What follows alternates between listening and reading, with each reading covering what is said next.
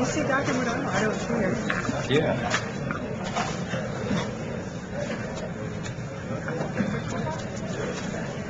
Good morning, ladies and gentlemen. I'd like to convene the April 24th Coordinating Board meeting to order.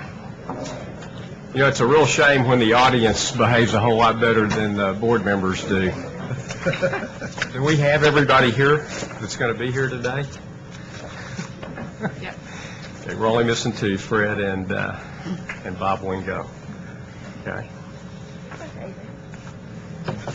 As usual, I always make my announcement that you need to behave yourself. We're being broadcast via internet again this morning.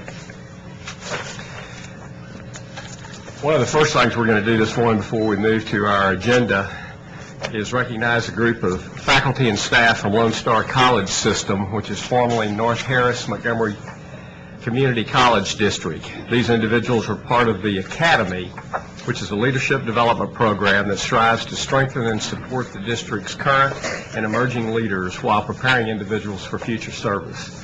Will you please rise to be recognized? We welcome you to the coordinating board. Okay. Who all is here this morning? Oh, stuck in traffic? Okay. Well, we understand that. Let me know when they get here later. We'll be happy to recognize them. Thank you. There is one item on the agenda this morning that is time sensitive, and that's the issuance of our student loan bonds. So during Chairman Hinton's meeting, promptly at 11:15, we will have to move to item 7E to take that up. Mr. Hinton? Okay. Make sure everybody knew that. We have a couple of introductions this morning, and I know the board will appreciate this, and certainly those that have been in the audience will appreciate it as well. I had gotten a message this morning that it was only yesterday that it was only appropriate when we were to introduce the new president of Texas A&M that an Aggie be allowed to do that. You know, Mr. Adams has always done that in the past, and unfortunately, Mr. Heldenfels is not here with us this morning. And having said that, I do not mean to imply in the least that Secretary of our board, Elaine Mendoza, is third. Quite the contrary, I would have called on Elaine to do this introduction anyway. So is Dr. Elsa Morano here with us this morning? Please come on up. And I believe also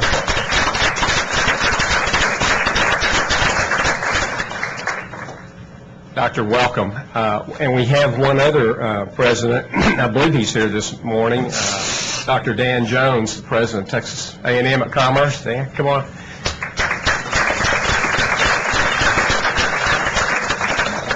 I believe you absolutely are the latest new president. Is it as of yesterday? 16 hours ago. Okay. Well, that's great. Well, first of all, we have two Aggie presidents here, obviously. A good day. It is a good day, absolutely. So I'd like to call on Board Member Elaine Mendoza. Elaine? Thank you, Mr. Chairman. Good morning, everyone. I have the privilege and honor of introducing Dr. Murano this morning. She becomes the 23rd president and the first woman to lead Texas A&M University. Whoop!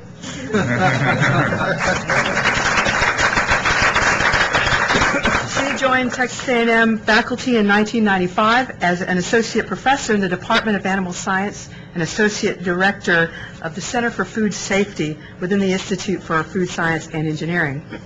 President Murano became the director of the center only after 2 years and left the university in 2001 when she was asked to serve as Undersecretary for Food Safety for the U.S. Department of Agriculture by President Bush. Dr. Murano returned to A&M as the Vice Chancellor and Dean of Agriculture and Life Sciences in January 2005. President Murano brings a wealth of expertise to Texas A&M, and we are delighted and honored that we have her here today. So it was my pleasure to introduce her. Howdy.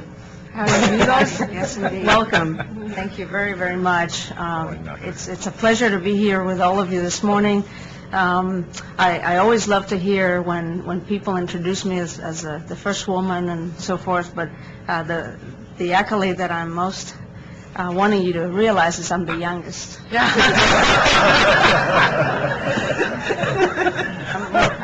I'm more proud of that one, maybe. I'll start all over again. No, that's okay. Well, I will keep my remarks brief because I know you have a lot of items on the agenda, Mr. Commissioner. But I wanted to tell all of you that I'm one of these first-generation college graduates, first one in my family to graduate from college. I started my academic career as a student in a community college and transferred to university, where I put myself through school with grants and loans, which took a while to repay, and also was able to finish my bachelor's degree in biology in 4 years in spite of working 30 hours a week. So it can be done, is what I'm here to convey. But what all of this really means is that I'm so honored, and I love leading Texas A&M University as its president, the 6th largest university in our nation, and the only land-grant university in Texas. And why that's significant and why it ties with my background is because I'm a firm believer in that mission that land-grant universities have of educating the masses, of educating those with scholastic promise, in our case in the state of Texas. And we are committed to that mission and to being accessible and affordable while providing a high-quality education. We do it by providing degree opportunities to our students, of course, anywhere from business to architecture to veterinary medicine, engineering, environmental sciences, physics, astronomy, you name it. And these young minds that we are charged with educating are being educated by some of the top faculty in the nation, people who range from our Nobel Prize winner, Dr. Norman Borlaug, who received his Nobel Prize in 1970 as father of the Green Revolution. He created or developed a variety of wheat that saved India and other developing countries at that time. And just last year, 2007, another Nobel Prize winner, Dr. Bruce McCall, who participated in the studies that yielded a report on environmental issues and global warming. So what I'm here to say this morning is that I'm ready to roll up my sleeves to do our part at Texas A&M University, along with all my colleagues at universities here represented and elsewhere, to educate those young minds, to prepare them for the future, for really what is a very competitive global economy, and to do so also by not only educating them, but providing answers through our research, our science and technology, providing answers to address many of the issues that are so important to our society today. So it's my pleasure to be here. I look forward to working together with my colleagues, the other university presidents, and certainly to work with the coordinating board in any way that we can to improve the education for all of our students in Texas. Doctor, thank you very much. Dr. Jones, I'm going to be happy to introduce you, and we're also kind of sad that you're leaving our part of the world, because most people may not know that Dr. Jones has been in Laredo for, I believe, about the last 5 years, working for Dr. Keck. I'm sure he's sorry to see you leave. Ray's a good friend of ours and has served on many advisory boards. And also, Dr. Jones had been at the University of Houston, some 18 years? 18 years prior to that. So he is obviously a product of the Texas higher education in Texas. So we're very happy on your new assignment, and we certainly look forward to working with you. Happy you could be here today. Would you like to make any comments? Yeah, I'll be very brief. I do appreciate off the cuff that you didn't know you were going to make. No, I appreciate the opportunity to make a few very brief remarks, and I also appreciate the confidence and trust that's been placed in me in my appointment as the president of Texas A&M Commerce. As you noted, I've been in Texas higher education for most of my professional career. I'm not a native of Texas, but as they say, I got here as quick as I could. And when I was at Houston for about 18 and a half years, I learned some very important lessons about the power of higher education to transform lives and to change the course of history, both for individuals and families. And those were important lessons, and I saw generations. I was there long enough to see a couple of generations of students come by, and we saw the power of after that first member of the family came in, and then it was the little brother, and then after that the children, and you could actually see the way that higher education would uplift an entire family and a community at the same time. So I took those lessons with me to Laredo, where I've seen them demonstrated many times over in the last 5 years. So I take all that with me to Commerce as well. Commerce is a venerable institution with a long tradition, long history, but like all of the other public institutions in the state, its mission is to change the face of a region through education. So I take those lessons with me, and I'm grateful for the opportunity to apply them. The only parameters I had in my professional career was not to cross the Rio Grande and not to cross the Red River. So I got very close on one end, I'm getting close on the other. But I'm excited about the challenges and the opportunities that lie ahead. Thank you very much. Thank you all both for being here with us this morning. We appreciate it, and we look forward to working with you. Thank you.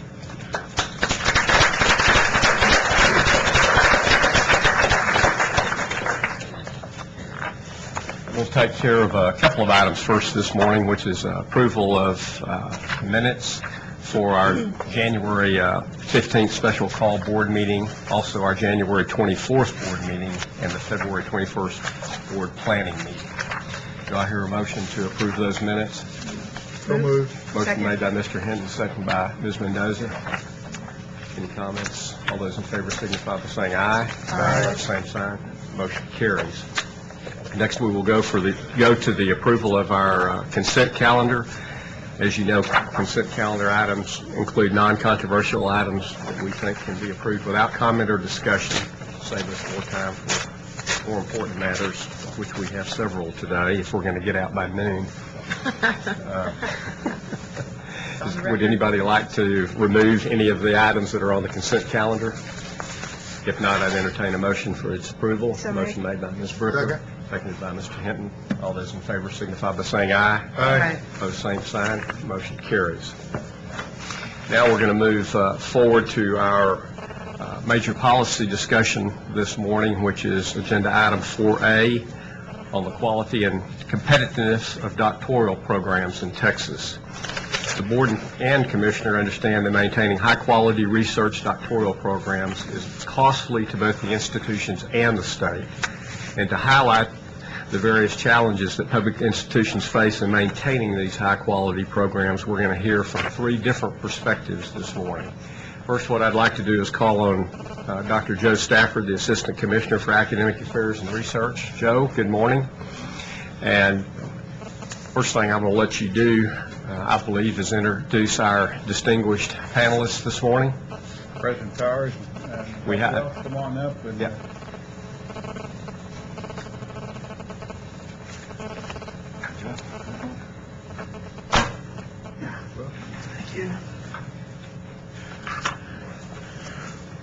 I'm going to try to set the stage a little bit and then let them really close the deal here, if I may. You want to go ahead and introduce them, Joe? I would be pleased to do that. President Powers is the president of our leading and strongest research university by several measures, and I think he will tell us that that's a tough job to stay out there on the front edge. Dr. Welch has led the Armstrong Laboratories in San Antonio, but more significantly for you, he has most recently been the chair of your advisory committee on research programs, and ACOR as the group that focuses on research here for the coordinating board and setting many of the statewide parameters for research, is necessarily then a part of the doctoral program policy here. And so the two of them really have much more expertise. I'm going to try to pose a few problems for you, hope that maybe they'll hint at some solutions and leave us all with enough to think about as we go forward. The undergraduates make up 85 to 90% of our enrollment. And as a result, we sometimes, I think, forget about the other part of the program. But that 15+% of the enrollment in graduate and professional programs is a big part of our effort. And I want to focus specifically today on the PhD part of that graduate and professional program and raise the question of what does it take to have true quality. Because if we don't do it with real national level quality, we probably haven't done much at all. Rough calculation is that one FTE doctoral student requires funding at about the same level as 6 freshmen or sophomores, lower division students. That's a significant trade-off for us to think about as we go forward. And we have to look then at how many of those high-priced programs we can afford, but also what does it take to do with a first level of quality. Now, if I may, excuse me, focus exclusively on the PhD and recognize that the masters, the first professional degrees, the JDs, the MDs, and even those professional doctorates that you've approved recently, the Doctor of Nursing Practice, the Doctor of Physical Therapy, and so forth, are important, but I want to save that for another discussion for the most part this morning. Can I have the next slide? Think of the PhD, if you will, as an apprenticeship in research and scholarly inquiry. As an apprenticeship, we're implying something about the relationship between student and mentor. And going back to the ancient guild system of apprenticeship, what did it mean to be an apprentice? It meant to be studying under someone who was an absolute master in their field or their discipline, if you will, to use our more contemporary language. As an apprenticeship, then it requires for us to do a good job to have true masters. And the question then becomes one of how do you build quality programs? How do you acquire and retain masters in the field under which the doctoral student apprentices? That is the core quality question. If I have the next slide. So let's look a bit at our doctoral programs in Texas. About a third of the doctorates are awarded by independent universities, and the doctoral program in the United States is heavily skewed towards the independents, especially in the Northeast states. But in Texas, that's only 15%.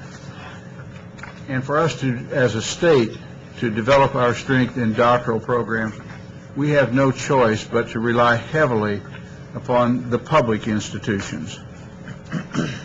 Now, interestingly enough, we have 25 public institutions that grant doctoral degrees, far more than any other state. That's a double-edged sword for us. It means we are relying on the public institutions, but it also means that we have spread out our resources in ways that gives us a very different model than what happens in most of the country. In 2005, Texas awarded 3,236 doctoral degrees out of 52,000 nationally.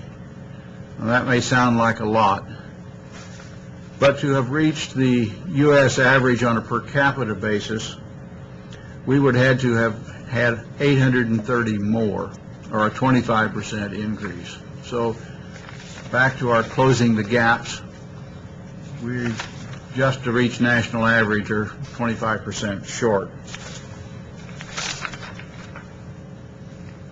I've reviewed a lot of PhD program proposals over the last 35 years, wearing a couple of different hats. And one of the things that seems to stand out, and I admit I have not gone back to verify this exactly, is that it takes about one dissertation mentor for every degree awarded per year. That is, on average, it's a professor chairing a committee producing one PhD a year, if they're really strong. If they're not really strong, it's not that high. That tells you then something about what we would have to get 830 more PhDs awarded a year. We'd have to have 830 more strong dissertation mentors on our faculty across the state. Well, how well do we do at that right now, at recruiting nationally prominent scholars? One way is to look at Nobel laureates affiliated with our institutions. Now, I'm using affiliates here in a pretty general kind of way. This is, they were graduates of, they were postdocs at, or they were at some point employed by the institution. That's a little broader than they are currently members of the faculty, but it gives you some indication of the ability to attract the very top scholars. I would simply point out to you that there are a number of institutions, and if I recall correctly, it's 13 individual institutions in the country that have more Nobel laureate affiliates than Texas has with all of its institutions. Not by any means an indicator of what it takes to get 830 scholars, or not a direct measure, but certainly an indicator. Another indicator is the number of members of the national academies. And here you see again the same kind of picture, that yes, we have several, but no, we are not as a state competitive with leading institutions. Now, if we're not competitive in these sort of top and easily measurable ones, and not competitive with our institutions that attract the largest number, what does that mean for 25 institutions awarding doctoral degrees? How competitive are we? And what does it take then to have a quality program if it's that much of a struggle to recruit and retain quality dissertation mentors? If I could have the next slide. Let's look a bit at what our programs are like. And I've grouped our institutions in three broad categories here. Our health-related institutions, UT Austin and Texas A&M, in this top group. Notice that the health-related institutions do over $1 billion worth of research a year. They award 350 doctorates. These are the research doctors now, not counting the MD, the professional practice doctors. They're one of the big drivers of research and doctoral related programs. UT Austin and A&M together, again, almost $1 billion worth of research. Large numbers of PhDs awarded. In the 2005, the last year for which national comparative data is available, UT ranked number 2 in the number of doctorates awarded, just behind UC Berkeley, and A&M ranked 15th. You can see the kinds of numbers it takes to be in those top ranks. 600 to 800 degrees awarded per year. Contrast that then with the next group of 6 institutions awarding between 86 and 248 degrees last year, from 2 million to 78 million in research. Quite a significant jump. So jump up to be in that top category. This is a part of the challenge then that we will face as we try to close a gap and maintain quality and or increase quality. You'll notice I've grouped them at 4 at the top, and then I listed 2 smaller ones in research volume with high PhD award volume. North Texas and Texas Women's University award a large number of degrees in disciplines that don't typically draw a lot of external research funding. So here I'm also highlighting a little bit of the difference that's programmatic. Degree programs in nursing, in music, and in teacher education, a lot of degrees awarded, but not a lot of research volume. On the other hand, some of the state funding challenges for them are every bit as large as they are for those who are trying to compete with research dollars. Next chart, please. Over the past 5 years, this board has approved a number of new doctoral programs. You'll notice that most of those are approved for institutions that are in that middle group or the lower group. 9 new programs at UT San Antonio, 8 at UT Dallas, on down to several where 1 new program.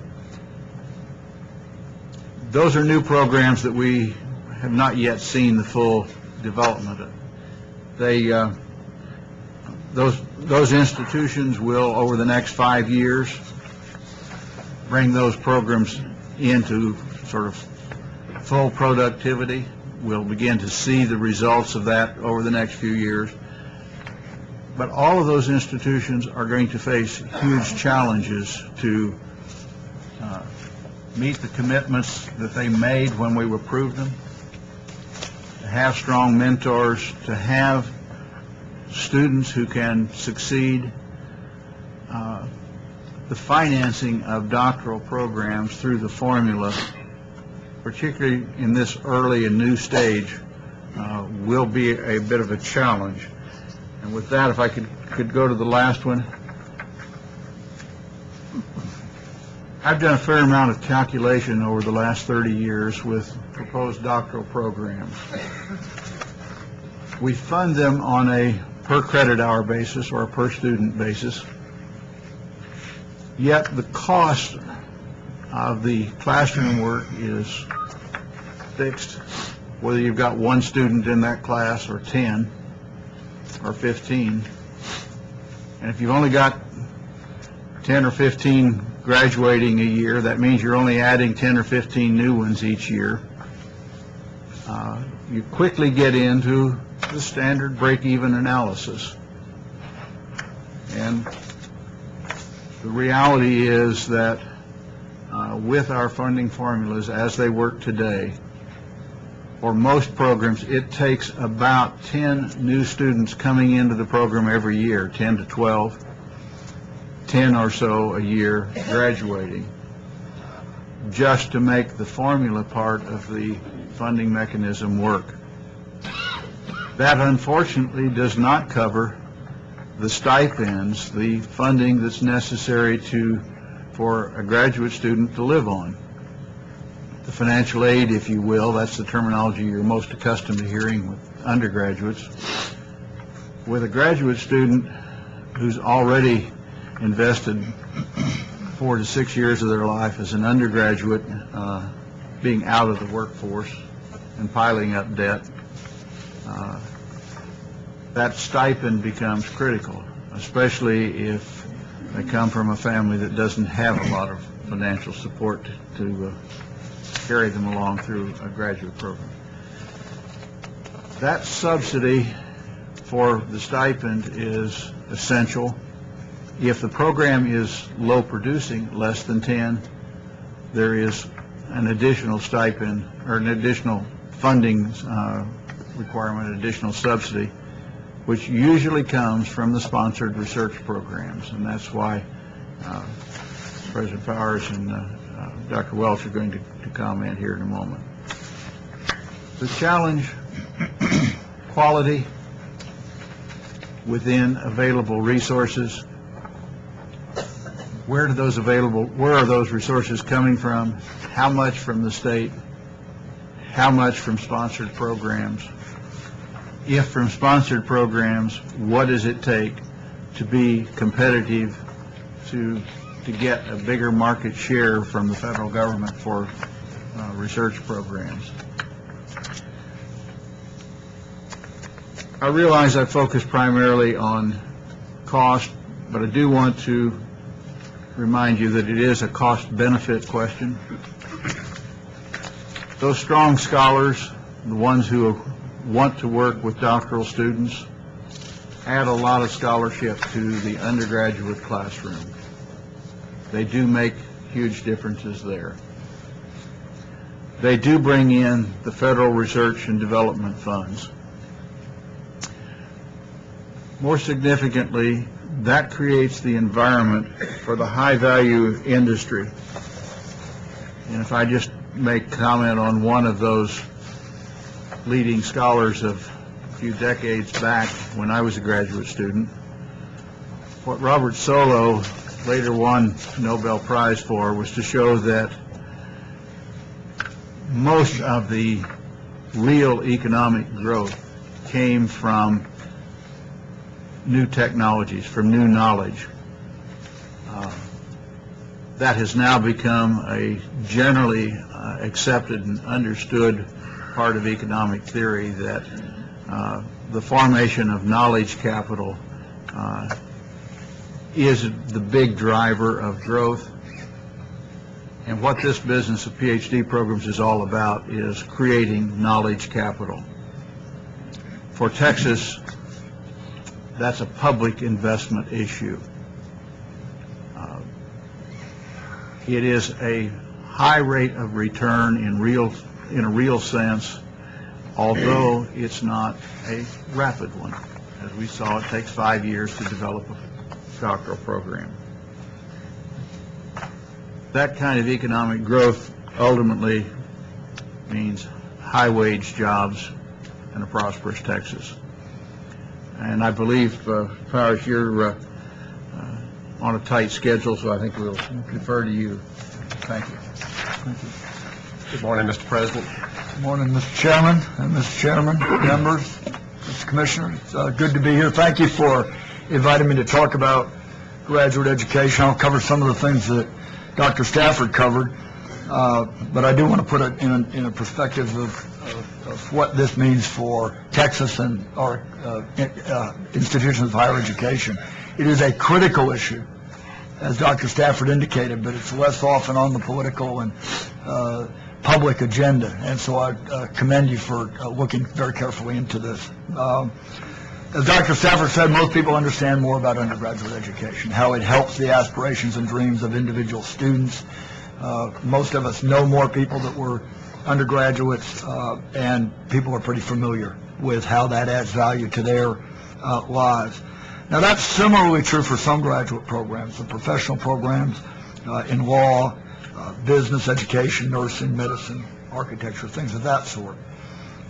It's the graduate programs in the academic areas, the PhD programs, as Dr. Stafford said, I think that are less well understood. And again, I commend you for your work on this, and also for focusing on it, and so that you can make good policy with regard to them.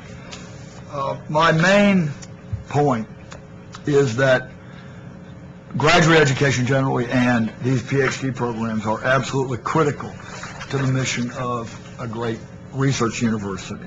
We need more of it. As Dr. Stafford said, we're not keeping up in Texas. We're behind our competitor states. This is critical to our economy, growth, to creating jobs, and it's also critical to a well-educated citizenry in our culture. It's easier to point to the scientific and engineering and technical advances, but it's also critical to other areas that are less familiar. Well, let me start by asking a question that Dr. Stafford touched on very well, and that is, why should we care? Not just at our universities, but why should we care in the state of Texas about these graduate programs? And the first thing is because they are critical to the research that goes on at our research universities. As Dr. Stafford said, the research that goes on in our universities is the greatest driver of economic development in a knowledge economy. I think that's been borne out for the last century in the United States, and I think in Texas as well. You saw from one of the charts that Texas A&M and the University of Texas at Austin alone bring in nearly $1 billion of externally funded research to our state. Some of that starts in the state from companies or agencies in our state, but most of it comes from the federal government. That's just bringing money into the state that helps our economy. But more importantly, in the support and creation that this research does in creating jobs in our economy. It's very hard to get exact data on this, but in order of magnitude, $1 of public money spent on either the A&M campus or our campus returns $20 a year.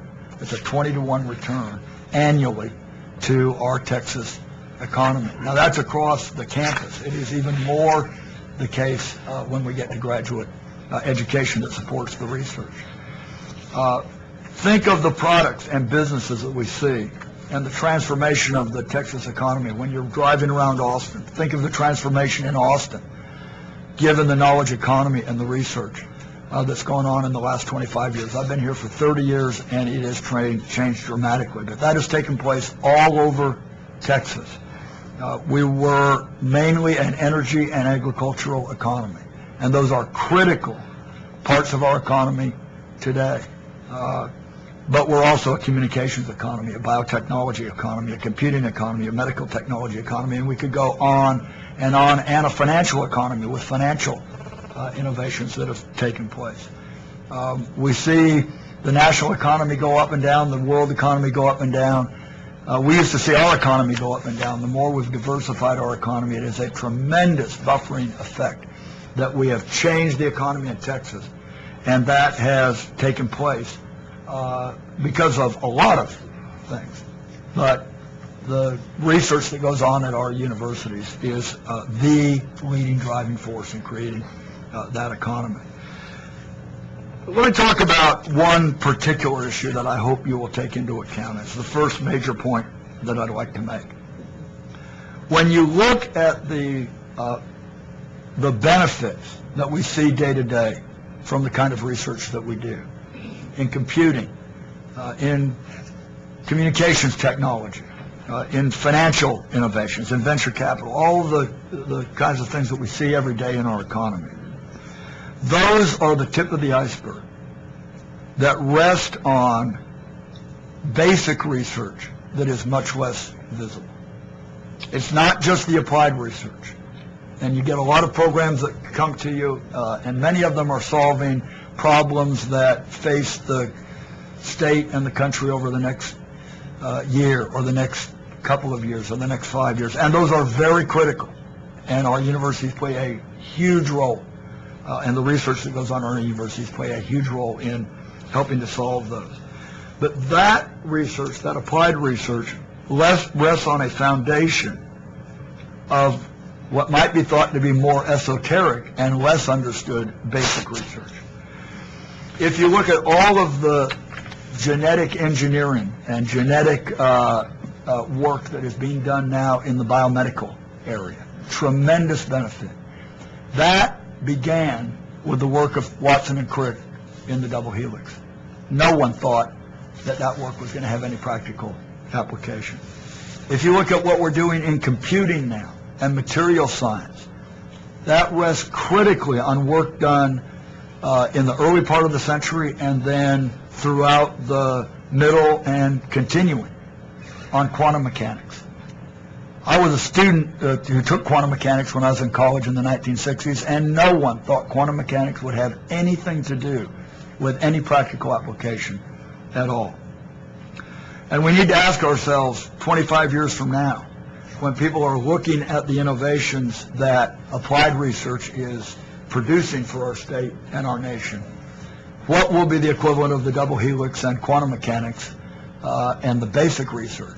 We need to make sure that we're not eating our seed corn here, and that we are replenishing the basic research as we start looking into the support for graduate programs and research in the state. And it goes on not just in the scientific areas. There's a wonderful article in The Economist recently that plots GDP of nations across the world and something they call the rule of law. What they really mean is transparency in business transactions, transparency in markets, financial innovation, things of that sort. And they rest on work that's being done in business schools and very often at the graduate level in law schools and things of that sort. What we're seeing is advances in reading, in some educational research that's going on that's being applied in the schools, often is based on neuroscience work, the value of which was not particularly understood, that was done 25 or 30 or maybe even 50 years ago. So the basic research is critical, not maybe to the 2-year horizon for our state, but for the 10 and 20 and even 50-year horizon of our state. And now the critical point, Dr. Stafford alluded to it and mentioned it, is the critical nature of graduate school education and graduate students to that research project. That research rests on a tripod that requires brilliant faculty, good facilities, and graduate students. And if one part of that tripod is not there, the project will fall. And frankly, we're behind on all of those areas, but we're further behind in the graduate students and supporting graduate students and supporting graduate programs. And so it's hard for the research to go ahead unless we support the graduate students and graduate education as we go forward. Now, why they're important? Dr. Stafford mentioned the apprenticeship program, and that's absolutely critical. How are we training the graduate, the researchers, the scientists and the researchers for tomorrow? And that is in this lengthy, intensive, expensive, but very critical apprenticeship that they go through while they're in graduate school. It's like a medical intern. The people aren't ready to be doctors when they get out of medical school.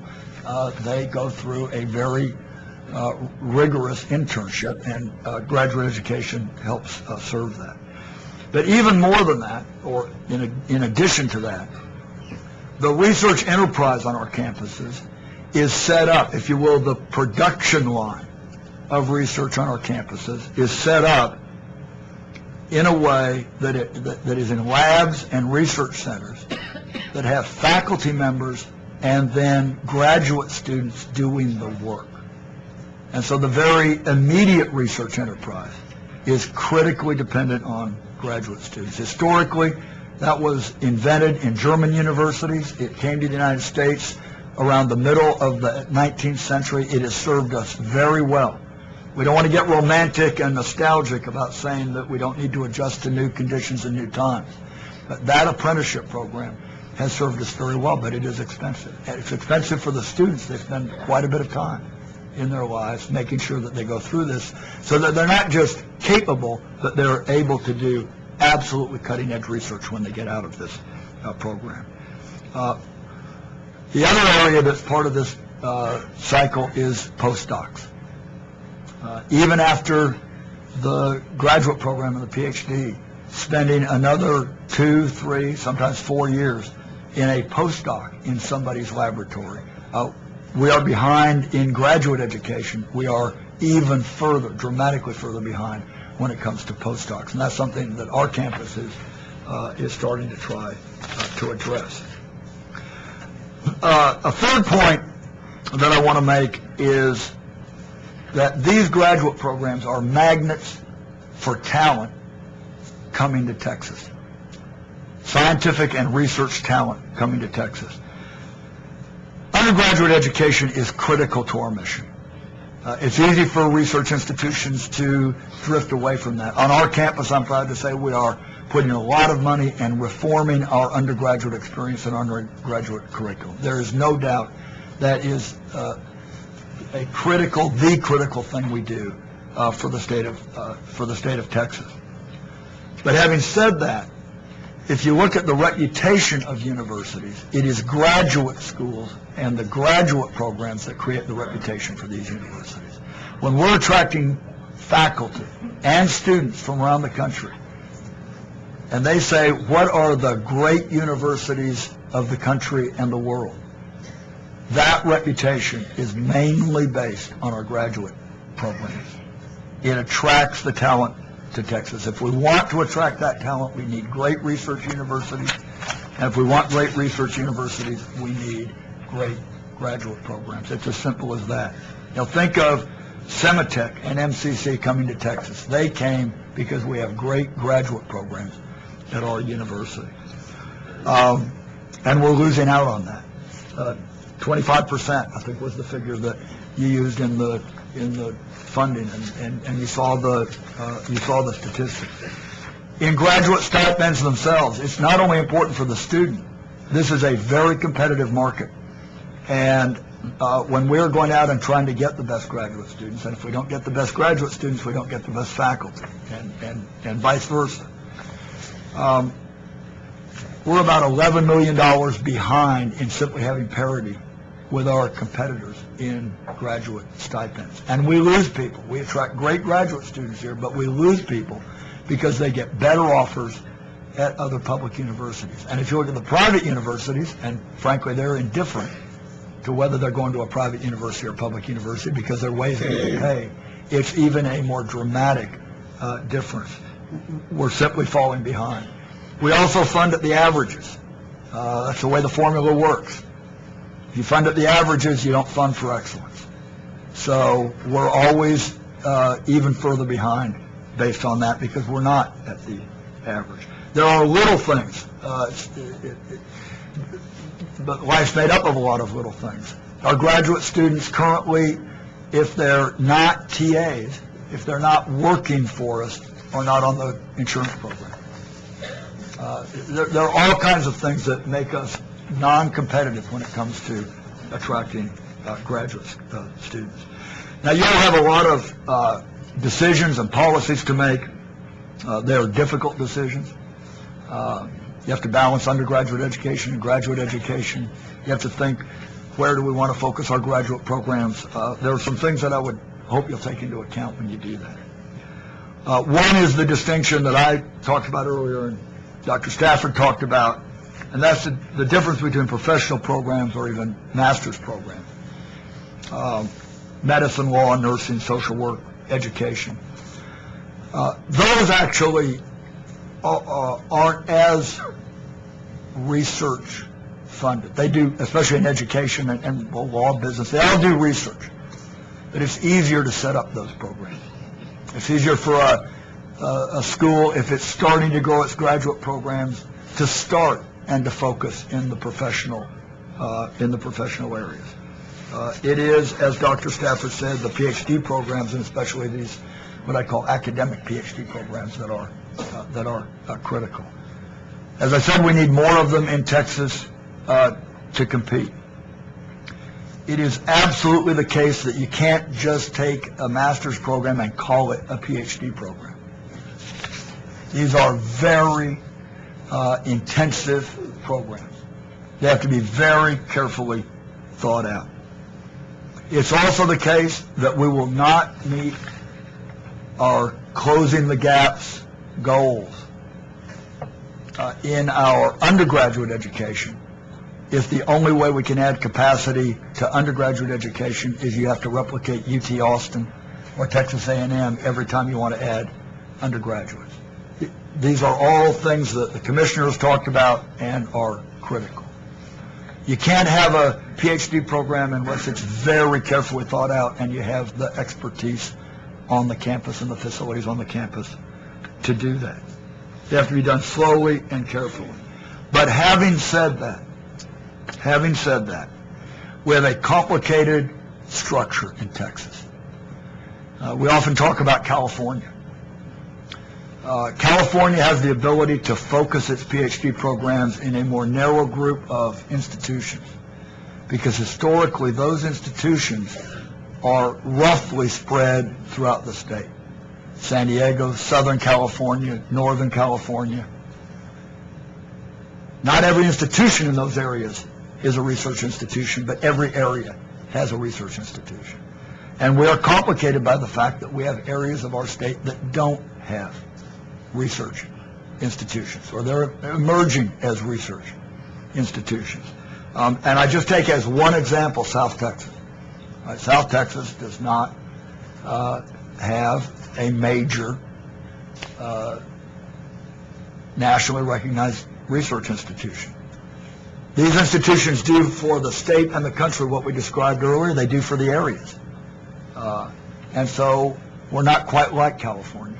And at some point we need a great research institution. It'll take time, it'll take discipline and perseverance and consistency to have one in South Texas. But that's something that complicates the situation from what it is in California. The final thing I'd like to say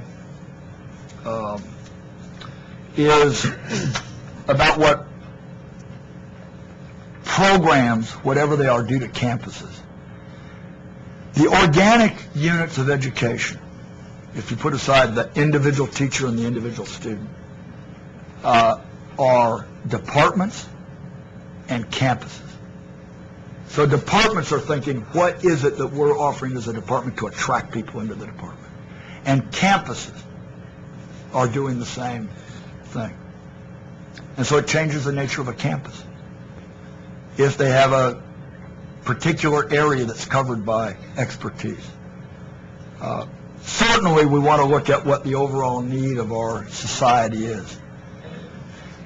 But the campuses have needs that if they want to have a certain flavor and attract people to the campus, they're going to have to think through what are the programs and what are the areas that they want to excel in so they can attract that talent. Even attracting it to teach undergraduates often takes the idea that I can have some graduate students. And what we want to do is build strong campuses. And I hope to take into account the role that in selected areas, graduate programs, sometimes professional, sometimes in the academic areas, play for the overall development of that campus. Those are the organic units of education. And in that regard, and the final point, we're in a big state with a lot of education and a complex structure. There's a great deal of opacity between those departments and this board. And a lot of that opacity and bureaucracy is on our campuses. And then we have systems. And then we have boards. So as you're making the judgments, where do you want PhD programs and where do you want, what kinds of PhD programs and what kinds of areas of the state you want to focus to grow research programs, you've got a tough job. And I'm the same way on my campus. And we'll say, well, okay, let's have this policy. It's really hard to do as we're growing. And I would encourage you, and I'd encourage the campuses, right, to talk with one another, go out to the programs and see, are they really ready? And sometimes if you go out and look, they're not ready, and you're going to have to make some tough choices. But sometimes you'll go out and you'll find in a campus that you might not think is ready. You say, boy, these people have thought this out. You go down to one of these, Pan Am or Tyler, and well, in this area they've really thought this out, and they're ready for this program. You certainly don't want to just have everybody think, well, we want to replicate UT Austin or Texas A&M. But we've got some pretty good leaders on these campuses. You've got very tough judgments to make. But we all live in a very complex bureaucratic structure, and getting out there and seeing what's going on these campuses, I know you do. As I know you do, and I know the commissioner is out there all the time talking to us, and we applaud your efforts in that regard. Thank you very much. Appreciate it. Dr. Powers, we appreciate you being here this morning. I know you've got a busy schedule, but before you leave, does any member of the board have any questions for Dr. Powers? Okay. I have a couple of things to say, Bill, real quick.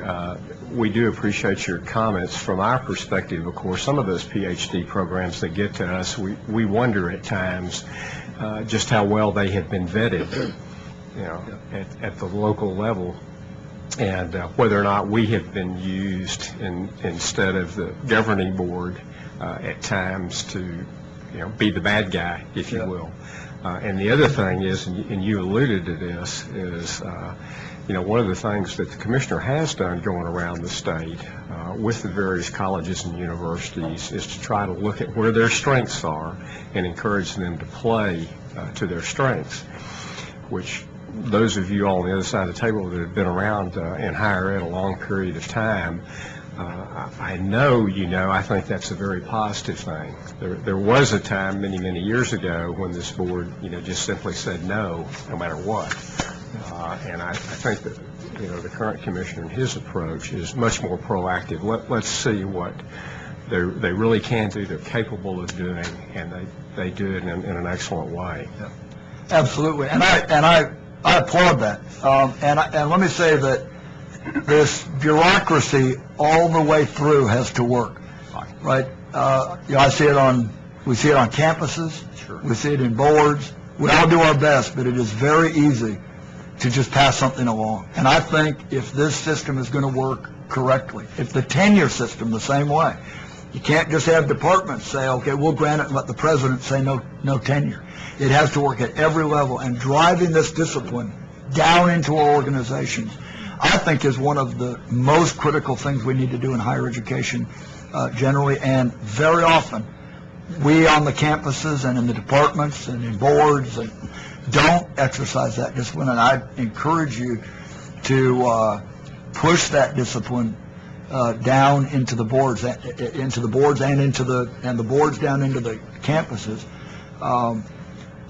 So that I fully agree with that. I also want to say we had a recent experience with a PhD program, and the commissioner worked very well with us, and I applaud the commissioner for going out. I just continued. My point is continued to do that, and I think these are tough decisions that take a lot of time and effort, and the commissioner's doing that, and I applaud that effort.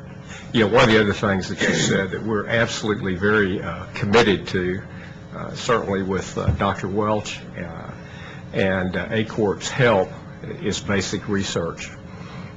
It's been a labor of love for Dr. Welch and his committee over the time, and we've had some setbacks, but they've never backed up. They've continued to help us, and we're extremely committed to that.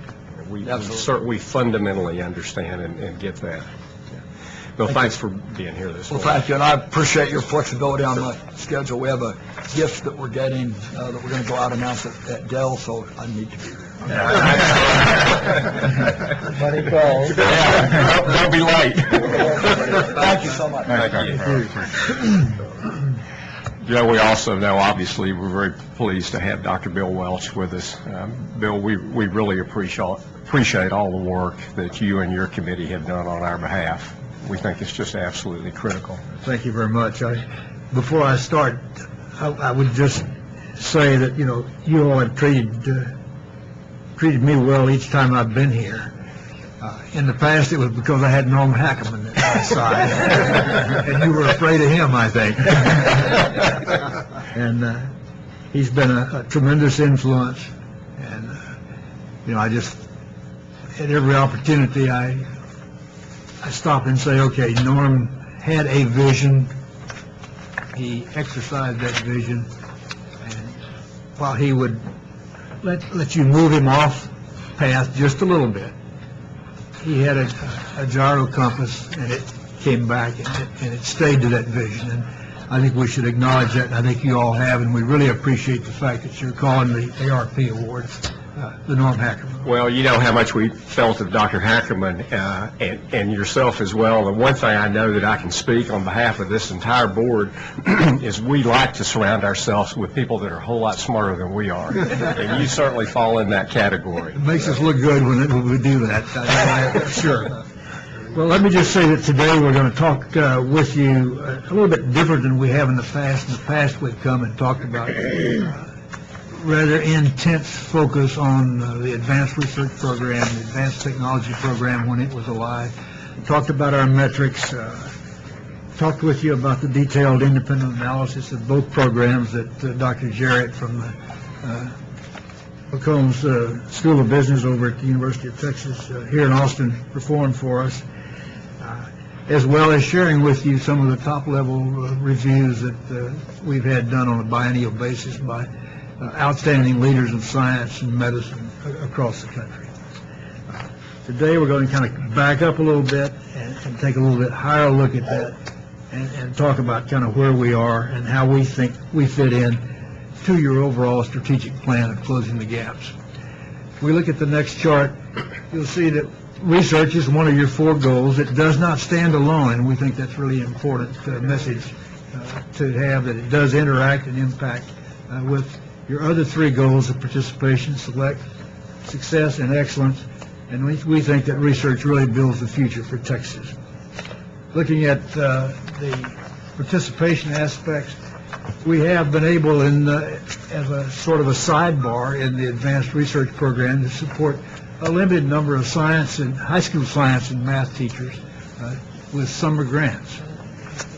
They have worked in our ARP grantees laboratory with the goal of strengthening their curriculum, getting experience, and then we have found that it improves teacher retention and enthusiasm, as well as spurring the students' interest in science, technology, engineering, and mathematics. Just a couple of comments from high school teachers that participated in this. The first one really said, you know, that since I've been working in this program, the students look at me a little differently. They think I'm somebody now. And then we encountered a lady that was really an awesome teacher that was getting ready to get out of the teaching profession. And you see her comments, the second one there, that working with cutting-edge scientists was a once-in-a-lifetime opportunity, she said. And as a consequence, she went back to her classroom with her batteries fully charged and is now continuing to be a really great teacher in the public school system. In the area of success, we have impacted over the last 20 years over 10,000 undergraduate students working in laboratories as part of the research program. We have had support for almost 17,500 graduate students, really strengthened the overall educational impact and improved employability. Looking at some comments that Dr. Jarrett elicited in talking to people that had received grants through this ARP program, 96% of the principal investigators felt that the ARP really trained their students, helped train their students well. The students themselves thought that the experience was very important, and 71% felt it made them more employable. Looking at the next chart, again, we had the PI saying that ARP was important in attracting students, in attracting faculty, and then a benefit that we really hadn't stumbled on or hadn't thought about was that of the graduate students that we have in the state, a significant percentage are from out of state. And we found, or Dr. Jarrett found, that 44% of those out-of-state students, when they took jobs in Texas. And even later on, and we can't track how long this later on really is, we maintained about 35% of those out-of-state students continuing as Texas residents. But we think that's a real positive benefit to add to what's happening in this category. On the next chart, we see the aspect of excellence. We talk about funding and the need for funding, and R&D funding is one of the measures of excellence. You can see that Texas has 4 of the top 50 public institutions in the country, 9 of the top 100, 14 of the top 150. Private institutions have 4 of the top 50 in R&D funding.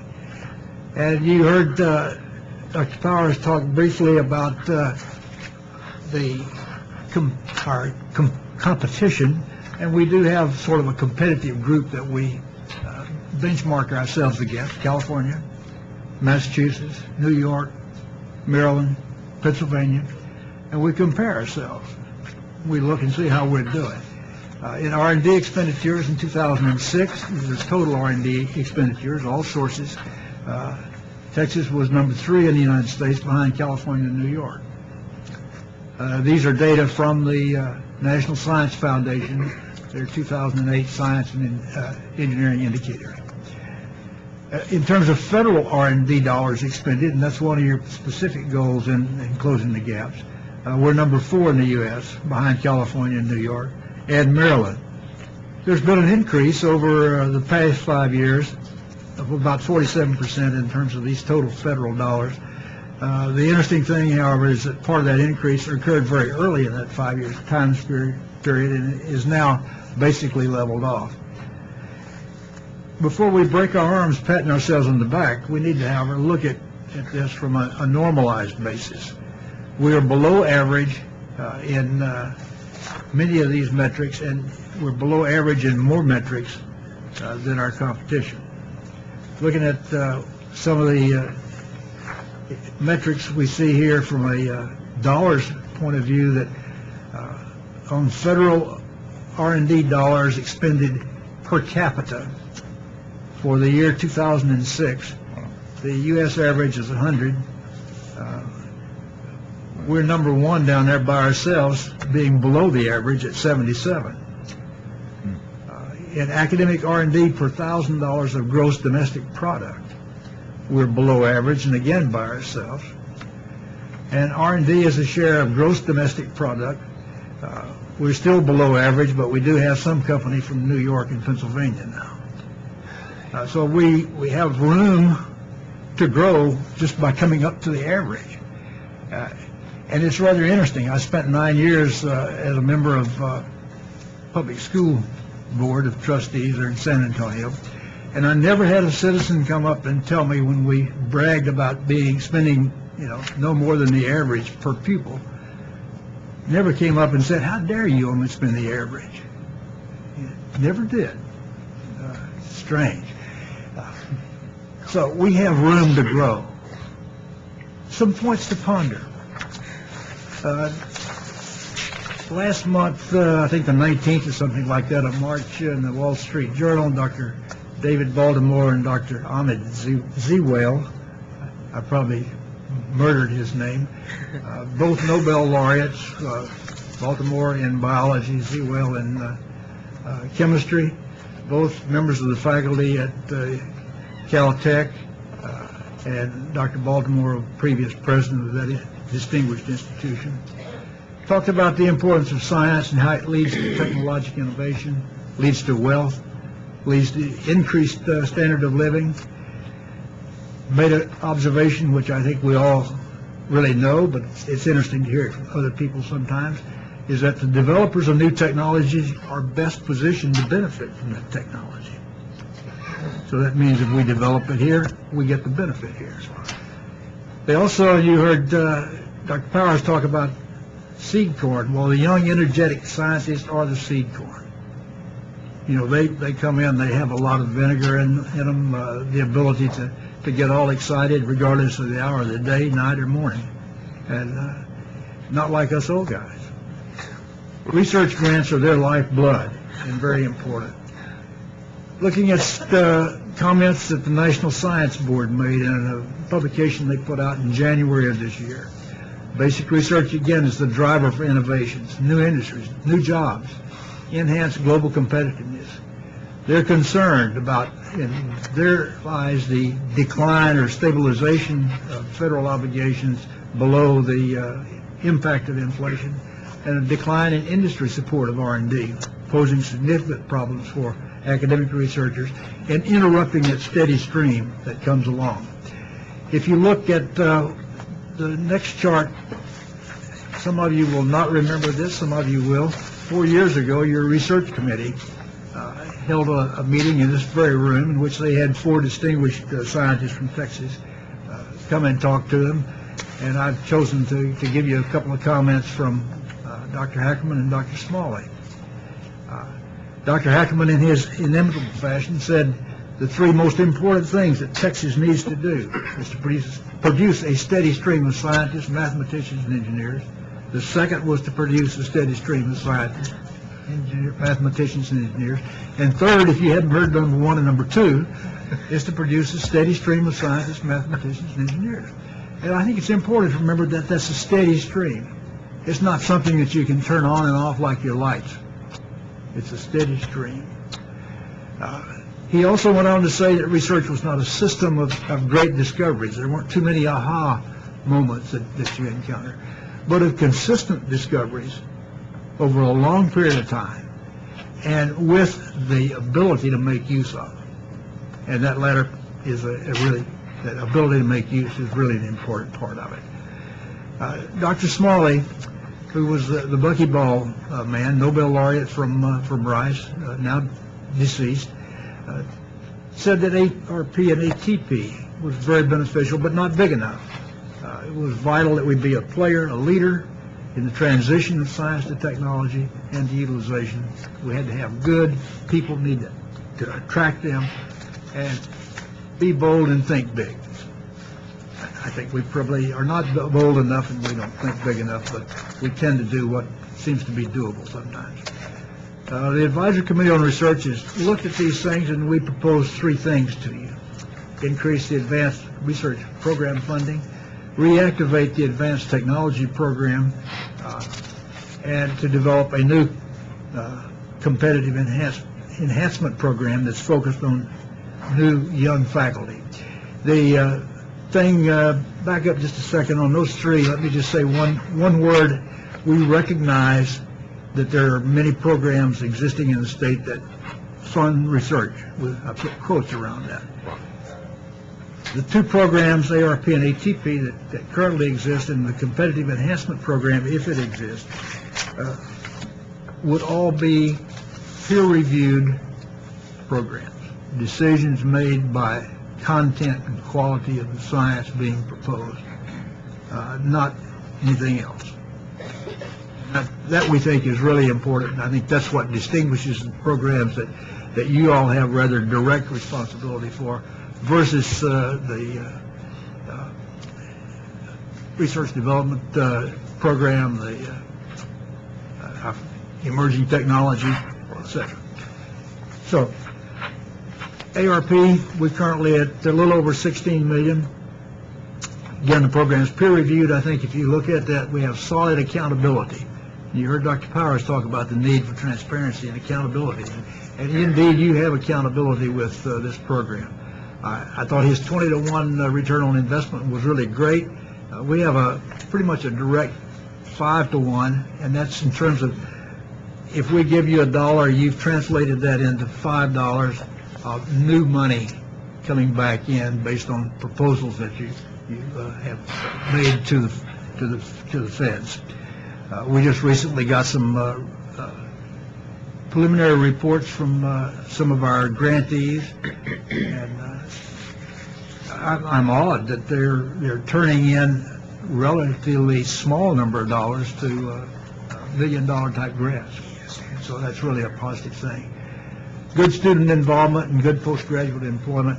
And we would suggest that we endeavor to get a $40 million program approved by the legislature. That's a little bit smaller than we recommended to you a couple of years ago. But the reason being, as we'll see on the next chart, is that we're talking about reactivating the advanced technology program. We felt at one time that the advanced technology program might be in competition with the emerging technology program that the governor proposed. But after looking at it and seeing the performance of it, we don't think that that it's not in competition, that indeed it's complementary, and that it provides a better link between academia and industry than we would have otherwise. And we think that's really important, because when you look at the things that cause high-tech companies to locate in your area, it's access to higher education, it's easy access to higher education, it's understanding the aspect of intellectual property rights and the things that having the ATP really would enhance and would be good for us. The past years, we've not had an ATP for a couple, 3 years now, but the past efforts, again, were peer-reviewed, positive, with a good ROI, and we would support a $40 million program to the legislature on that. Finally, we recognize this issue of seed corn. And we also recognize the issue that support for academic research is lagging in both the federal government and in terms of industry support of basic R&D in both their own institutions and academic institutions. Currently, the success rate for major NIH proposals is down about 12%. So if you put a proposal in, you have about a 12% chance of being successful. The average age of the first R01 grant, which is a major grant with NIH, is up to about 43 years. A generation ago, it was in the mid-30s. So we think that it would really position our people to be more competitive earlier by setting up a fund that they would compete for, would get monies on a peer-reviewed basis, but really create good opportunities for the young faculty. Something like the Young Investigators Award, something of that type? Something like that. We believe the aspects of this would increase our ability to attract young faculty. And this is sort of maybe is a soft one, but I always felt like that I really shouldn't be taking money for doing what I was doing, because I really enjoyed what I was doing. And I think we are losing a lot of that fun, and I don't mean that to be in a light way. Please don't take it that way. People developing an environment so that they can be successful and have a career in science, and go into it with the thought, well, if I apply myself, man, this is really great, and I'm going to be able to do some great things. And if we can do that, then I believe we will really develop a cadre of winners. And we would propose that if you like this, that our key success metric would be how well our people do in competing for federal funding in comparison to what the average is. And that would be one that take all the spin out of it and be very direct and straightforward. The next chart says that we would like to do this at, we think, about the $20 to $30 million range. It kind of depends upon academic hiring plans. We think that we ought to be talking about dollars that would be in the $50,000 to $100,000 grant range. And so, you can do the math on that. We haven't done it yet. And we would really be pleased to develop this idea further if the board desires. We have not gone in and tried to dot all the I's and cross all the T's, because, we thought you might throw it in the trash. And if so, we didn't want to spend too much time on it. But if that's of interest, we can certainly do that. And finally, we think that the opportunity exists now to shape the future for Texas. We think research is really there. At the end of the day, I believe research doesn't cost. I believe it pays. It creates the things you heard Dr. Powers talk about in terms of climate in the state, standard of living, cultural aspects. It's there. It leads to technology, leads to innovation, which leads to wealth for all Texans. It is not academic welfare. It is not. It's an opportunity for the whole state to have their boat lifted by the tide. Thank you very much. Dr. Welch, we really appreciate it. I can tell quickly that you have learned a lot from Dr. Hackerman, because the one thing that I have seen throughout this, that this board has always thought was the linchpin of this program, is the peer review. That's why I made the comment earlier, we always appreciate having people that are a lot smarter than we are helping make those decisions. That's why we have the peer review reviewers. Right. Well, what I would like to, and obviously if any of the board members have any questions or thoughts, what I would like to get a sense of for you this morning to walk away with is your mentioning the competitive enhancement program, of whether or not we thought it would be important for the advisory committee to continue to work on. I mean, my personal opinion is I think certainly that we would, but I'd love to hear from everybody else. Elaine? Absolutely, and I appreciate Dr. Welch being here and giving us this fresh look at some of these programs. And as basic research funding declines across the country, while other countries are investing in that basic fundamental research opportunities, if we can find a way to create a niche here in Texas by leveraging some of these dollars very effectively with young scientists, although, you know, the 40s aren't that old. That's true. You know, young, energetic, new ideas, fresh approaches, it'll be well worth our investment that we might not be able to measure in, 20 to 1 type of, because of all the spin-outs. And of course, as you know, Dr. Welch, the imperative of having industry linked with some of the basic research that industry can perhaps invest in, taking it to a different level and moving it into applied is so critical. So I hope that, I know for UT Austin and as well as A&M and our other research institutions, trying to break down the barriers of commercialization and intellectual property and sharing those things is ongoing, and we need to keep that going as well. So I very much would be interested in taking this to the next step. And a comment too on kind of tying this together. I'm reflecting on the comparisons always to other states and certainly other nations, but when we always compare ourselves, Commissioner, to California and the numbers of research institutions and the numbers of top-tier institutions, they didn't get that way by accident. There was a strategic plan, and it happened, and they stayed that way and grown their programs. And when President Powers talked about the geographic points across the state, there are 5 or 6 emerging institutions that want to get there. And they can't do that in a vacuum. They can't do that by themselves.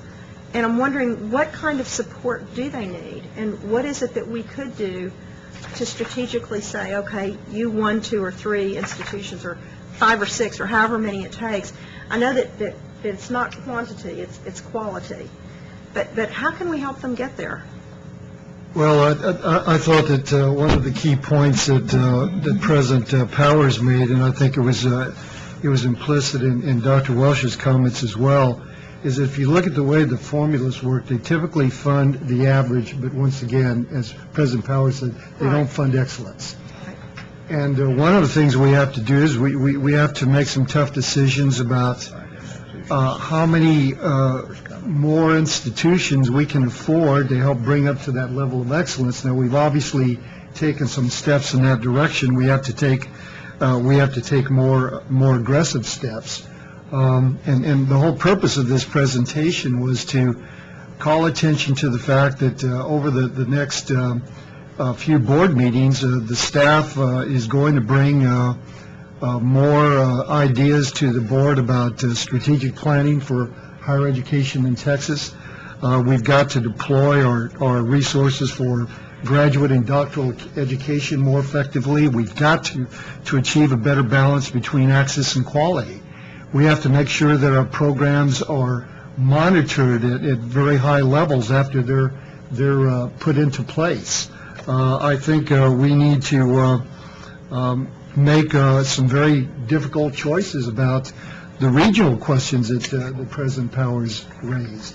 Whether we're going to concentrate all of or the bulk of our educational assets in the large cities, and that of course has come up a lot, or whether we're going to look at a more a more regional distribution of higher educational assets. So these are very tough questions, all in the context of a comment that was made the day before yesterday at the House Higher Education hearing, where one of the committee's outside consultants called attention to the fact that within 10 years, every state in the union will have a structural budget deficit.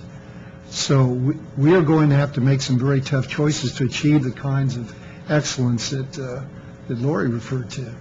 And then further, how do we keep, when President Powers talked about the postdocs, how do we keep them in Texas? What enticement is there? They are certainly the promise of our future economy.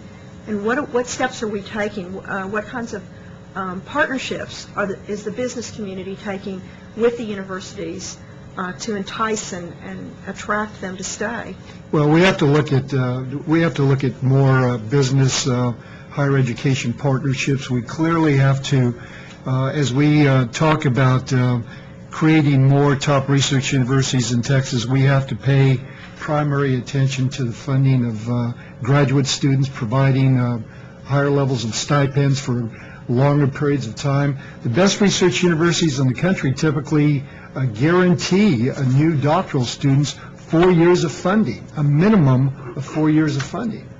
And unless we can compete at that level, we will not attract the best talent to Texas. And we won't, our best institutions will not be able to compete with the best institutions outside the state. Well, and it's interesting, too, Dr. Welch, when you talked about the softer side of the climate, creating a college-bound culture is all about the softer side. Mm-hmm. That is the softer side. It's creating a culture and an environment to encourage our brightest across the state to further their education and stay here. And I think that's absolutely key. I really do. I think I used to have a reasonable number of research organizations scattered around the country, and I visited a lot of them. And I could sort of walk into a place and very rapidly know whether I had troubles there or whether I didn't. And that's due to the climate that's there. And that takes leadership.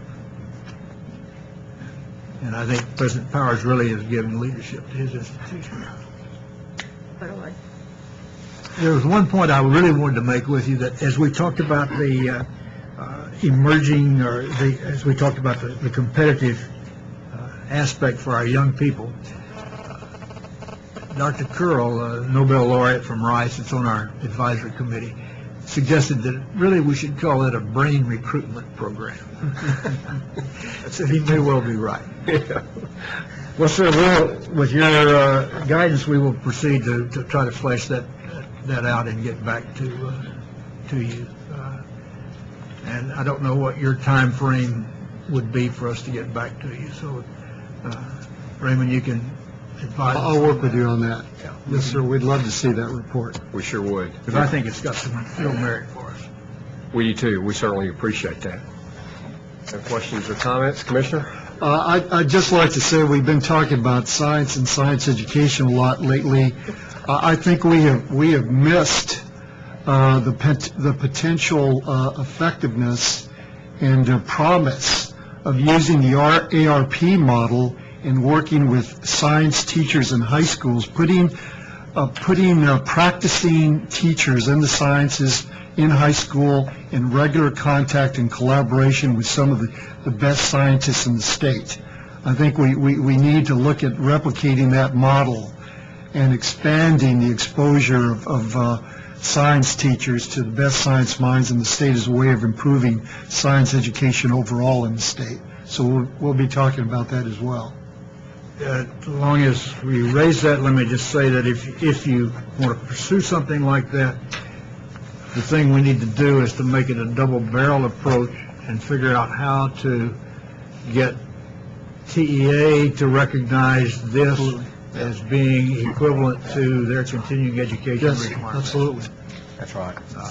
And not get into the bureaucracy of, well, we can't give them a stipend for working in the laboratory because they're a state employee. That's Good point. a point that just needs to be worked its way through, but we'd love to do that with you. Thank you. Thank you, Dr. Welch. Thank you, We certainly appreciate it. all of you. Stafford?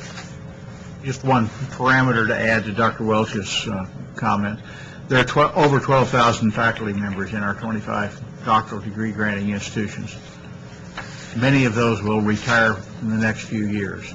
The strategic opportunity that Dr. Welch is presenting to us is to recruit smartly and competitively and fill those slots as we bring in replacements. So when I think strategically, I want us to think about what he's proposed to us as a real strategic opportunity. Okay. Thank you, Joe. Appreciate it. We now need to move forward to item 4B, which is the presentation of preliminary report on the feasibility study on restructuring of financial aid in Texas. As you all may recall, Rider 49 of the General Appropriations Act, 80th Texas Legislature, requires the coordinating board to conduct a feasibility study on restructuring of the student financial aid system. The Higher Education Insight Associates have been contracted to do this study for us, and their representatives are here today under the guidance of Lois Hollis, the Senior Assistant to the Deputy Commissioner for Business and Finance. Lois, good morning. Good morning. You can introduce our guests this morning. I'd be happy to. I'll start down at the end. Is Larry Matica. He's the former Executive Director of the Illinois Student Assistance Commission. He served as President of the Illinois Association of Student Financial Aid Administrators, Chairman of the National Council of Higher Education Loan Programs, and in these roles, he provided leadership in both state and federal levels in financial aid policy and development. Next to him is Ross Hodel. He's the Director for the Center of Study of Education Policy at Illinois State University, and formerly, I cannot speak today, sorry, the Deputy Director of the Illinois Board of Higher Education. He has over 25 years in higher education policy. And then right next to me is Sheila Pruden. She was the Director of Research and Policy Analysis for Illinois Student Assistance Commission from '88 to 2003, and she managed the policy for that agency, including formula development for the Illinois Monetary Aid Award Program, which is similar to our Texas Grant Program. However, it's one of the largest programs in the country. So with that, I'll leave it to them to give you their findings and recommendations. Good morning. Welcome. Good morning, Mr. Chairman, board members, commission staff. Thank you for this opportunity to come and meet with you this morning. We've had a really interesting experience the last few months working with some exciting staff members that you have, and I just want to compliment them on their hard work. In fact, we may have about worked them to death for asking for data and information and working with them in a number of meetings. The experience in Texas has really been a new insight for all of us. Working with a big state like this, we've worked in a number of different states, but one of the things that has kind of caught us off guard was some of the medical conditions down here. I ran into a condition I've never encountered before, cedar fever. And then I thought after we got through cedar fever, I was okay, and then I hit oak fever.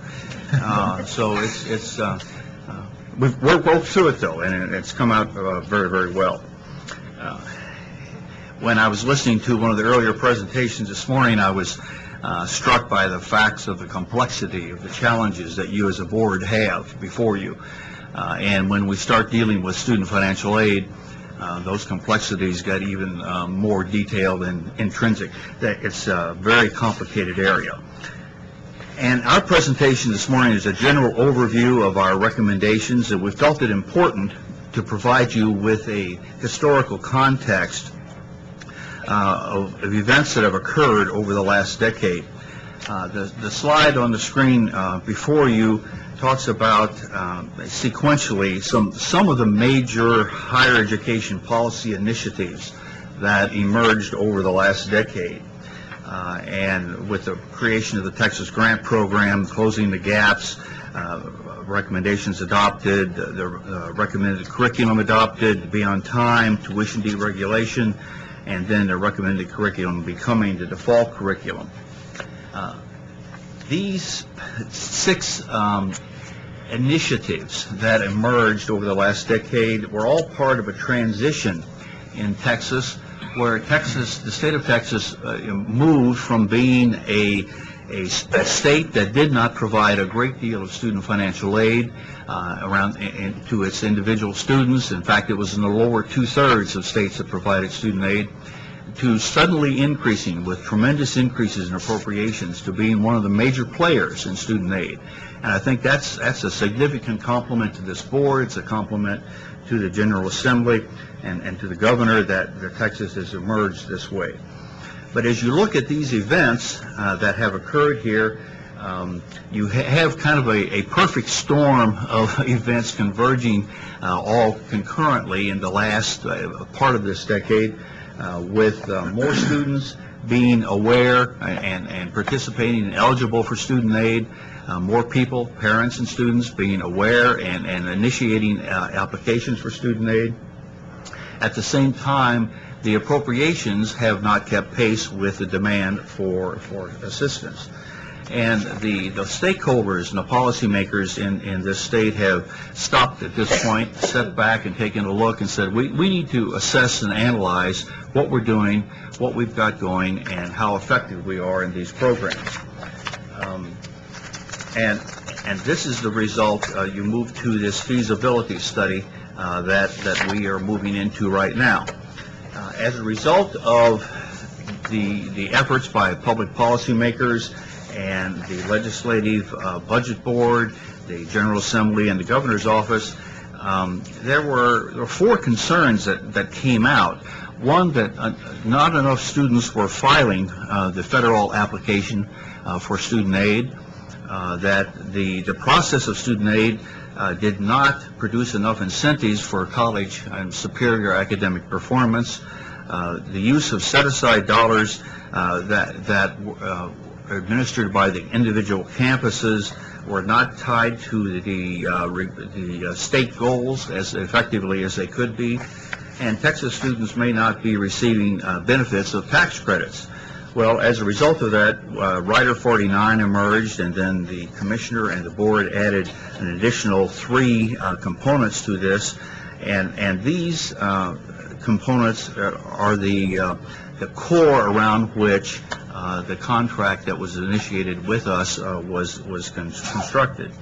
All of the elements on this slide are very important, and we're only going to focus on a few of them today, but perhaps the most significant is number 2, because that is the key program around which all of the other items seem to converge. Everything else is influenced or influences that particular program.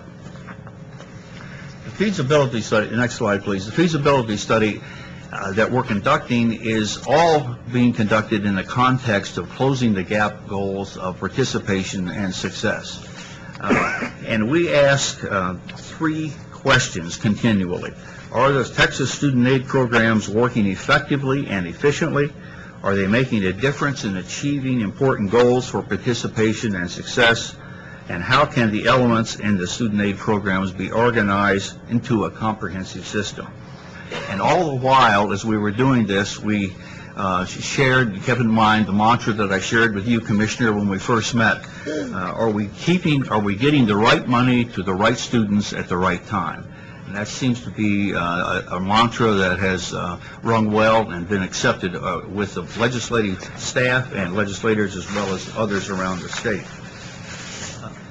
For the last few months, starting back in November up through today, these are the things that we have done. And I'll not bother to go through them in detail. You can see we've met with higher education policymakers. We've worked with an advisory committee, and I just want to compliment the board on the advisory committee that you do have working on student financial aid. These are hardworking aid administrators, business officers, and admissions personnel who really know their business and were very helpful to us. We also interviewed and met with key program administrators in 14 peer states, which will be discussed later in the program. Analyzed results of our survey with 120 Texas institutions, and we've been reviewing relevant data on higher education for financial aid for Texas and comparing that with selected peer states from around the country. So this is where we are today, and I'll go to my next staff member. Thank you, Mr. Chairman. Before I come in on the other slides, next slides, I just want to add to Larry's comments that we really were greeted with warmth, sincerity, and a very helpful attitude among the higher education community here in Texas, and we sincerely appreciate that.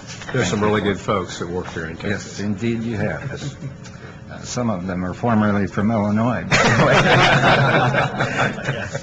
Well, as one of our guests said earlier, you know, he was not from Texas, but he got it here as fast as he could, so we like people like that. Right, we have a good exchange program. The next slide relates to this board was very wise when it adopted the goals of closing the gaps in the year 2000, and you tended to focus on participation and success or completion. Texas may not be exactly where you want to be at this point in time. The red line on the slide shows Texas ranking 14th in the area of participation and completion among your peer states. And nationally, you rank 40th among the 50 states in participation and 31st in the area of completion of a post-secondary degree. So clearly the board was on target when you focused on these two areas in adapting closing the gaps. The next slide takes a quick look at college participation. Again, this one shows it by race and income. Low income and minority students are a concern in all states, and here in Texas it seems to be more a matter of income than it is of race. Some significant gaps between you and the U.S. average, and also between the lowest 20% of your citizens in income and their students and the top 20%. The following slide takes a look at Texas in the national and international picture and how you stack up relative to other states and countries with the percent of adults that have a post-secondary degree. And you can see that you're tied for 39th with Alabama and a couple of other states. And internationally, you're just below Switzerland and Iceland and slightly above the Netherlands with 29% of your adults having a post-secondary degree. So this is the way Texas looks in the international picture. I think that these slides may not yet reflect the progress that you're making here in Texas, particularly since you've been working on closing the gaps. You've adopted the Texas Grant Program and other initiatives. We've seen substantial improvements in the college prep course taking here in the past 5 years. Participation rates in Texas have gone up each year since 2002. And interestingly, you made a 7% gain in completion compared to the U.S. average, which was only up 3%. So I think the newer information as we go forward will show that you are indeed making progress. Clearly, as in everything, there's room for improvement, but progress is definitely being made here. The next slide shows 8 principles that we developed as we prepared our recommendations and are writing our final report.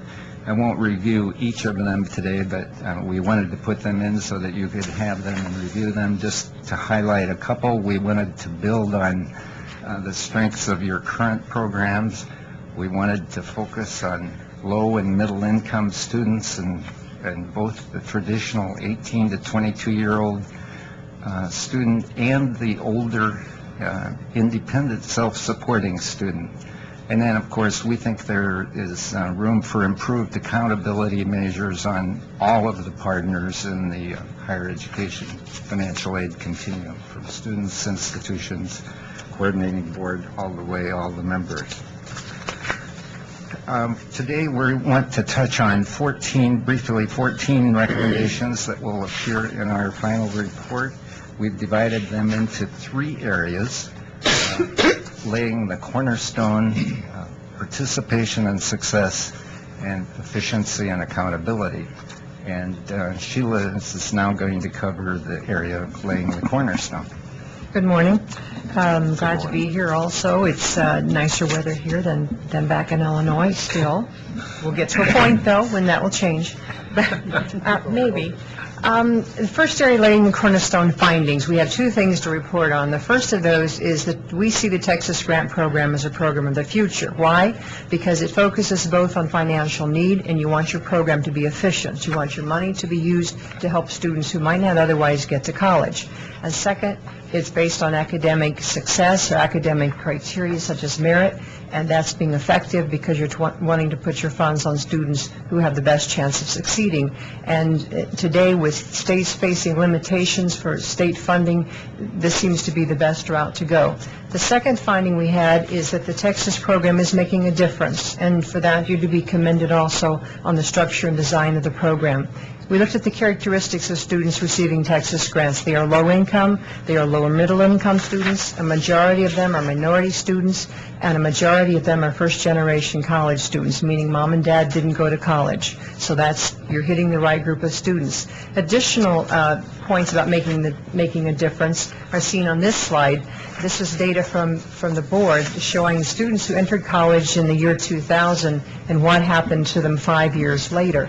And if you look at the Texas grant recipients, what we see is in terms of both graduating from college and persisting or staying enrolled, they stayed enrolled at the same rates or graduated and continued at the same rates as all students in higher education in Texas. And this is remarkable, again, considering these are very low-income students and first-generation college students. So that's we think that's a very good point and very important data.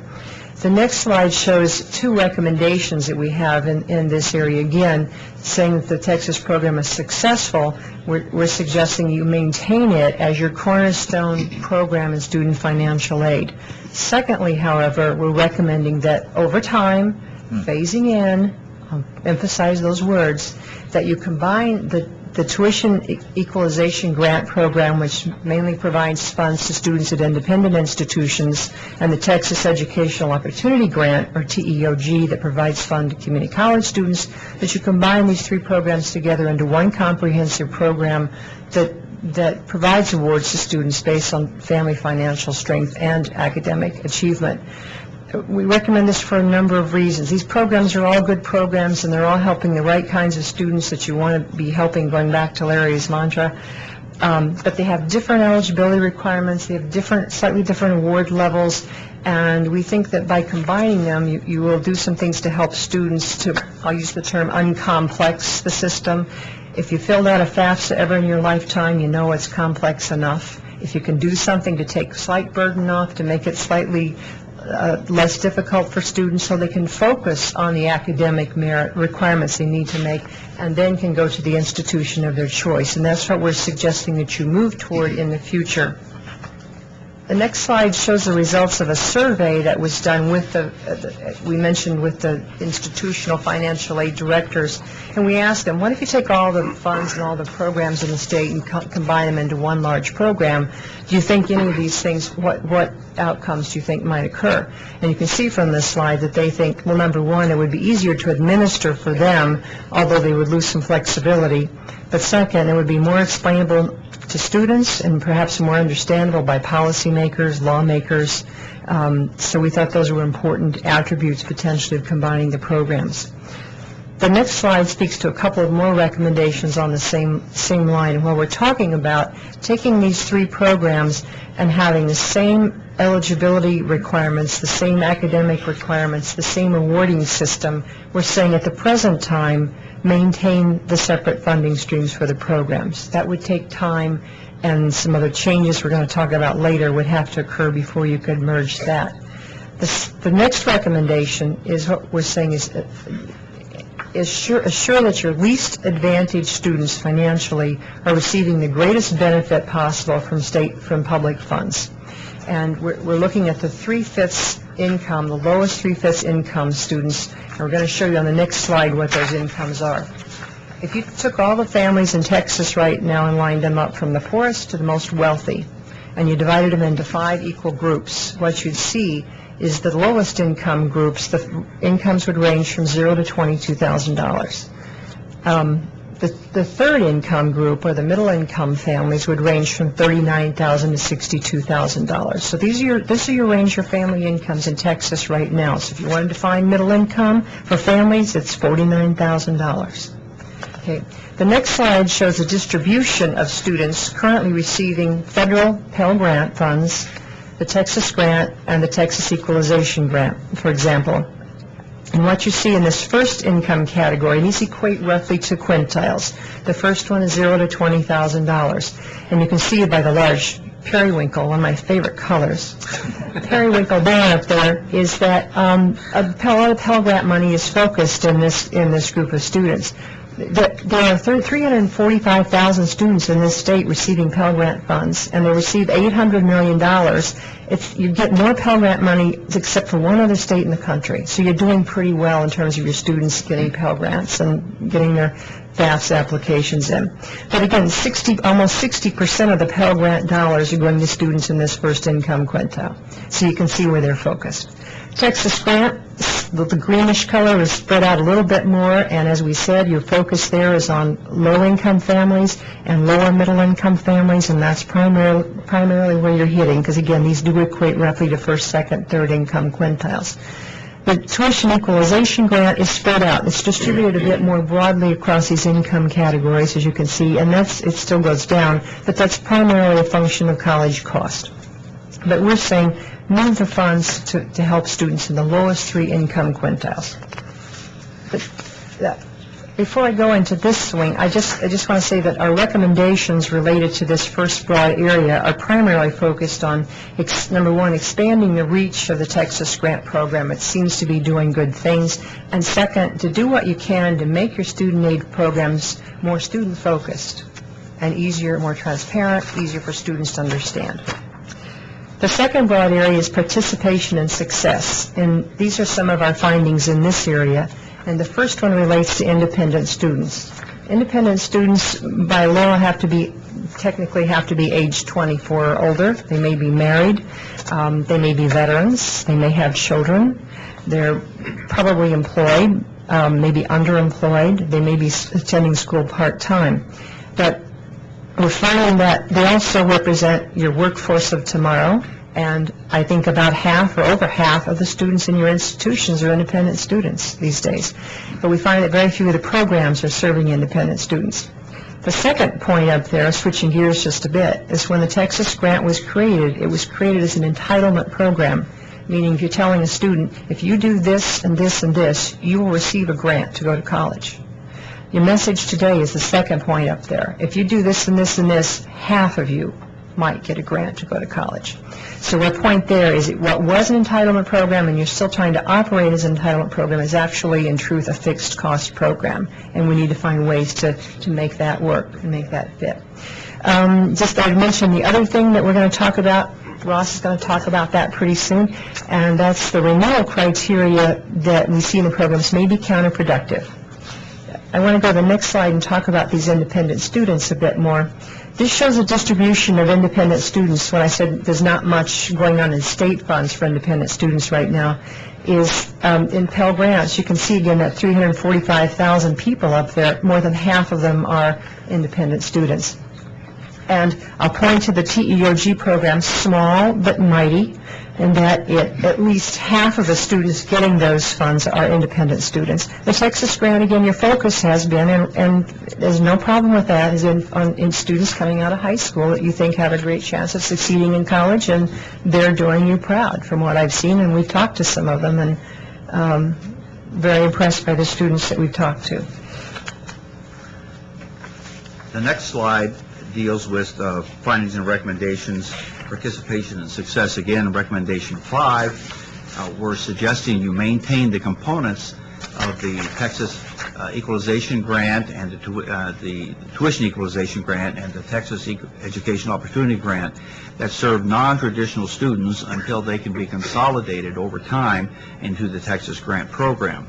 These two programs are very key in addressing the needs of independent and non-traditional students, and you would have to maintain that while you move toward a comprehensive program incorporating or merging the programs together.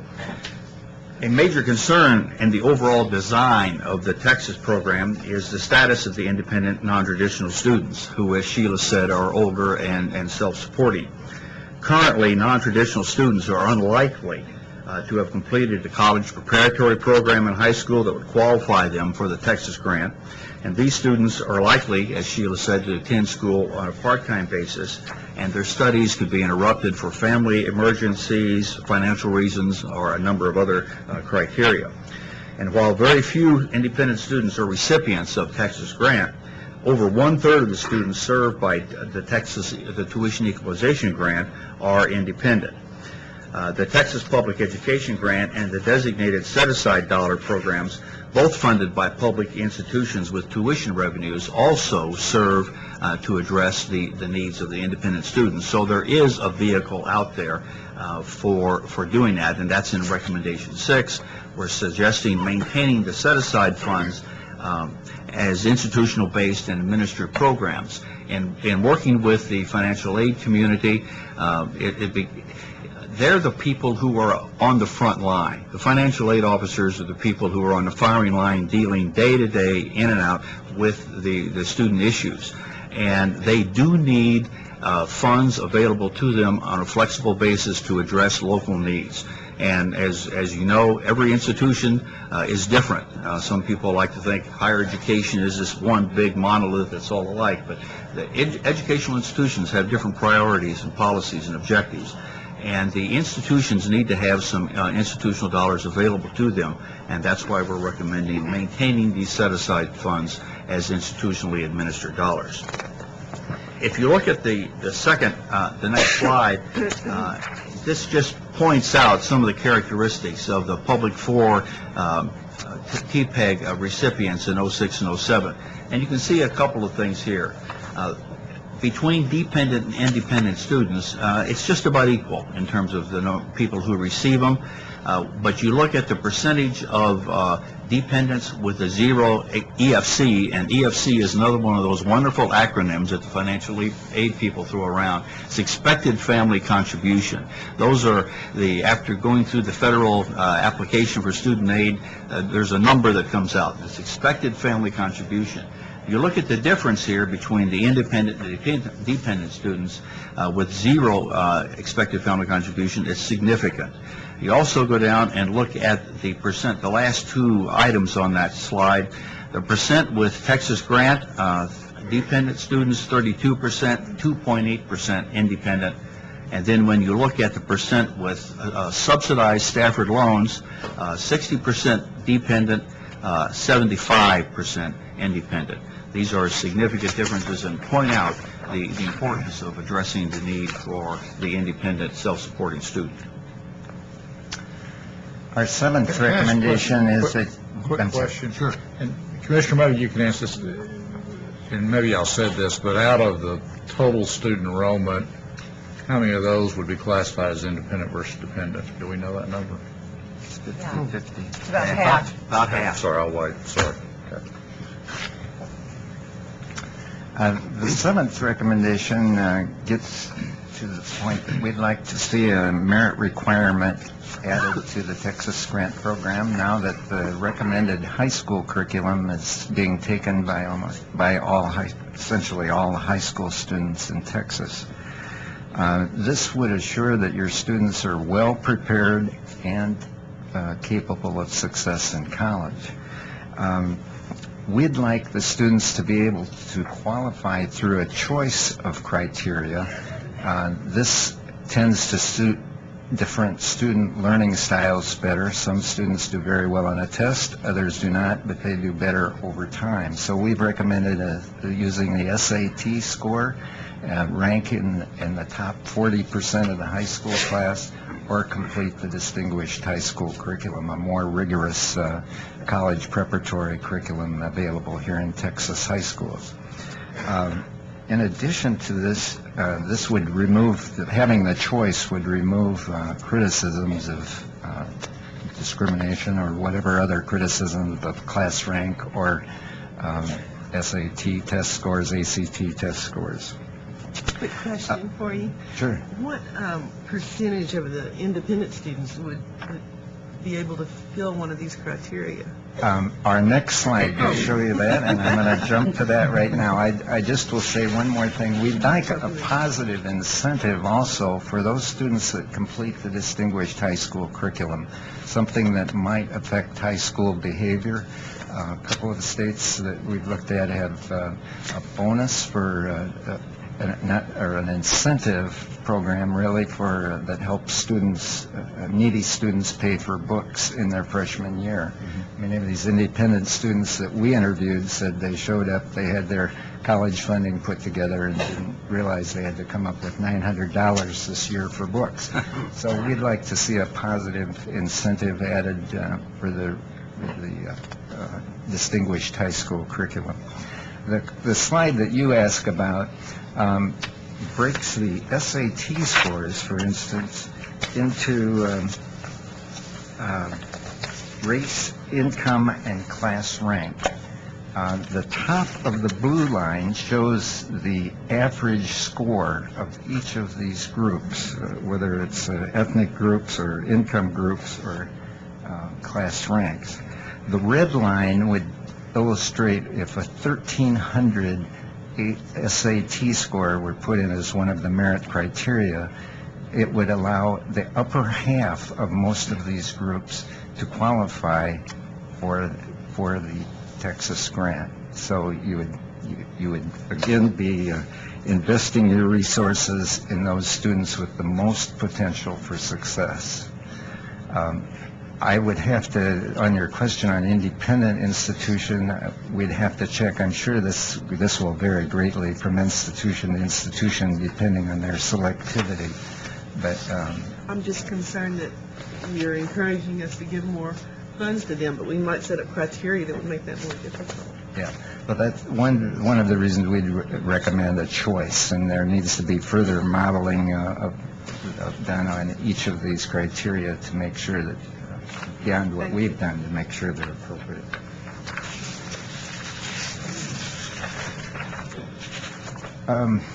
Recommendation 8 also deals with merit, and we've talked about the older non-traditional students, the students who haven't had an opportunity to take the recommended high school curriculum. We'd recommend that there be an alternative merit criteria, and what we're suggesting is that performance in college, the first semester, first year of college, might provide that evidence and allow for community college students, older students, independent students, an alternative for the transition. Recommendation 9, primary purpose of this recommendation, aligning the grant renewals with Pell, is again simply to simplify the whole student financial aid process for Texas students and their parents. The vast majority of the Texas grant students are receiving other forms of financial aid from federal sources, other state grants, institution scholarships, and private scholarships. We'd recommend that you bring the renewal criteria into line with these other programs so that again help simplify the process. And a quick look at the next slide will help elaborate on that a little bit. This looks at your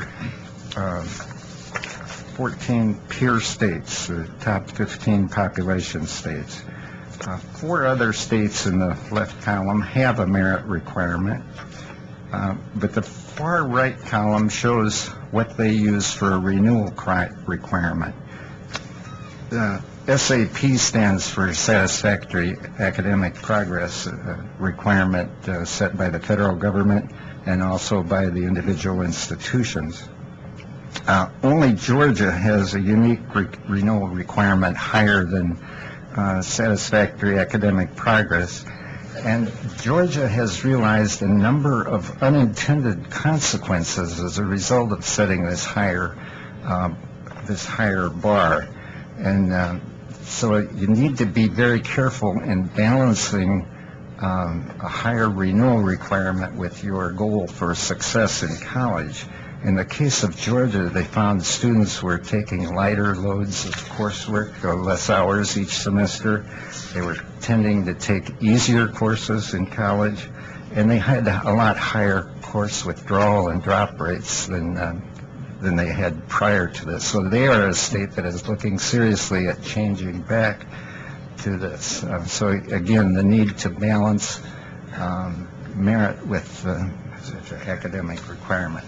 And one other point, this a more stringent renewal requirement tended to, in some of our studies, tended to hurt students in certain academic disciplines. We had a presentation on science and research, and those were some of the scientific disciplines that were hurt. The next topic area, the last topic area is efficiency and accountability, and this recommendation deals with the centralized versus decentralized sort of debate. And currently, your primary grant programs are decentralized, and that funds are allocated out to institutions. The institutions distribute the awards to students, versus a centralized approach, which would be a centralized agency distributes the funds to students.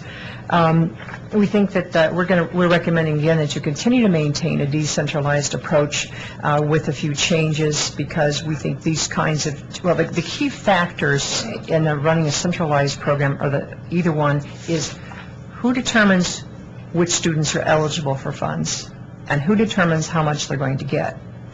And everybody wants to be able to do that. And currently, the programs that you're administering are almost, they're kind of quasi, they're kind of hybrids, because you do have specific rules. Students can get tuition fees. Students below 4,000 EFC are eligible.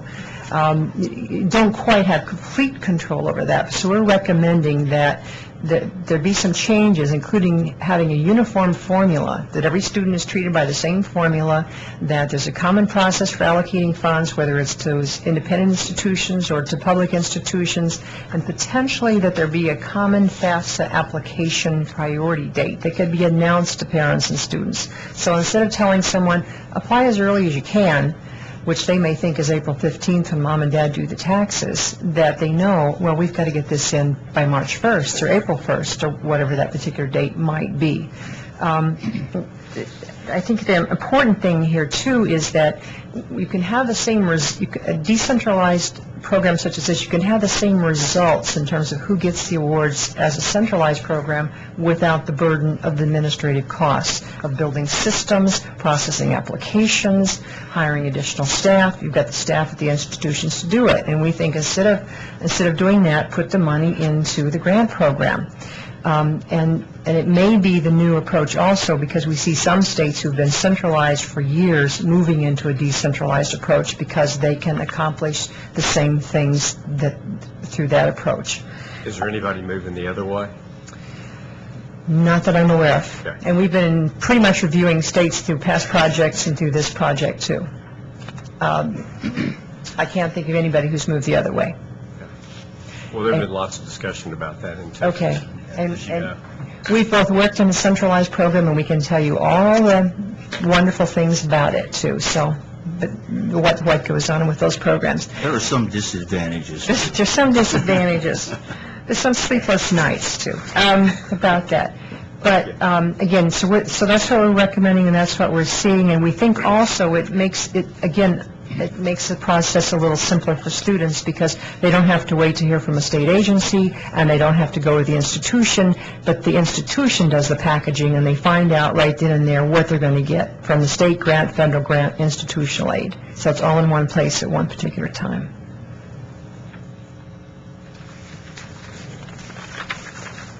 The recommendation 11 talks about the Be On Time program, and when the Be On Time program was implemented in 2004, it provided an extraordinary option to incentivize, if that's a word, early and on-time completion of degrees. It's a unique concept, a good program, and we're recommending that that program be continued.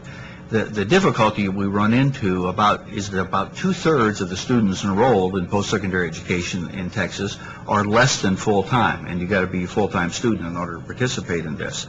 But we recommend that for that third that can take advantage of a program like this, it should be continued, and if it is continued and funded adequately, it could even provide an additional incentive for people to take more coursework, go more to full-time basis rather than the 2/3 being less than full-time.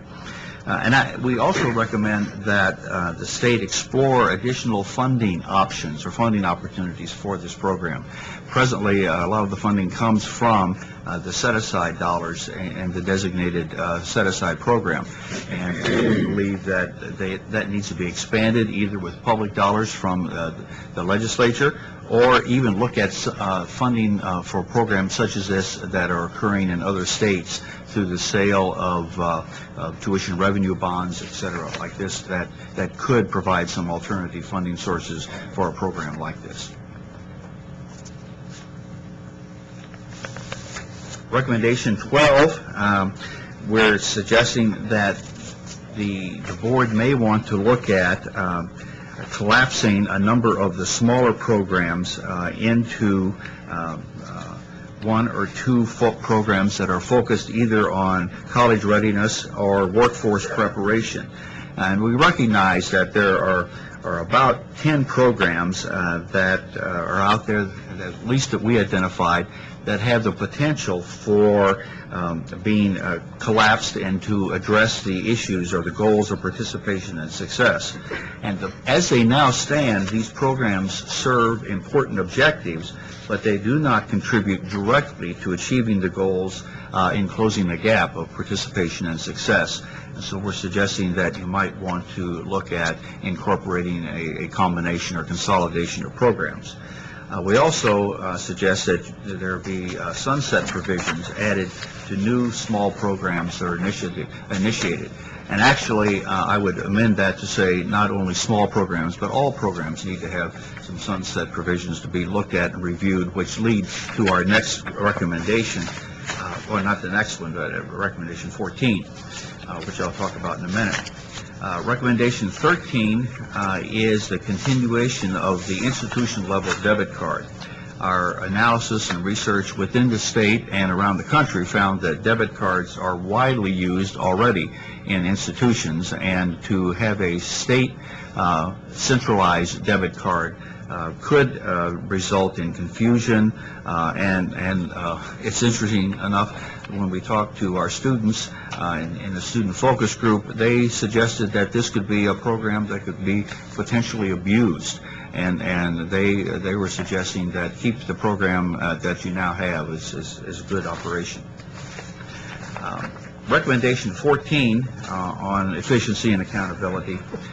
We're suggesting developing an accountability system that monitors student progress and success, but not only student progress and success, but institutional effectiveness in administering the programs, and then progress toward achieving statewide goals as captured in Closing the Gaps presentation. Those are the 14 general recommendations that we have. We want to thank the board and the board staff, the advisory committee, the governor's office, legislators and their staff, and we even had some national experts that came in and talked. I think some of them talked maybe to you folks and to the General Assembly as well. And we're available to respond to questions that you may have. Any questions or comments? Mr. Chairman, in your final report, I'm intrigued by this idea, and there's been a lot of talk in the past about the opportunity and the challenge of combining these programs we've got, because you're again, mixing in the community institutions with academic institutions with independent institutions. And I guess I hope in your final report, I guess a couple of things. One is I see you say a long-term plan, but I'm real curious to know what are those benchmarks to hit where you begin to implement those type of recommendations? Are there benchmarks, and are there best practices in other states where they have had this, financial aid consolidated into one program? What were those benchmarks for measuring that? Because we've heard that discussion a long time, and again, it would simplify the process without a doubt. But I think that would really be helpful to us in the final report as it comes back. Well, you've hit it right on the head. You use different terminology that I'm going to use. The devil is in the details. We've been hearing that. And there seems to be a lot of those little demons running around. But clearly, we need to look at, and we'll be identifying benchmarks. For example, when you're working with different institutions, the different types of institutions, the sectors, the community colleges, the four-year privates, the four-year publics, need to identify the objectives and the goals so we don't compromise what they're attempting to achieve with their programs, and we have to balance that out. We also have to look at funding levels, and that, I don't want to say too much about funding, but funding is critical when you start looking at this, and that's why we say a long-term process. Now, what long-term means, I'm not quite sure, but I'm thinking we're talking at least a couple bienniums that you're talking about, that you're moving to a process of getting all the major stakeholders together to go through the process and ferret out those devilish details and put them together into a program where there was going to be some give and take. There have to be some give in each of these areas in order to make a compromised program work, a consolidated program work. And we think that's possible, and we'll be working to identify those benchmarks that are out there and try to measure against those. Well, I think that'll be very helpful. The fund, obviously, the dollar allocation, the dollar amounts is the key critical issue. But based upon all the studies you've done, if you can really give us tangible examples of those benchmarks and things to look at, I think it'll be extremely helpful, because I think there would be a consensus around it if we can just, excuse the expression, put a little meat on the bone, when we're trying to sell it. So, thank you. Following up on Flip's comment, a particularly interesting benchmark would be to see, Lois, when I noticed there's a recommendation on the Texas grant to eliminate the emphasis on renewals, the priority for renewals, and so it would be interesting to see how the timeline would cross with the funding, so that we can get a sense of at what point we would be able to fund these independent students who are going to have to come in later. And if we don't watch out, it could be a long time. Yeah, you're right. Ms. Burke. I'm sure there's no magic bullet, but as you all look at other states across the country and their state financial aid programs, is there one that stands out, or are there best practices in other states as to where their funding streams come from? We hear about everything from the lottery to, state legislators just, advocating for us. But is there anything that stands out in other states that make them have better access? The one thing I found about other states' programs is that they're all unique. It's very interesting because a lot of them were created way back, as I said, during Sputnik, which most of us don't remember, but unfortunately some of us do. A lot of them are serving the same purpose, but by golly, they're not exactly quite alike. And I don't think you can find two out there that are exactly the same. There's always something different going on in the programs. Most of the funding streams are state funds, state revenue funds, general funds. Some of the programs like the Georgia Hope, which is now entirely a merit scholarship and not based on financial need, is a totally lottery funded, right? What else is lottery funded? Tennessee's trying to get some financial need worked in there, but they were hot on the merit first, and then again, the explosion of cost in the program was like, wait a minute, what are we going to do here? And they tried to put financial need into it, become again more efficient as opposed to necessarily just trying to be effective. Anything else? At the request of some of the staff, we've looked at the amount of, the percentage of the higher education budget that states spend on financial aid, and among the peer states, I think the percentages rank from as little as 6% up into the low 20s, and Texas was near California. I think you're at 7+%. I think the national average is around 10. But that's another area that we... I think it would be really helpful for us to be able to compare funding streams and the percentages of students served, because I remember when Texas Grants first began that we actually had to do outreach throughout the state to convince students to even apply for it. I remember one of the senators crying out across the state saying, please come get this money, or it'll just sit there or go to waste or whatever.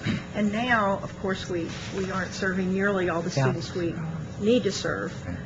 Does Georgia, I've always kind of watched with interest the Hope Scholarship in Georgia. Are they still able to serve all qualified students? Yes. What are they doing with their lottery that we don't know how to do? Number one, one way they reduce that is by their eligibility requirements, Right. correct? They knocked out, we were looking at something that showed how many students who lost, we call them lost their hope.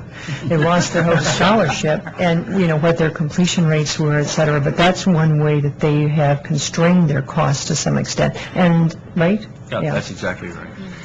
Another thing that's important that we've found in looking at other states, those states that seem to have continual significant increases in appropriation for student aid, are states that have a strong advocacy group. And by that, I don't mean any one sector advocating, but the unification of post-secondary education, all of higher education coming together with a common theme, with a common mantra of going after new dollars, new public dollars for post-secondary education. When that occurs, those are the states that seem to have the largest programs and also have the steady increases, most consistent, and there's some ability to do long-term planning that way. Ms. Mendoza.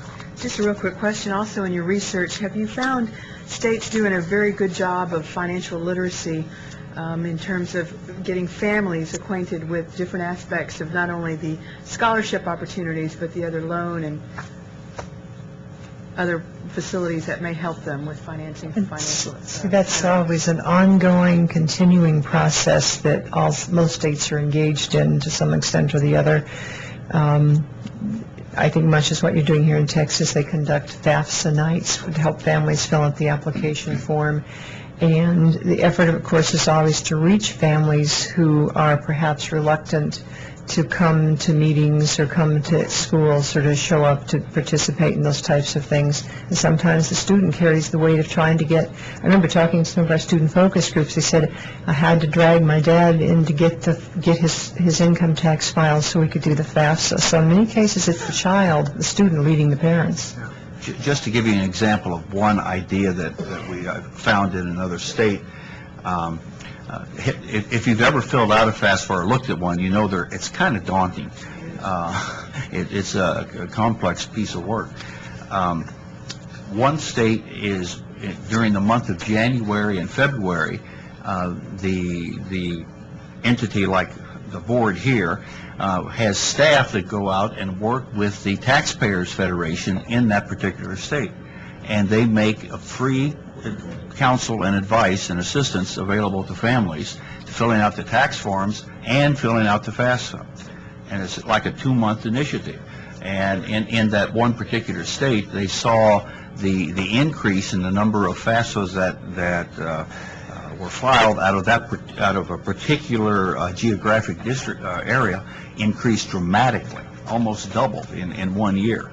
And that's just an idea that some places I think also why we're recommending the combination of these programs into one program is because it makes communication so much easier. Right. Yeah. There does have to be that level of financial literacy. It potentially creates it potentially creates the opportunity for a student and family to kind of figure out what they might be eligible for. Yes, one quick question. Any thoughts about state work-study programs?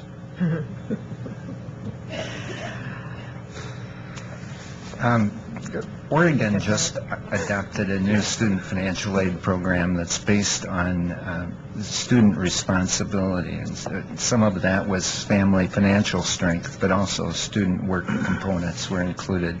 So I think this is an important area. Other states, unfortunately, because of budget reasons, are cutting back in that area, but it's certainly a helpful thing in the area of student affordability. I think the issues that are always tied with work study have to do with are the jobs available for students for work study, and then you always run into this, well, are now our students competing with other people for jobs that somebody who's not a student needs? So those are some of the issues that you have to face when you're looking at the potential for work study. It's usually very popular with legislators because they want students, you know, to work for the money to somehow to capture that, but those are some of the issues that cropped up, and no, we didn't look at that.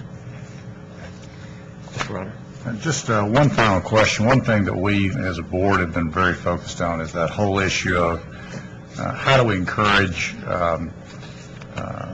more transfers from the community colleges to the four-year institutions. And there's been a lot of talk about should we do a 2+2 program. I think that's what we called it. And that is where, you know, we structure, whether it's out of the Texas Education Opportunity Grant, a grant for those individuals coming in with a guarantee that if they complete 30 hours at X level that they're guaranteed a Texas grant to continue on. Have you seen any hybrid programs done around the state like that? And if so, I think that would be extremely valuable to us because it will help us in terms of how do we continue to try to encourage this collaboration between our 2-year and our 4-year institutions, because the 2 years are absorbing 70% of it, and that's what's going to happen as we continue to grow. So the key is how do we get a financial package that doesn't incent, but provides impetus to start in the community colleges, and even though some of those young people may choose not to go to matriculate to a 4-year, we've put a package behind it that encourages that behavior. I haven't seen any programs exactly like we talked about. There are some different programs like that out there, and we can explore those further. The issue and you correctly identified, the population is going to be in your community colleges, and then the articulation between the community college and the 4-year institution and students moving on is a challenge that not only is Texas facing, but just about every other state that has a large community college program is facing right now. Well, I just encourage you to help us creatively think through that in your final report, because that's something that we have seriously considered. And it's important, and we noted that your community colleges the cost is very low compared to colleges lower than national average, so it's a very good buy for students in this state. We want to thank you all very much this morning. A couple of things I would mention to the board, and I wanted to make sure of this in talking to the commissioner, is this is a preliminary report. We will be using our advisory committee, as we always do, to get this into their hands, and the people that actually use it will get a response back from them. But it looks like so far you've done some very good work. You've actually confirmed some things that we've been thinking about and wondered about, and you've helped quantify it. So thanks for the good work so far. Thank you. You're welcome. Come back to Texas anytime. Thank you all very much. Do you have any seasons without a fever? Not often, we don't. Unfortunately. I'm going to have to ask our guests from Tarrant County if they will bear with us just a moment. We have this time certain issue to deal with here in about 10 minutes, and I do not want to interrupt your presentation because it's very important to us, and we want to listen to what you all are doing in our community colleges, especially yours. So what I'd like to do is let me take about a 7-minute break. You got to be back here before 11:15, because I'm going to ask Chairman Hinton to bring up his agency ops meeting, and then we'll have the public hearing on the bonds. Right. Thank you. Very good.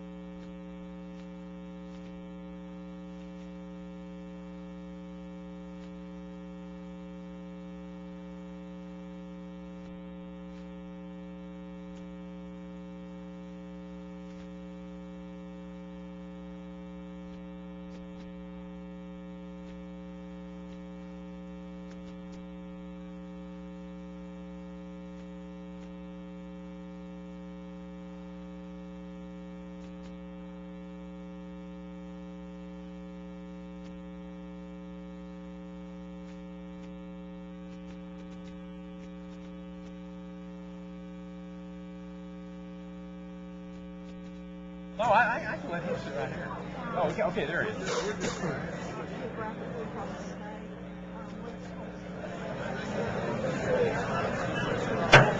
I'd like to go ahead and reconvene the meeting this morning.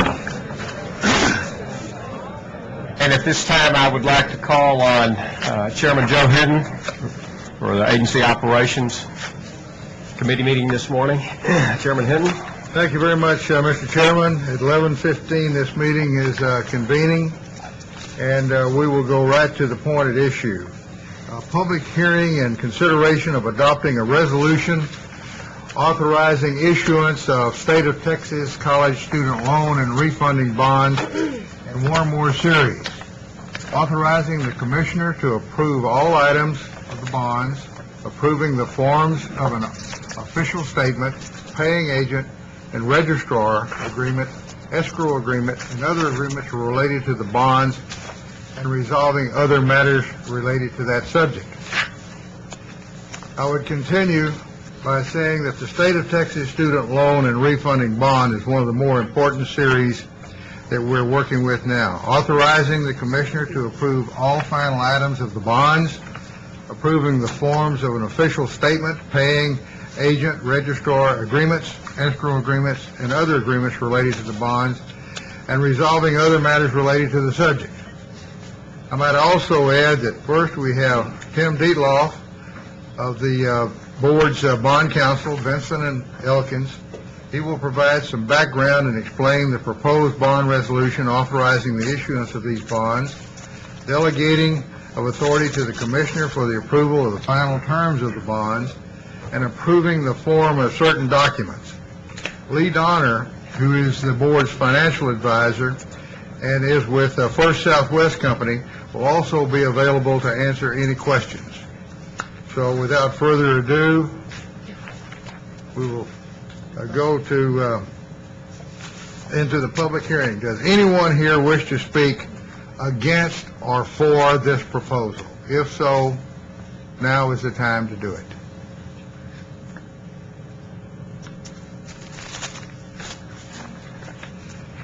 Okay, if there's no, am I missing anything here? Is there no discussion, no pros or comments to be made? If not, then we will move to the next item, which is to have a motion to second to recommend the agenda. I'm sorry? Oh, you've been fine. Okay. Okay, I thought maybe we jumped the track on something. Okay, so you heard what the proposal is, and do I have a motion? So moved. So moved by, Oh, wait, I'm not on the committee. That's okay. by Elaine? By Elaine Mendoza? No, she Or motioned, I Lynn? seconded. Okay, by Lynn, and seconded by Elaine Mendoza. Sure did. Is there any other discussion? If not, then we'll ask for a vote. All in favor? Aye. Any opposed? Motion carries. Thank you very much. Now, we have another item, which is an agenda item 7F, regarding a resolution of issuance of issues surrounding the transfer of Angelo State University to the Texas Tech University system. That was discussed in executive session yesterday. Joe, I think we need to call on Tim just a minute on that bond resolution. Okay. At a moment. Yeah. Okay. Joe, were we going to consider sure. the two resolutions? Okay, then we will back up then, and I'll start over momentarily. So, Tim, your point. I believe there are two resolutions for the board to consider. The first resolution is a resolution authorizing submitting an application to the Bond Review Board for additional private activity bond allocation. That resolution is substantially similar to the resolution that was adopted by this board in October of 2007. It authorizes staff to submit an application to the Bond Review Board to issue your bonds on a tax-exempt basis. You must obtain private activity bond allocation. This resolution will allow the board to get another $50 million in carry-forward allocation that might become available in August, and it will authorize staff to submit an application to the Bond Review Board for the next program year for another $75 million of private activity bond allocation. Okay, then let me read that resolution for the record. Consideration of adopting a resolution relating to the issuance of State of Texas College student loan bonds in one or more series, and delegating to the Commissioner the authority for the filing of one or more applications to obtain a portion of the state's allocation for private activity bonds. That is the resolution. Tim has already spoken to some of it. Dan, do you have any comments to add, or Lee, do you? If there are no other comments, then I would solicit a motion for the adoption of that resolution. So moved. Moved by Whit Ryder, seconded by Second? Elaine Mendoza. All in favor? Aye. Any opposed? The motion carries. Now then, One more. one more. Now, I've got to try to figure out where I left off as I move promptly through this thing. Let's see, we are on agenda item 7F regarding resolution of issues surrounding the transfer of Angelo State University. Just one more bond issue we got there. Well, where is that? That'll be 7D. Yes, where it'll be.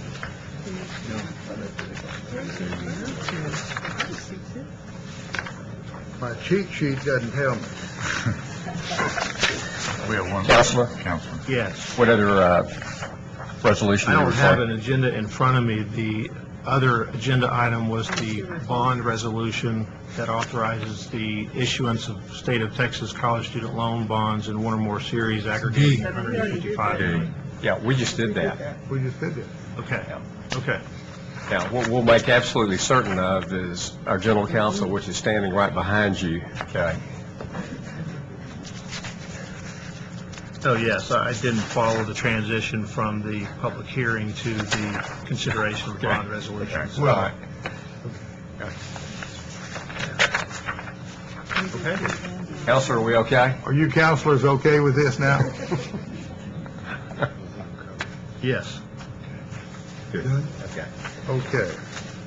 Now then, do we go back to Texas Tech? Yes, sir. Or you can start and it's up to you. Well, I had already read halfway through this. Chairman, I think we ought to go ahead and go finish through with that one item, because I know Dave Maddox is here. Yes, I'm And, aware of that. Okay, all right. Okay, that's agenda item 7F regarding resolution of issues surrounding the transfer of Angelo State University to the Texas Tech University system. That was discussed in executive session yesterday. David Maddox from the Office of the Attorney General's Office and Bill France, our General Counsel, was also present, and they will make a presentation concerning this issue right now. So, David, Bill, the floor is yours. Thank you, Mr. Chairman. To my left is, as you know, David Maddox of the Financial Litigation Section of the Attorney General's Office. And as you know, we have been working diligently with both Texas Tech University System and Texas State University System in an effort to effectuate all issues outstanding surrounding the transfer of Angelo State University from Texas State to Texas Tech. I'm going to ask David at this point to address you concerning prospective orders in this case. Good morning. My name is David Maddox. I'm Chief of Financial Litigation Division at the Office of the Attorney General, and I was assigned to represent the Higher Education Coordinating Board in this matter in trying to resolve issues involving Texas Tech and Texas State University System regarding the transfer of Angelo State. There was one primary issue that concerned both universities, and that has to do with the debt.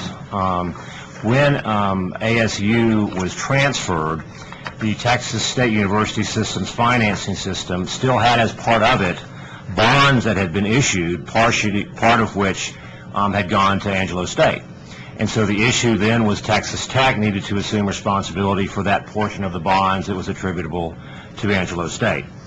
Texas Tech's board passed a resolution saying that they intended to pay on those bonds.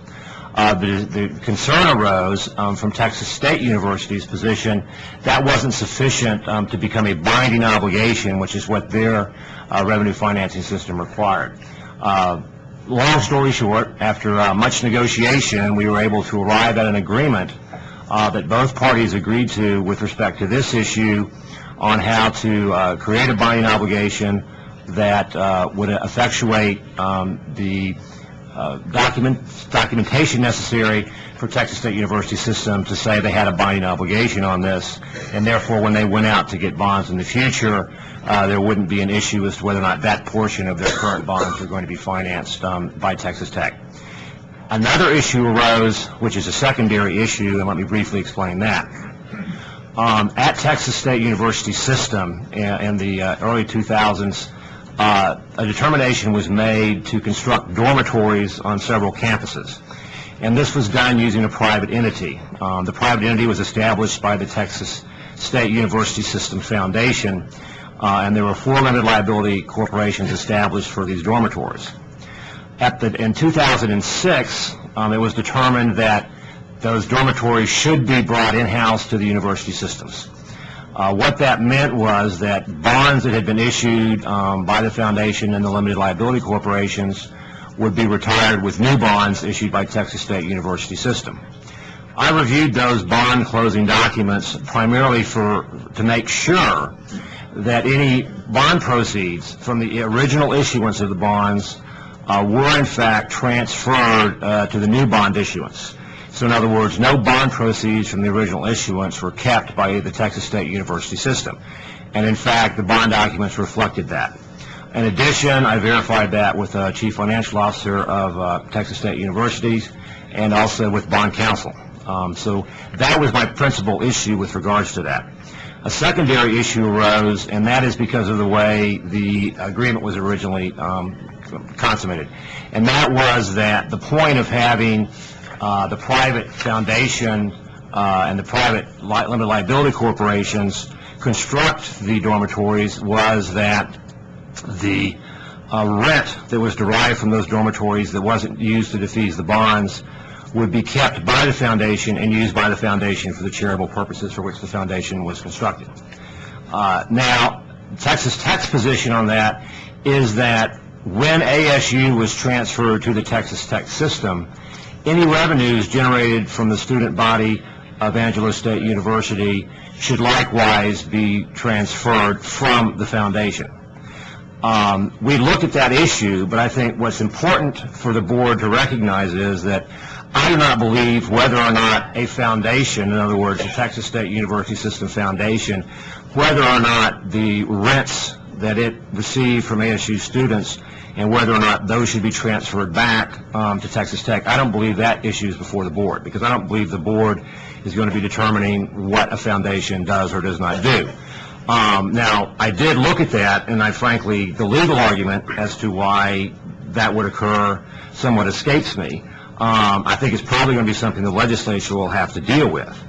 But what Texas Tech's concern is that what I propose in the order is that with the consummation of this agreement, all issues in front of the coordinating board, in my view, will be resolved.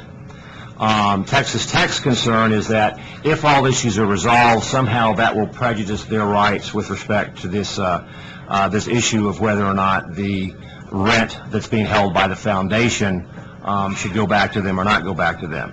And I guess my point I'm trying to make here is I'm not intending that this board would make a determination as to what money in a foundation, whether that should belong to another foundation or not, or whether that should be transferred or not. What I'm suggesting is that I believe, and look at the transactions, that the issues before the coordinating board with respect to establishing an agreement that would make sure that the debt is transferred properly and determining that vis-a-vis the two systems, there are no remaining issues. I don't believe there are any, and I believe they have been resolved, and that's what I put forward. Now, if there's any clarification necessary on this, we could add an additional sentence to the order that simply says something to the effect of, any dispute Texas State University System or TEC may have with respect to either system's foundations is not properly before the board and is not resolved or otherwise adjudicated by this order. I don't think that's necessary because I don't think that was really ever before the board. The issue before the board is a resolution of issues between the two systems, not a resolution of any dispute that one system may have with another system's foundation. I'd be happy to answer any questions. Any questions? I'm advised that we have a guest here, Jim Burgess from Texas Tech, that would like to address the board. If so, please come forward. Thank you, sir. Well, welcome.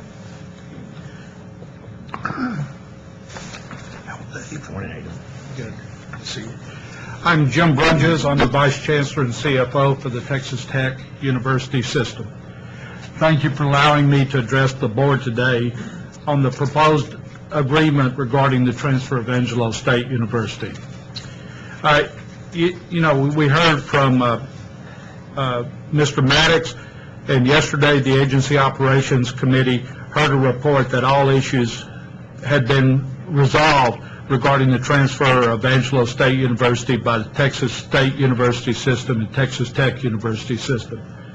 We do not believe that statement is accurate because of this outstanding issue. The major issue that has been resolved is the agreement to support the $53+ million bond debt of Angelo State by adding this debt to the Texas Tech revenue financing system as a parity obligation. Texas Tech University System still has serious questions with regards to the reserves for Texan Hall held by the Texas State University Foundation. These issues are based upon the fiduciary responsibilities of the board regents of Texas Tech University System on behalf of the Angelo State University students. These concerns must be fully vetted before all issues have been resolved. The Texas Tech University System is requesting complete transparency with regards to all transactions involving Texan Hall and its associated reserves, specifically the $1.8 million transferred from the Limited Liability Corporation to the foundation. A comprehensive review of all financial transactions taken with regards to Texan Hall must be in place in order to resolve all the issues between the Texas Tech University System, Texas State University System, and the Texas State University System Foundation. Texan Hall was built for Angelo State University and its students. The reserves accumulated in the LLC were accumulated from ASU student room rents, and they are now being held by the Texas State University System Foundation. It is difficult to understand how student dorm rent is owned by any entity other than Angelo State University or for the use and benefit of Angelo State University students. Again, Texas Tech requests a comprehensive review of all financial transactions, including a thorough and comprehensive review of the transactions establishing the private entity to build and operate Texan Hall, and accounting of all funds paid, expenditure, and the sources of revenues held by this private equity. Number 3, during financing of the Texan Hall debt paid by Angelo State University, full disclosure of any and all refinancing transactions. Number 4, what parties were involved in the direction of the transaction, specifically who directed and under what authority the $10 million plus transferred from the Limited Liability Corporations to the Texas State University System Foundation. And finally, a comprehensive examination of all agreements regarding the establishment and dissolution of the LLC. Texas Tech believes that these answers cannot be obtained by a cursory review of some documents, but that a comprehensive review and a full financial review is required. Therefore, the Texas Tech University System requests that any reference to resolution of all issues be deferred. The fiduciary duty of all boards mandates a thorough review. Thank you for your time today. Thank you very much, Jim. Any questions? discussion? I also understand that Fernando Gomez of Texas State System would also like to address the board. So, Fernando, would you please step forward? Thank you, Mr. Hinton. Members of the board, thank you for the opportunity to visit with you here this morning, and thank you also in particular for the very fine support that we've had from both of your attorneys, your in-house counsel and the attorney from the Attorney General's office. They have made handling the complexity of these issues and the focusing of these issues, I cannot overstate the efforts, and we thank them and publicly applaud the quality of these two men and the quality of their minds. I just want to speak to a couple of things by way of clarification, nothing else.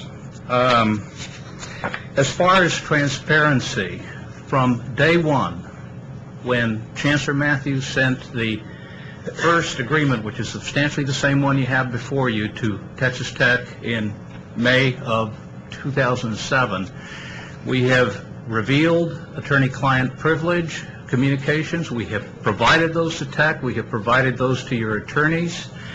On the transactions involving the Texan Hall issue, I have in my hand a document. It's a letter dated March 18th in which all of the documents pertaining to Texan Hall and how the money was handled and who handled the money and what resolutions were made, that was given to your attorneys.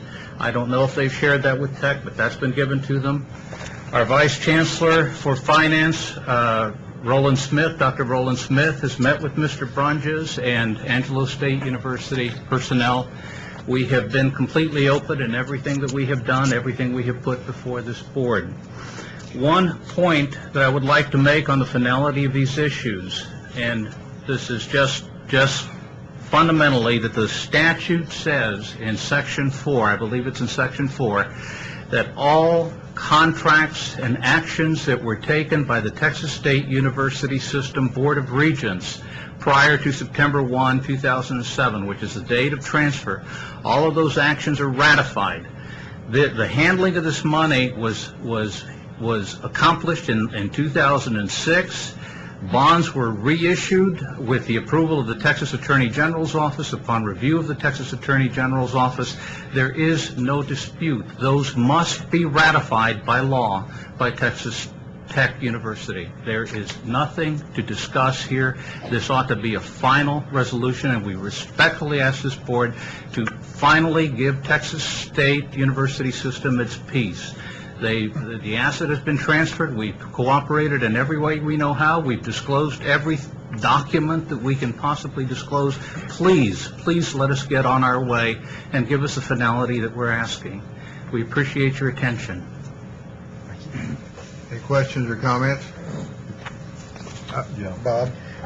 I just have one question of our attorney, Dave Maddox. Dave, any new information here? Any change in your recommendation?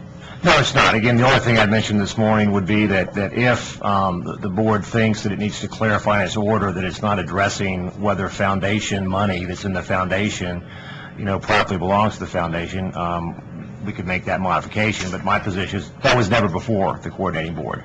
Whether each system's foundation, what they are doing, was not something that was before the board. I did not go look, for example, at what the foundation was spending its money on or not spending its money on. That just did not seem to me to be before the board. Okay. All right. Bill, do you have any comment? No, sir. Agree with everything Mr. Maddox just said. Okay, I guess we're to the point. Any of the other board members have any questions or discussion? If not, we're going to take it to a vote. So, if there are no questions, I'd like to have a motion to approve the recommendation that's been made. Would anybody care to step forward and make a motion? I'll make a motion. Make a motion by Brenda. Wait.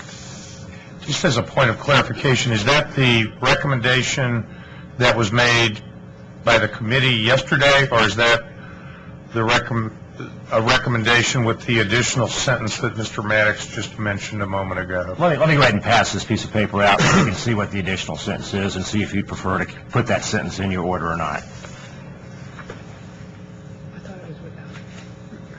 Dave, what's your recommendation, though? Is there anything that's changed from the meeting yesterday? No. Where's the, I'm sorry, just this last sentence here, just adding that last sentence. But Dave, this isn't your recommendation. This is just, This is something that y'all may consider if you want. I'll explain it again when I get back up there. Well, this is what we went over yesterday. The last sentence in number C. Number D is what's new. Yes, the last sentence in paragraph C.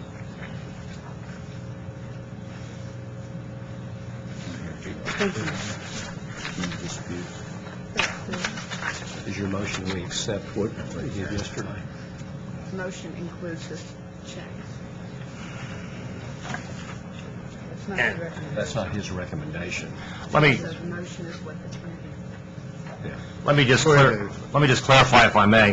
The document you have in front of you is the same orders that was presented yesterday. I have added an additional sentence in subpart C that simply says, any dispute Texas State University System or Texas Tech may have with respect to either system's foundations is not properly before the board and is not resolved or otherwise adjudicated by this order. As I said at the beginning, I do not believe it was ever before the board, and so I think that the recommendation we had yesterday is fine, but if this assists in sort of clarifying that, this point, I thought I might just throw that out for your consideration. Mr. Chairman, I would like to make a motion based on the recommendation that was made by the committee yesterday. So in other words, that would not include the change on this paper. Yeah. Okay. That's certainly acceptable. I think the position's been made clear today as to where we are. We have a second. Brenda's made the motion, Second. seconded by Lori. Any other discussion by any of the directors? Then I would ask that we put it to a vote. All in favor, say aye. Aye. All opposed? Motion carries. Mr. Chairman, thank you. We're going to move back to the agenda item. The regular agenda? Yes, sir. Okay. Thank you. So we're going to back up all the way to agenda item 5A, and this is the recognition of our Excellence Award. As you know, excellence is meant to showcase models of excellence in higher ed community and highlight outstanding work of our higher educational facilities and institutional programs around the state. Today, we recognize Tarrant County College District and welcome its Chancellor, Leonardo De La Garza, and the Board of Trustees. If you all will all come forward. Leonardo, I'm going to do one thing. Bring your board up. Dr. Bell. Y'all please come up. I'm going to let you introduce everybody but one person, and that's your president, who I would like to introduce, Dr. Jayandis Bell. I just thought that I'd been involved in higher ed for a long period of time. Please, you all be seated. Dr. Bell, who is currently president, was an original member and has served on this board since 1965. And he is now retiring this year. So, Dr. Bell, we welcome yourself personally, individually, and your Board of Trustees. We're happy that you're here, and congratulations on your unbelievably long service to your community in the state of Texas. Thank you. It's been a pleasure. All right.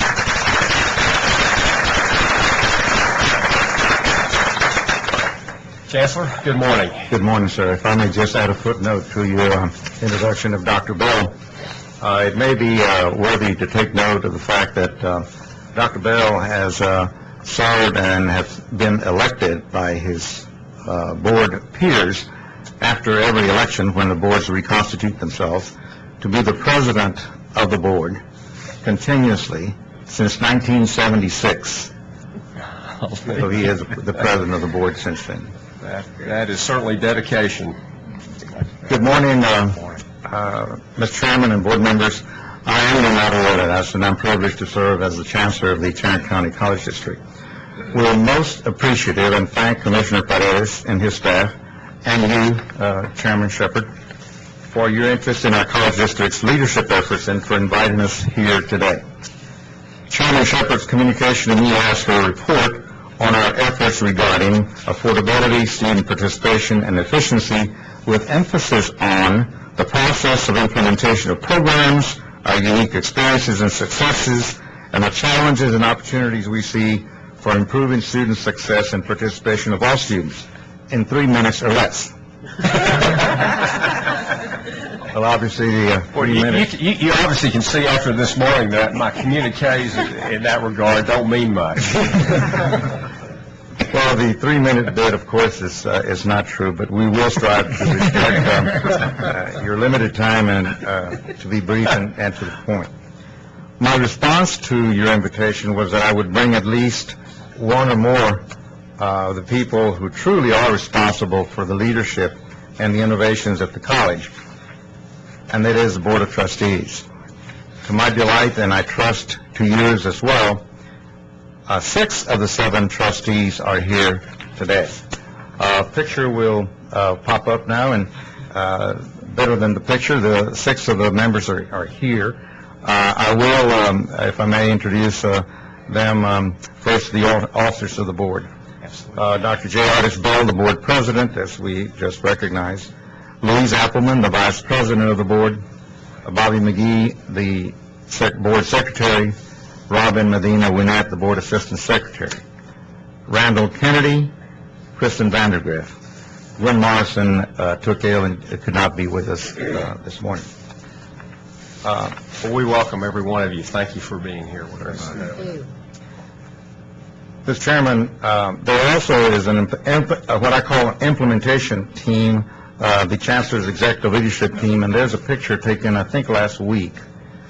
Robert Aguero and Lily Tercero, 2 of those team members are here. They are most knowledgeable and especially of every aspect of the initiative we will present to you today, and we may call on them to give explanation if the board pleases. We strive to create a team of professionals that is representative of the community and the students we serve. We believe it's a worthy goal to do so, and it is a work in progress. The CELT, as we refer to the leadership team, consists of 13 members who report to the Chancellor. Composition by gender is 46% female, 54% male. The ethnic breakdown, which tends to be important to the coordinating board in terms of who we are and who we serve, is 46% Anglo, 31% Hispanic, 23% African American. The administrative positions consist of 5 campus presidents, 8 district-level executive staff. And the terms of appointment, 8 of the CELT members were hired by the current Chancellor, and 2 others were recently promoted to their positions.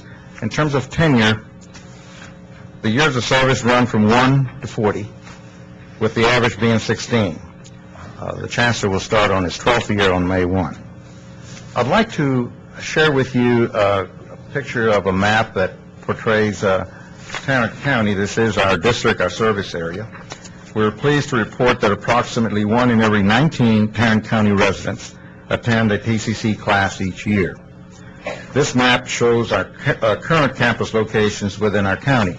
As you can see, I hope, the board has been very wise in situating the campuses in the 4 quadrants of the county. We found recently, 3.5 years ago, that a very, very large proportion of the population was not being served, and that's right in the middle of the district, happens to be in downtown Fort Worth. And so the board has authorized, and we're in the process of building the 5th campus there. The college's spring 2008 unduplicated credit enrollment totaled 36,082. That's an 8.55 increase over the prior spring. I would suggest to you, and please underscore, that this does not include the college's efforts in non-credit instruction, which serves another 28,000 students per year.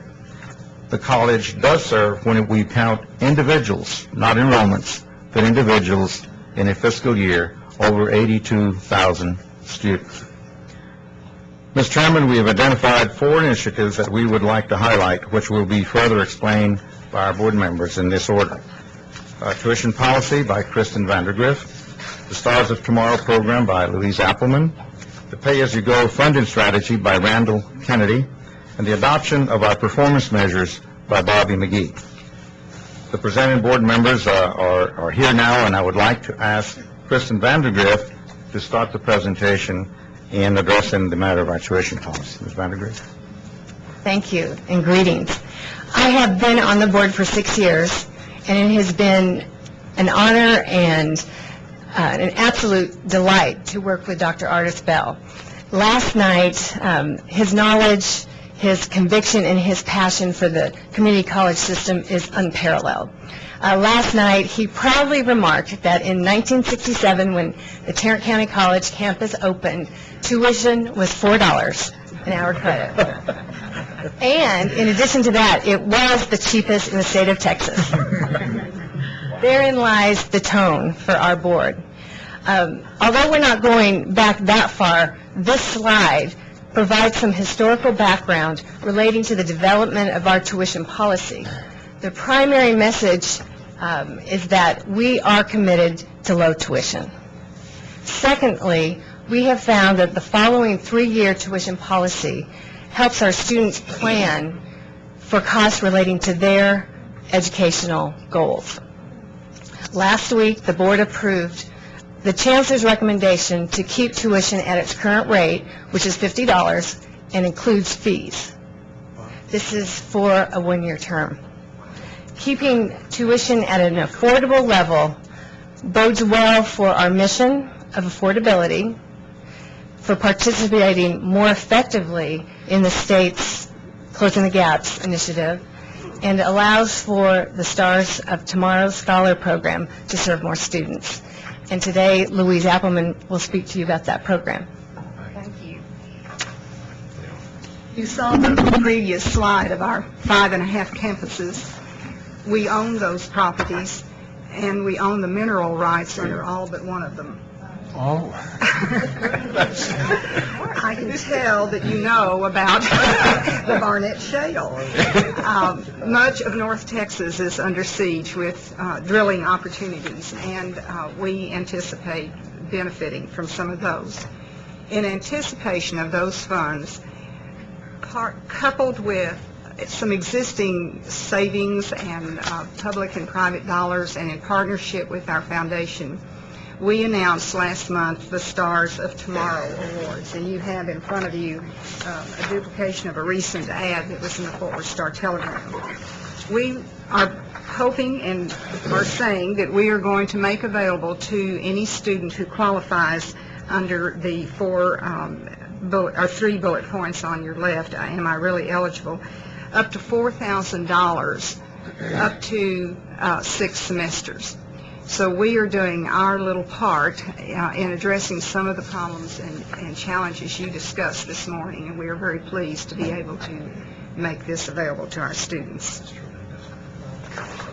And now Mr. Kennedy is going to speak to you about an unusual system that we have called Pay-As-You-Go.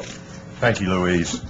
And it is my privilege to present an overview of what we consider one of our proudest achievements. Over the last 10 years, the college has gone from being in extreme debt to funding everything on a cash basis. Our current projection calls for us to be completely out of debt in 7 years. This funding strategy will save the taxpayers of Tarrant County hundreds of millions of dollars in interest and administrative fees.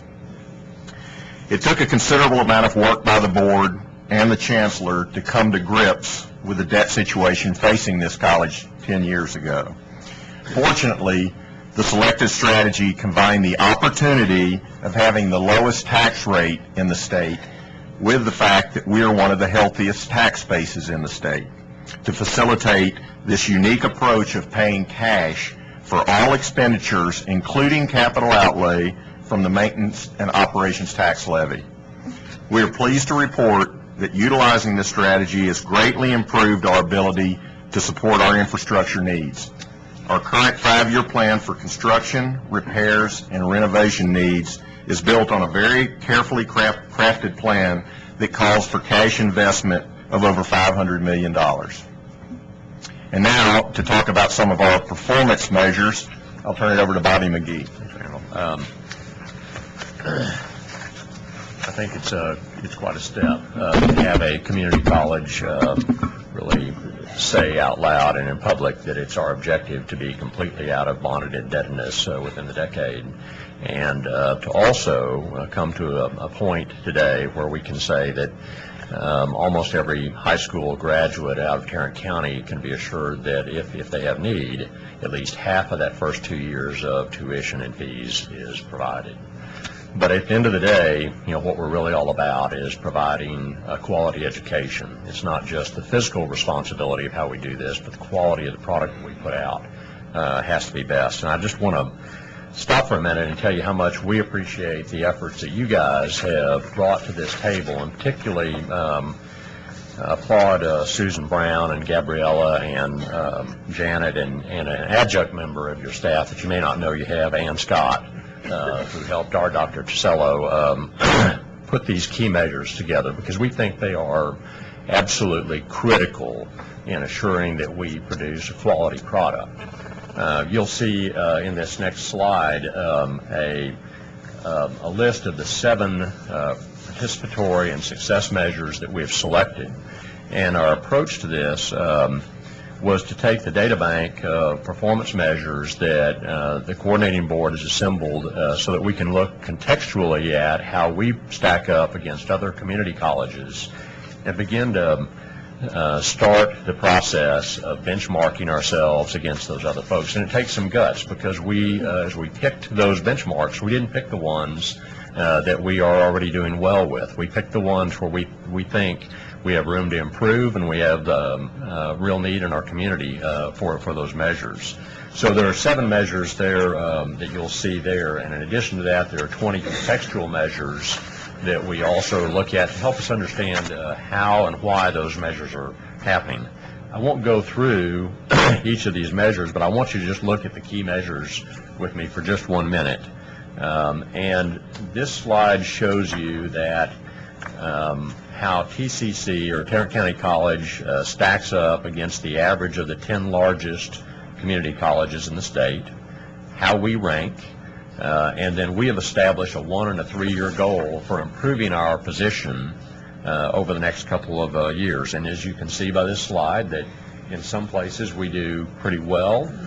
We rank number 2 amongst the top 10 in transferring students to senior institutions, but we have a lot of room to go and get better in taking care of this enrollment gap as well. And I would just say again, these measures would not be very meaningful if we couldn't compare ourselves to the other colleges. Not that we're trying to set up a free world competition. It's just it helps us find best practices amongst all the colleges. I'll move over here and just sum this up with these last 2 slides. And as you look at these contextual measures, I do want to point out on these 20 contextual measures that we have a lot of room to go. And on the very last one, Lily, if we can move to that one, the very bottom part of that slide shows you that we already have made pretty good headway in knocking down the bonded indebtedness and rank number 1 in the state there. But also at the same time, I would show you that on our nursing and allied health program, we are number 8 out of 10. So this really helps us as a governing board as we're trying to make the decisions we make, be focused in on doing the right thing.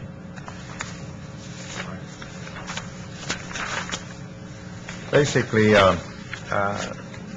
what has been covered here by the board members is a ton of work that they have engaged in over the years, and it just gets better and better every time with what they bring to the table in terms of especially the transparency that needs to exist between the college and the community we serve, making our reports available to the community, to the media, and certainly to you who coordinate higher ed across the state.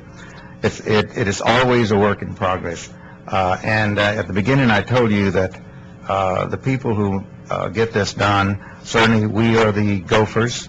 We are the ones who bring the messages. We are the ones who encourage. But if it wasn't for the wisdom and the courage of the board in doing some things such as doubling the tax rate in 1998, sounds like a lot, but we were at a nickel, so we went for a dime. It is a lot when you consider the burden on the taxpayers. But as we look at where we are in terms of comparing to the other college districts in the state, we're not even at the median. Our tax base is the second in the state, so that helps.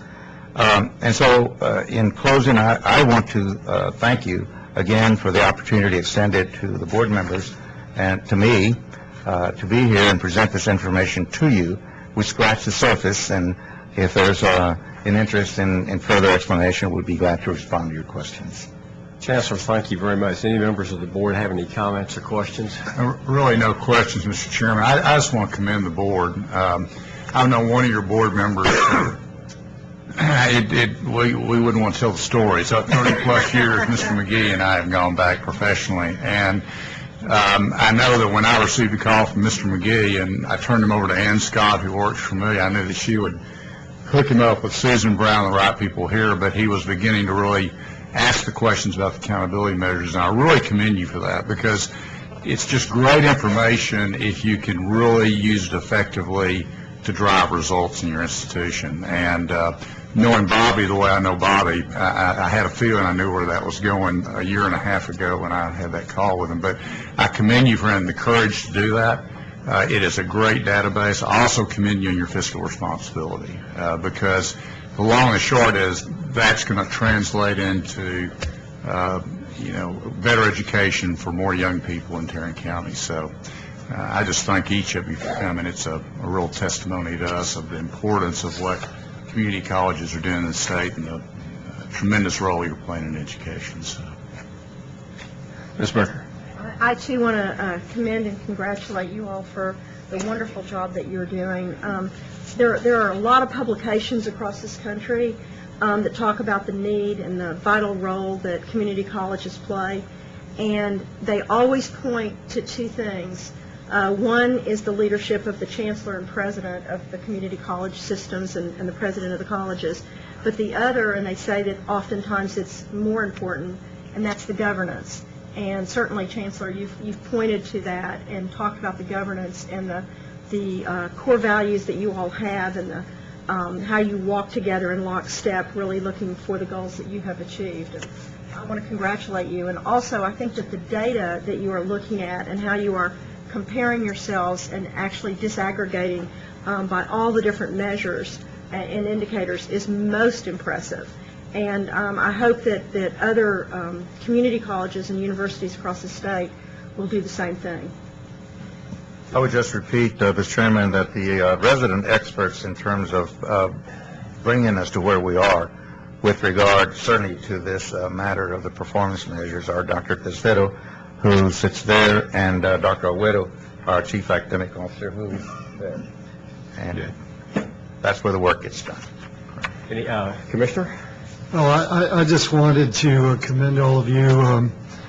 The first thing I looked at is how students are doing, and I applaud that you're doing all you can to hold down tuition. I applaud the fact that you've made this commitment of financial aid to your students, particularly in the context, as this board has discussed recently, how little financial aid we have available in Texas for community college students. And I particularly applaud you for your transfer rates. As we keep saying over and over again at board meetings, we are not going to reach our goals for higher education in Texas without dramatically increasing the number of transfers from community colleges to universities. As we heard the first thing this morning, the president of one of our most distinguished universities in the state is a community college transfer. And so we recognize the invaluable work you can do to help us achieve our higher education goals. So thank you very much. I just have one further question. Is there a way that you all could help us devise the strategy of the Barnett Shell to take that? Again, thank you, Chancellor, and to your Board of Trustees. We appreciate your sharing your success story with us. Thanks for coming. Thank you.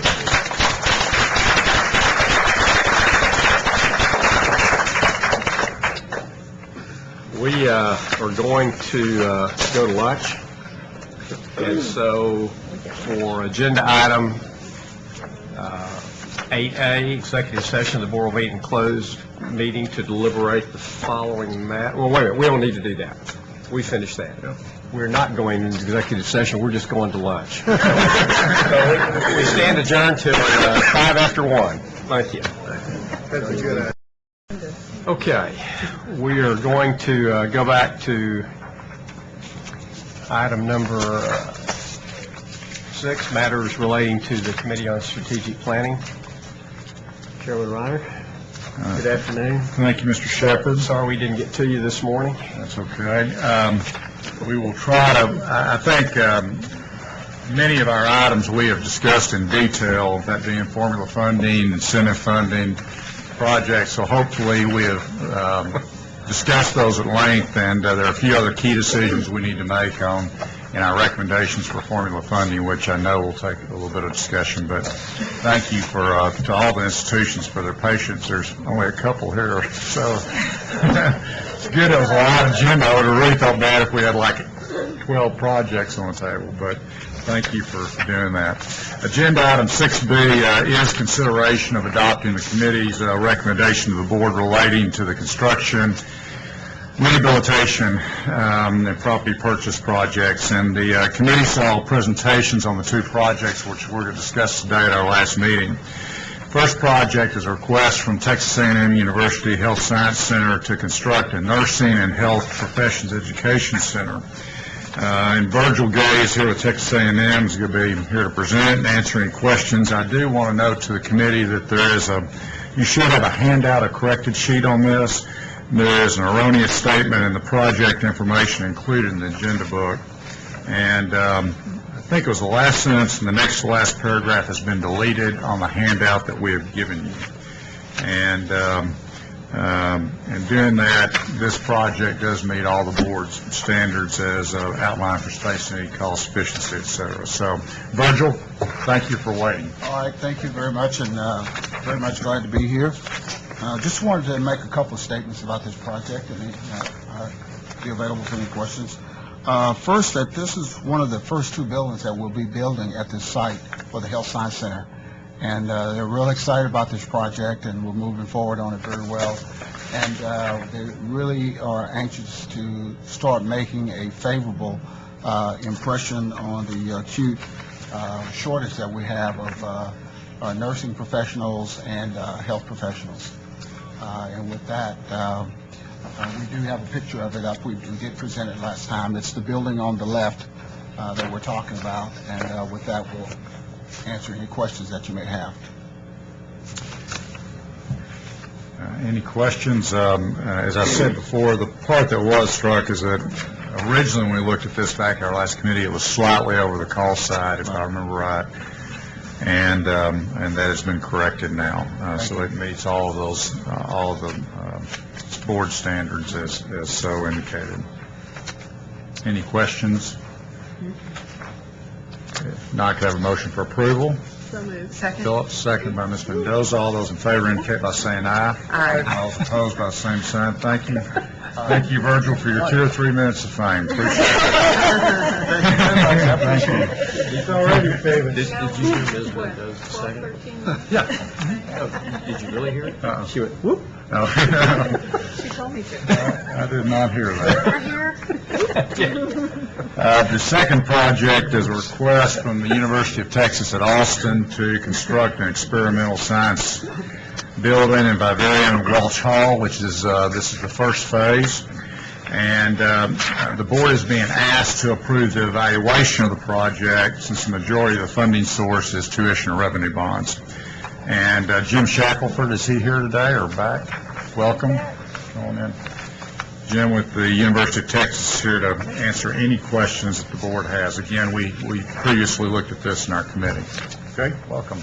Well, you're familiar with the project then, and I'm available to answer any questions that you may have. I don't know that we need to rehash everything that was presented last month, but if there is a particular issue you'd like to discuss, I'll be happy to do so. I move for approval.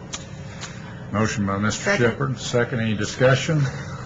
All those in favor indicate by saying aye. Aye. All those opposed by the same sign. Thank you so much. Appreciate it. I do want to say for the audience, and I think I've said this before, we spend a substantial amount of time in the committee on these projects, but we do want to respect everybody's time as we go through this formal board level. So, agenda item 6C is this is an informational item for the board and no actions required, but what this will do is give all the board members an idea of those projects that we reviewed in the Committee on Strategic Planning.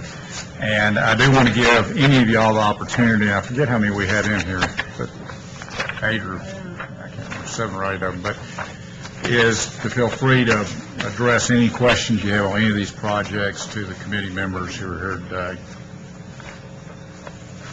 Any questions? Okay, this is not requiring approval, so we'll move to the next agenda item. Agenda item 6D was on the consent calendar and has already been approved. And the next one, which we want to focus in on, is agenda item 6E. And there are several handouts, and I'll let Cynthia, that's my wife. I've been here for way too many Right, I'm begging for mercy. At least you know That's goodness. I knew it was bad when Bob and I went out yesterday, and I was trying to get in the wrong car. Anyway, I feel like I'll spend more time with Susan Brown than I do with my wife Cynthia. So it's been a busy couple of days. Anyway, I'll ask Susan to walk us through the handouts because there's numerous handouts. Of course, agenda item 6A is adopting the committee's recommendation to the board on the formula funding recommendations, which will be used obviously by the governor and the legislative budget board. I don't know if I can tell you all the many times our committee met on April 15th, but that was after numerous meetings by the academic institutions and community colleges and their formula advisory committees to the commissioner. There's been, number one is I want to just express my appreciation to both those groups as well as the health institutions for your patience, your input, and your wisdom as we've gone through this process, because all that input has been invaluable to us, and we appreciate the numerous trips that you've made back into Austin to visit about it. Last time we met on the 15th, the committee made some modifications in the original recommendation that the commissioner made, and the commissioner agrees with those recommendations. But in light of making those changes on the 15th, we thought it appropriate to ask the institutions for comments. And those comments have been sent back to us in a written format. We have each been provided with a copy of those comments, and I'm going to ask Susan as well as the commissioner to comment on those, because we want to know that we have read those and taken those considerations. And I think our recommendation will be indicative of hearing some of those comments as to where some of our minimum funding recommendation levels will come in at. So, Susan, I'm going to let you kind of walk us through here and tell us the critical pieces of paper we need to have in front of us. Okay. As part of the supplemental agenda material, if you go to the second page, there are some of the comments from the community college, and then a comment from U of H. Then you, in a separate pieces of paper you received, you didn't have them in time to do the copies, some additional comments, one from the chancellor at University of Houston, and one from the president of Midwestern. So those are the comments. In addition, you will see a orange piece of paper that's double-sided, and this is some background information that I will be going over in the committee. and it looks at historical funding levels for both the community colleges and the universities, looking at it in a constant dollar format on per weighted semester credit hours and legislative appropriation. Let's, slow down. Yeah, Okay. wait. Hold on, Susan. Okay. Slow down, This okay? way. Too important, let's slow down and count. Okay. Okay. I see the chairman coming through everything right now, let's. This one right here, Bob. Yeah, I know, but where's Show the me letter? how are you determining constant dollars, just using the CPI going straight? Okay, you don't have, I don't think I have the Show me the letters packet either. of comments. There's part of the supplemental agenda item on the second and third pages back. Okay. Behind here, Bob, stapled.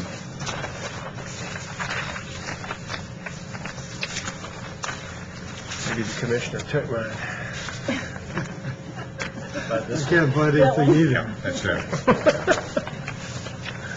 I wrongly accused him, that's okay. All right. Okay, I Thank think you, we're, Susan. Okay. And then there are two separate pieces that came in after the fact, and so we have also included those. There's two more letters that came in after we had the supplemental agenda item. And we did have a very short time frame in which to get comments back, so it's like, 1 minute. I don't see those. I don't have those. it should have been at your place this morning. One of them didn't communicate this morning. I don't have those. I don't have not them seen either. those. Okay. Yeah.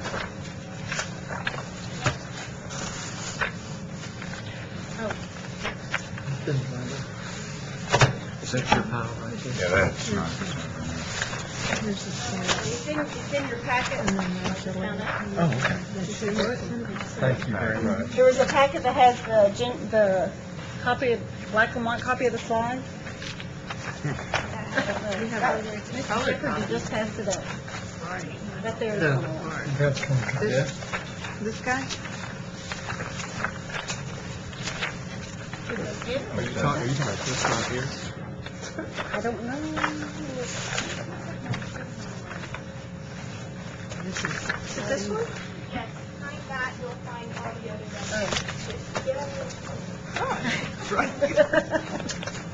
others. Is everybody, no pun intended, on the same page? That's yet to be seen. Okay, so let's, where do you want to start? Okay. Okay. I'm going to start by kind of going through the presentation, and we will work, I'm going to give a little bit of background information, and then I think it might be a little bit less confusing if we take one sector at a time as we move through this. Okay. I'm not going to guarantee it's going to be less confusing, but we'll try. Okay, and I'm going to start by giving a little bit of background, and I will also be referring to this orange piece of paper. Well, on the side that says community college formula.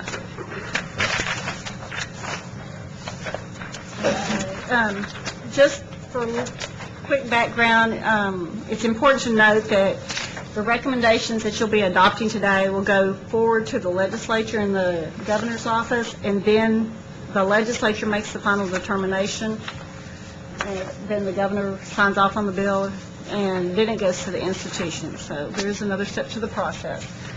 Next slide. The formulas are an allocation. They are not the actual amount of money. They are an allocation of the amount that is appropriated by the legislature. Institutions receive their formula on a lump sum basis rather than a line item. They get that, then they are able to spend the money however they deem it most efficient for their institution, and that does vary by institution. There are a couple of exceptions. One is debt service. Funds appropriated for debt service have to be spent on debt service, and those funds that are appropriated for their retirement accounts have to be spent, or retirement and benefits have to be spent in those areas. Next slide. This is where we get into a little bit of the background. It's important to note that since 2003, there has been a shift, and this has gone on since before that. There's been a shift from the state which in 2003 paid about 40% of the cost of attending college, and students paid about 22%, students and parents. That shift has gone to 34% from the state and 27% from the students. So that's an important shift, and one of the reasons that you're going to be seeing some very big numbers today. But it's important to realize, and that's where I'm going to refer to this orange chart. And what we've done on here is we have looked at the formula appropriations. In the third column over, it says legislative formula appropriations. We went back to the 1998-99 biennium. You look at community colleges right Right, now? community colleges. It's the opposite side. Okay. And you can look at how the first couple of bienniums there was increase, and then between 0203 and 0405 there was a 9% decrease. If you follow that row over to the next line where it talks about base period contact hours, at the same time there was a 9% decrease in legislative appropriation, there was almost a 15% increase in contact hours, which resulted in an overall 21% drop on the per contact hour formula amount. So I think that is a very important thing to realize, that part of what we're going to be recommending today or looking at today doesn't just cover what has happened in the last 2 years. It's trying to get them back to where they were prior to that so that they can make some progress. Susan? I think it's important at this point to remember closing the gaps, came about in the year 2000. By the time the institutions were really gearing up, and when you start looking at that 04-05 period, all of a sudden we've got a big decrease in funding because of the position the state was in at the very time that we were asking the institutions to help us close the gaps. And that is a very important point. Well, I think it's very important, yeah. And we do, along those lines, we do expect that about 70% of the growth will be at the community colleges. Those are new students coming in to close the gaps. We're expecting about 70% of that to be at the community college level. Yeah. So, and that was just something I wanted to make sure that y'all understood. The next slide shows where Texas is compared to some of the nation and some of the other top 10 states, and that we are, the per student or state support per student is $5,300 in Texas. The national average is $5,600. So not only are we're trying to get back so we can compete nationally. Part of that has to do with faculty and that sort of hiring the right types of faculty, and you heard some of that from Dr. Powers this morning. Go to the next slide. Next slide. The Formula Advisory, the Community College Formula Advisory Committee made the following recommendations. They wanted to fund the formula at 100% of the median cost, less tuition and fees, based on attempted semester credit hours. And at the committee here meeting, we had a long discussion about that. They also wanted to provide for a 10% premium in the critical fields, those contact hours generated in those fields, 10% premium on developmental education, which we also had a long discussion about, provide formula funding for alternative teacher certification programs, and to provide small institution supplement funding, which they currently do not get. Next slide. Okay, the next slide is the Strategic Planning Committee recommendations, and that is to provide formula at 100% of the median cost, less tuition and fees, but to do that on a phased-in model of 25% the first year, 50% the second year, 75% the third year, and 100% the fourth year. So it would be phased in over 4 years time frame. But also something that the committee didn't talk about, which is to provide a performance-based funding on top of that. Also go ahead and provide trustee funds for alternative teacher certification programs, and to provide the small institution supplement. We also suggest, because in the shift to the completed contact hours, we would need to move what we call the base year, which is the year that the formula is based upon, shift it back a semester in order to have those completed hours, that we provide for a trustee dramatic growth fund so that those institutions are not harmed by having to ship the bus year back. Next slide. We had a long discussion about developmental ed at the committee hearing, and I wanted to give you a little bit of background. It's important to note that currently community colleges are only funded on course-based developmental ed. They do not receive any funding for non-course based. Those items like tutoring, mentoring, learning labs, they don't receive any money. They don't generate any contact hours, and they don't get funding for those courses. And this slide shows a little bit about why it's so important. This is the first time in college students at the two-year colleges. And if you look at those students that are less than 18, a lot of dual credit, directly out of high school, those type of students, 70% are college ready. That's good. Now, if you look at the 18 to 21, 22 to 24 and on up, roughly 30% are college ready. So, and it's important to note that in these numbers that only about half of the first-time entering college students at the two-year colleges are actually straight out of high school. So half of their first-time in college students are in those older ranges. So that's an important factor. Susan, is this data that's based on 5-year-old, is 5-year-old data? That's because we give them time, because in the next slide, you'll see that we gave them 3 or 4 years to take that first college level course and complete it. So we looked at the same cohort. The next 2 slides are based on the same cohort. Okay. So in order to use a cohort, it is older data, but it's... But if you look at this information, Susan, still this would be, on the college readiness, I assume these have not changed materially. They have not changed materially. And they're all still about half and half straight out of high school and half, even though they enroll about the same number of students directly from high school, they have another half of their first time in college students that are not directly from high school. So the next slide, and this is where you got into the cohort, this gives those students that are very far behind 4 years to complete their first college level course. And those students that are within 1 standard deviation, so a little closer to passing the entering score, the college readiness scores, gives them 3 years. But in math, as you can see, there's only 11% of those students that actually successfully complete their first college level math course, 33% reading, and 24% writing. The community colleges are doing a lot. There are some students, we've been told, and we'd like to do some work in this area, that when they're closer to that cut score, they're less likely to need a whole course, in which case the institution doesn't get funded for those students. So that is one of the reasons that the commissioner had recommended that we have the $30 million for developmental ed trustee to the coordinating board, and it would help us run some pilot programs. And go to the next slide, please. One of the things that we have talked about internally is to kind of group the trustee funds that we're requesting along with the Houston Endowment in the summer, bring in a group from the to work on from experts from around the state and nationally to come in and to look at programs in the developmental ed area that are successful, and then this would allow us to fund some of those pilot programs or expand.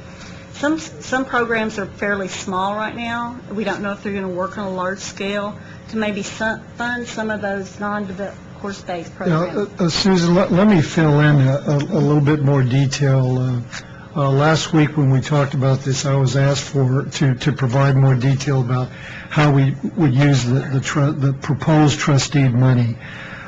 First of all, I want to say that if you look at the record of developmental education, we have to dramatically overhaul it.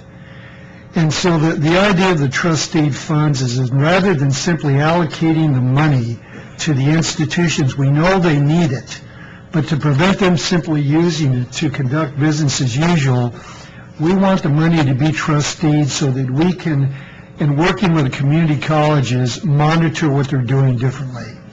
So I'm proposing that we would take $20 million of the proposed total of $30 million, and we would allocate that directly to community colleges for non-course-based developmental education. But before we allocate that money, we would ask every community college to provide a plan about how that money is going to be used differently. We're going to ask that money be used in an integrated fashion with course-based developmental education. We would ask that there be a strong assessment plan to monitor how effective that money from the premium funding would be used, and we would ask for some commitment from the institution that developmental education will be a priority for that particular community college. So that would take care of the $20 million out of the $30 million that we would ask to be trusteed.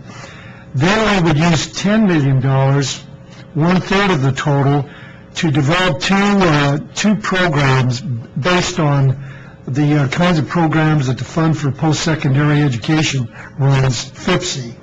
One of the programs would be for small pilot programs that would significantly change the way certain small developmental education programs would be conducted.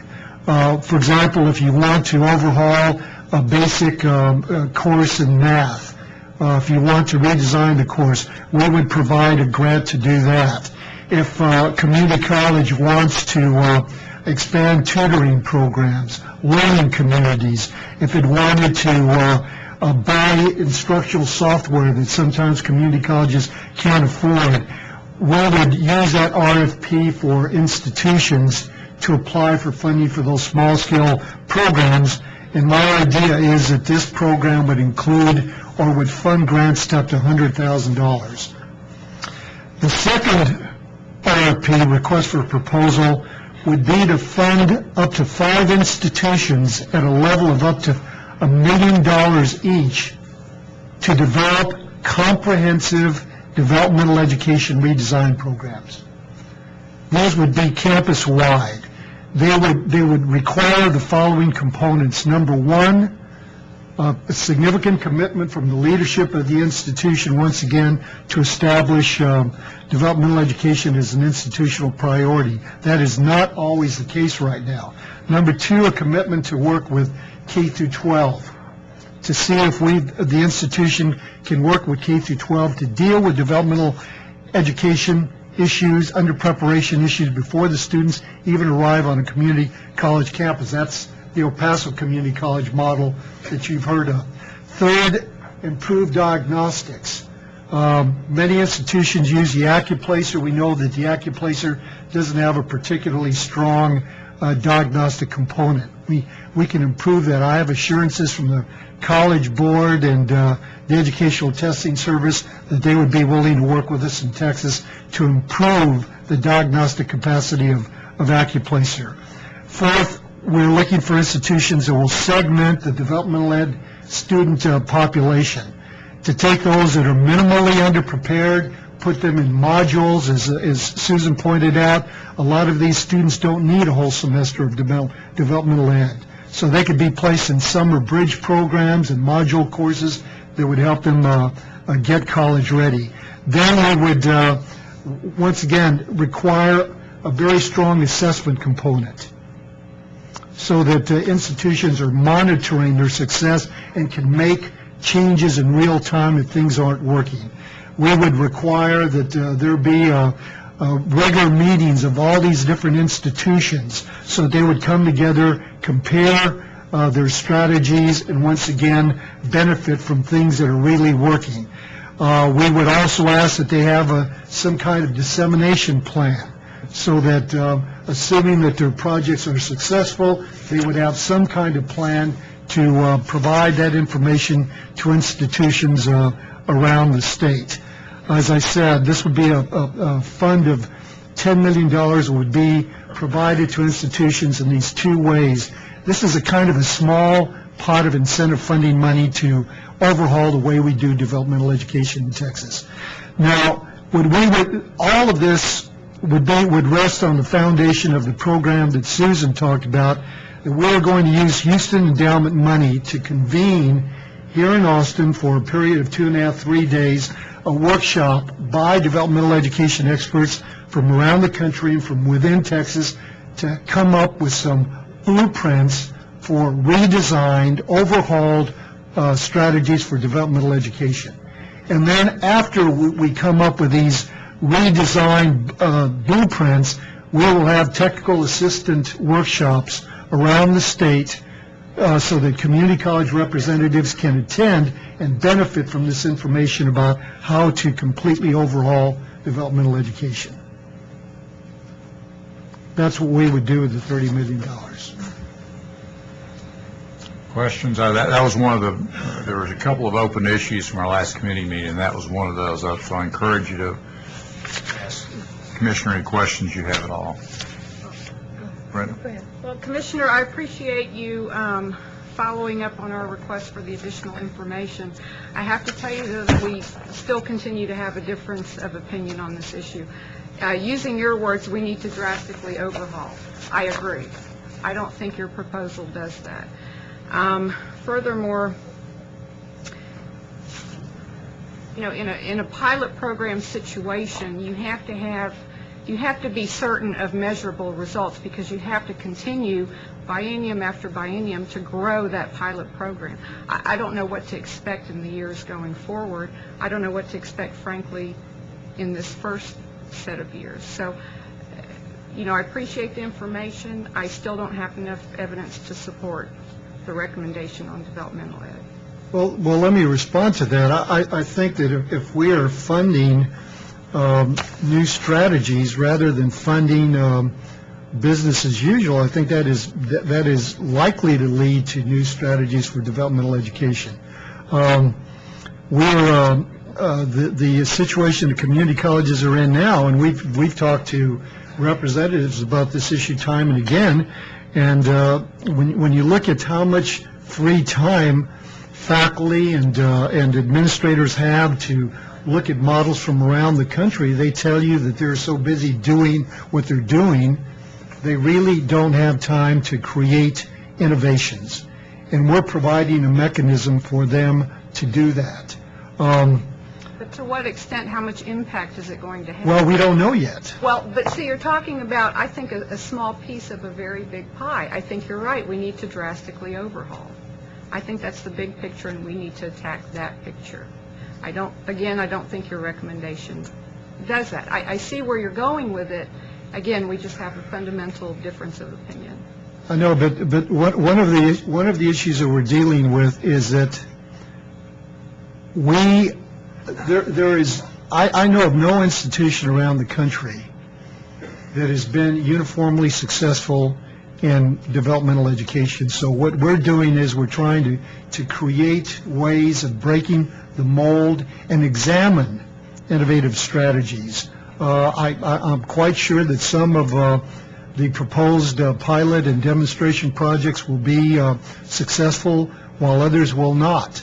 I'm simply saying that what we can do is continue to spend $100 million a year on developmental education without shaking things up and trying to take new approaches.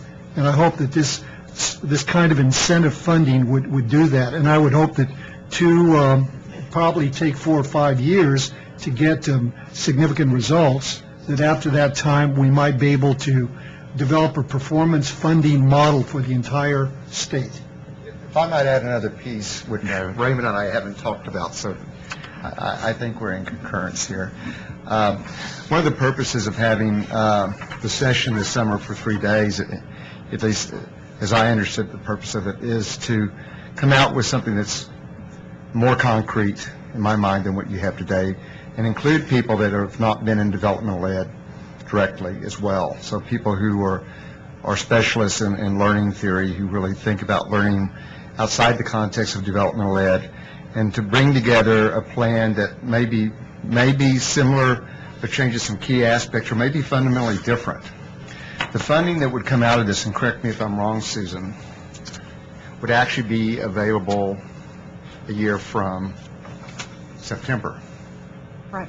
Starts September of 2010. So what I would see happening is, following this effort, and there might be additional meetings that would have to be held after this one, to firm up something that's much more concrete.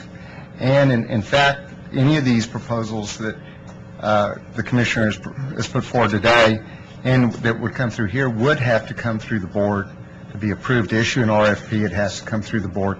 The board would have to approve any proposal that came forward for actual funding. So just to offer that as a bit of additional information, and I don't know if it makes a difference.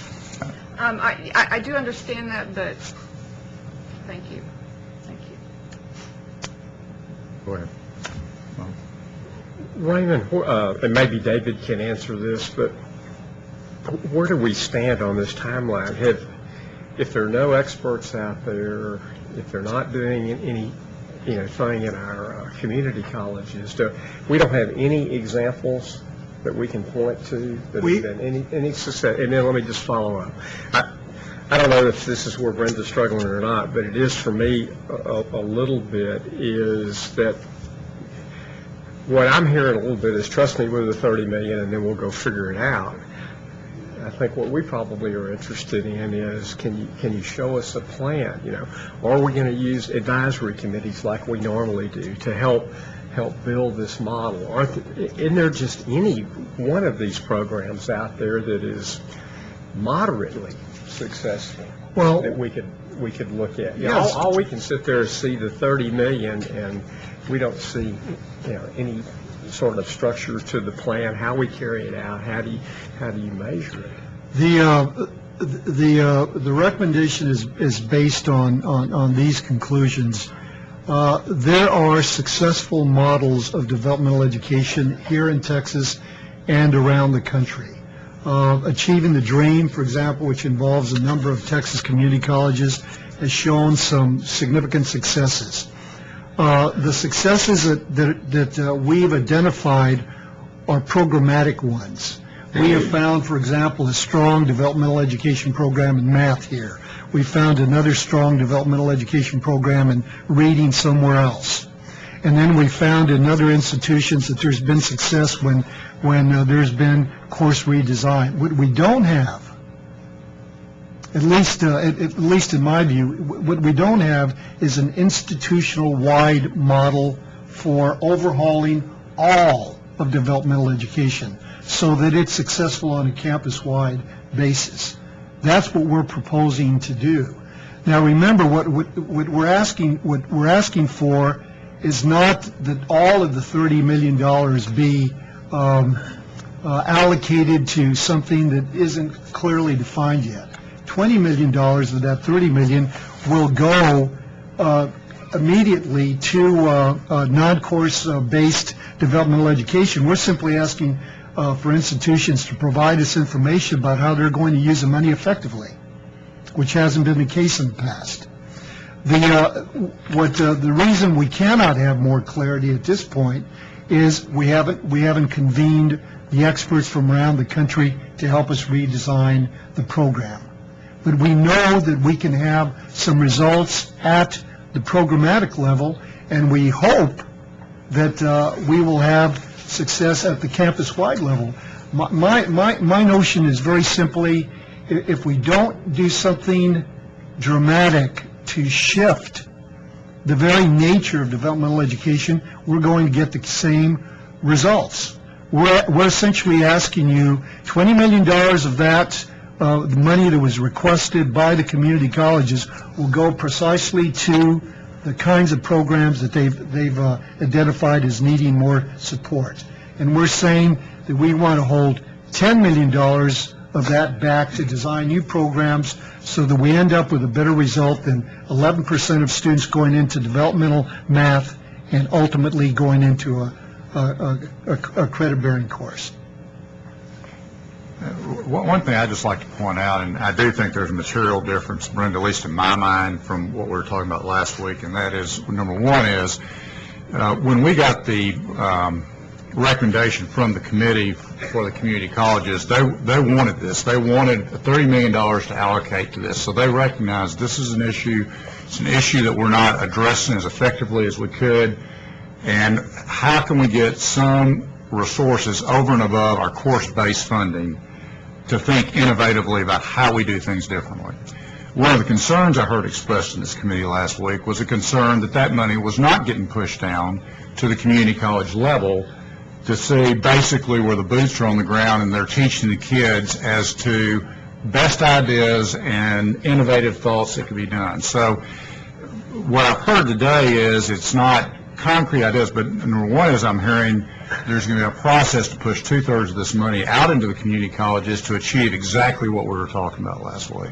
So I am personally favorably inclined towards that because I think we're putting the money back out in the community college. We'll have a process for how that money goes out, but it's going to be out in with those people at those institutions. So from that standpoint, I think that's a significant change from where we were last week and what we were trying to address. The additional $10 million, I absolutely see where Mr. Shepard's coming from and where you're coming from, and that is how that money is going to be spent in terms of those innovative ideas. And I guess what I'd say there is we very well can still drive that out through an RFP process where we as a committee and a board still get to see that money before it's awarded. And then, because right now I think we're saying, what are those innovative ideas? And we're saying, well, let's try to find out who the experts are. Let's try to get them around the table. Let's try to leverage some of the assets we've gotten from the Houston Endowment. And let's see what they are, but let's bring those ideas back to us to reconsider at that point. I'm okay with that.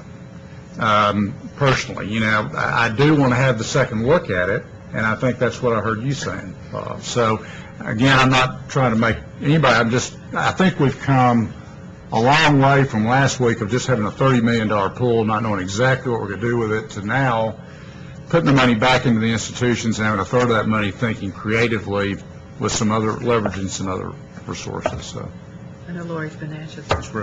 One of the observations that I've made over the last few years judging the STAR Awards is that most of the applications from the community colleges for the STAR Awards have everything to do with developmental ed and how they address it. I would hope that with the incredible expertise that I've observed, that we would look to our Texas institutions first before we'd look nationally. I happen to think, not from anything other than just what I've read over the last few years, that the expertise really lies within the state of Texas, and the obstacle is in bringing it to scale. And if we can, I see a difference between having this money kind of just out there and having it really based on accountability, and the fact that they will be accountable for a program bringing it to scale. I happen to believe that we have the kind of experts in the community college systems in Texas in a room together discussing that, knowing that that is their end goal. I think that that is the key to making this work. So I'm certainly going to support your recommendation based on that. The other piece that I want to make sure is in there is one of the things I've observed through the P16 councils is that oftentimes when we get community colleges in a room talking about developmental ed, that the K-12 sector is telling them there's some obstacles there. You can't put developmental ed courses into our high schools because of, they don't match up with the text, or they don't, so I would hope that TEA and K-12 would be involved in that conversation. Absolutely. Because I think that the two of them working together, that's where it's going to get solved. Well, I might as well get my oar in the water on this as well. I think I heard something a little different than what everybody's describing. But I heard an interesting concept being presented, but I did not hear a plan. And there's a big difference between the concept and the plan. And we jumped immediately for the plan and $30 million, and you had to look quick to see how it happened. I think we need to do some serious planning on this thing, although I agree that the concept is very interesting. I think we're a long way from committing any funds or resources to this thing other than in-house resources to develop a plan, a serious plan. Simple as that. Ms. Phillips. The only plan that I'm concerned about is the timeline. And if we had I would be for both parts of this. If we had a timeline, announce it now or whenever, that we've got to have the evaluation, the accountability section back in time for the next biennium, way ahead of time, so we can decide what to push for then. And because if we're going to do this, we've got to have it be useful. And even if we just get one good program, we go and ask for a bunch of money for that in the biennium after this one. Because these funds aren't available until '09. Right, September. So we have September between 1 of 09. now to engage this first 30 million. So there's a lot of time to flesh out the details and then evaluate the RFPs, et cetera. I think the ocean, I think, Ms. Mendoza, your point's right, and just, Joe, in response to your comment, I couldn't agree more with plan and everything else. The challenge we have before us today is that we have to submit formula funding recommendations by June 1 to the governor and the LBB. And so I think the key is it's the recognition that and we've had the institutions say this is important. We've said it's important, and so it's the issue of saying let's go and make sure we get on the table, a request that's got to be fleshed out. I mean, all these comments have been adequate, but that's the challenge before us today is getting that $30 million in the formula funding recommendation, with the explanation that obviously there's got to be oversight and approval of how we drive that money out and accountability. But I think that's going to take us several months to get there, as you said. And I think Ms. Phillips' idea of setting a timeline is critically important too. I don't disagree with what you're saying so much, Whit, is I am concerned about how long have we known that this date is going to be coming upon us? What have we done with the last 5 or 6 months knowing that this date was coming and coming fast? It seems to me that all too often we wait until we get right up against the lick log before we really get busy and get active and do something. And that makes me very uncomfortable. I spent a lot of my life in a planning department, and this is not a good, thorough plan. To just suddenly come up here and say, well, it's a little bit like one of our meetings yesterday. We get a big surprise. All of a sudden, we've got to act. We've got certain things that have taken place, and yet we've been working on that thing for 2 years. And all of a sudden now it's panic time, talking about yesterday's meeting. And it just seems that we need to get the way we plan a little better. I was a little disappointed at our little meeting down at the Four Seasons not long ago when we started going through the budget for the Higher Education Board and the staff. And we were asking for a 30% increase with no justification whatsoever and no ability to explain what we did with the last budget that we had and how we performed against that or the previous one to that. It's like, I've got a wish list and I want 30% more, but what am I going to do with it? I mean, we push this thing to the brink, it seems, all too often. And that's bothersome to me because that's when we make mistakes. A little bit like my little presentation this morning. 5 minutes before I go on, I've got to make a speech of this. And I screwed it up. Did he say lick log? I'm just... Yeah. Okay. I'm just... Senator Shepherd. That's what your granddaddy lays you across when he spanks you real good. That's what it is. Okay. Thank you. Well, anyway, that's my little speech for the day on that subject. Mr. Chairman, a couple of comments, and I realize we have to move on because we've got a long agenda here. I promised everybody we'd be out by noon.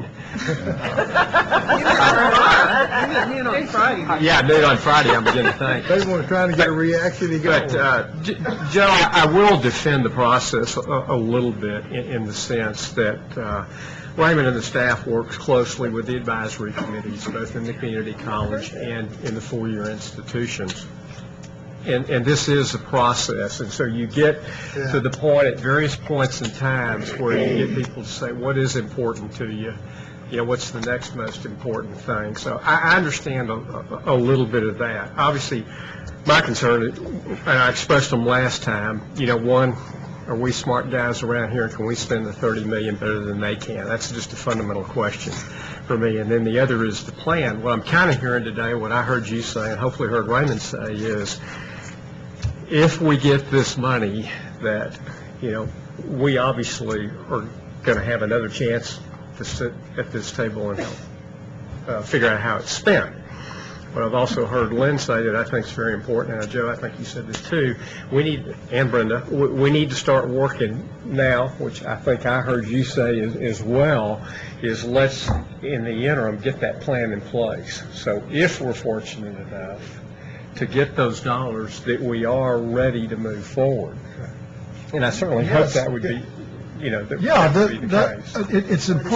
It's important to remember that this is not money that we're requesting for the coordinating board. This is money that the community colleges requested. And what we are suggesting to the board is that funding, that request for funding be supported by the board on the conditions that money be used in innovative ways to get better results. Which calls for a plan. Precisely. Detailed plan. And we're in the process of developing that plan now. And that's one of the completely. We just need a detailed. Yeah, we're not asking for more money for the coordinating board. But the summer get-together of minds, both in-state and out-of-state, is the beginning of the writing of that plan, is what I understand. Precisely. I think that I can close the conversation, and you will, Joe Hinton will approve if I say that developmental education is sort of like herding cats. Yeah. Herding cats, right, Joe? Yeah, that's correct. See, nobody but Joe and me have ever heard these. Right up there with herding. That's an EDS commercial. I've heard that. Well, what I would say is I'd like to, we're not going to vote on developmental education as a separate line item. We're going to vote on our formula funding recommendation for community college, of which the $30 million will be a piece of a much more significant piece, which we're going to make a recommendation. So, and we can, as we make the motion, if somebody wants to modify that motion, then feel free to do so, but I think we've discussed this one as much as we can, okay?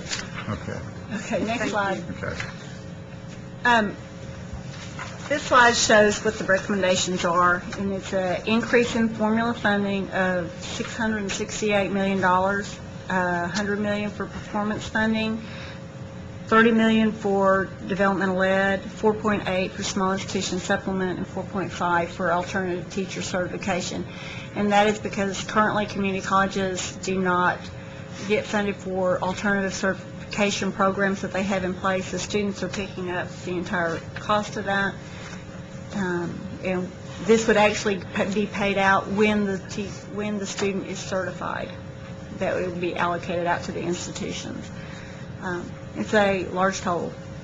But as you saw on the orange sheet, they've had a big hit. Now, one of the other pieces of paper I forgot, this purple, a lot of handouts, y'all. Sorry. On the third page back is the community colleges. One of the things that the committee discussed last time was what would be a minimum funding level to switch and do the phase-in amount.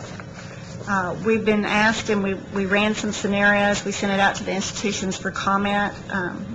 The purple one, third page back, is for the community colleges, and it shows what they were appropriated last time, the strategic planning committee recommendation, the variance, and it also shows three different scenarios. One is if they received $100 million more than they received this current biennium. The second scenario is $200 million more, and the third scenario is $400 million more. Now, there's an important piece of information. Right now, community colleges are funded at about 56% of full formula funding. If we increase to the 400 million, put $400 million more into the base funding, that would only get them to about 61% of full formula funding. The Strategic Planning Committee's recommendation is for 67% of full formula funding. Now, that is, the 67% is 100% minus tuition and fees. So, and this, all three of these scenarios, or all of these, the committee's recommendation and these other three different scenarios are all based on a phase-in model of going from attempted to completed semester credit hours that we talked about earlier. So one of the things that the committee had discussed was setting a minimum amount that would be, if they don't get below this minimum, then we don't want to fund on completed, stay with attempted, because we don't want any of the institutions to be harmed by going to the completed hours. And I'd like to just comment on that. After a lot of number crunching, our recommendation is that minimum funding level be set at $400 million.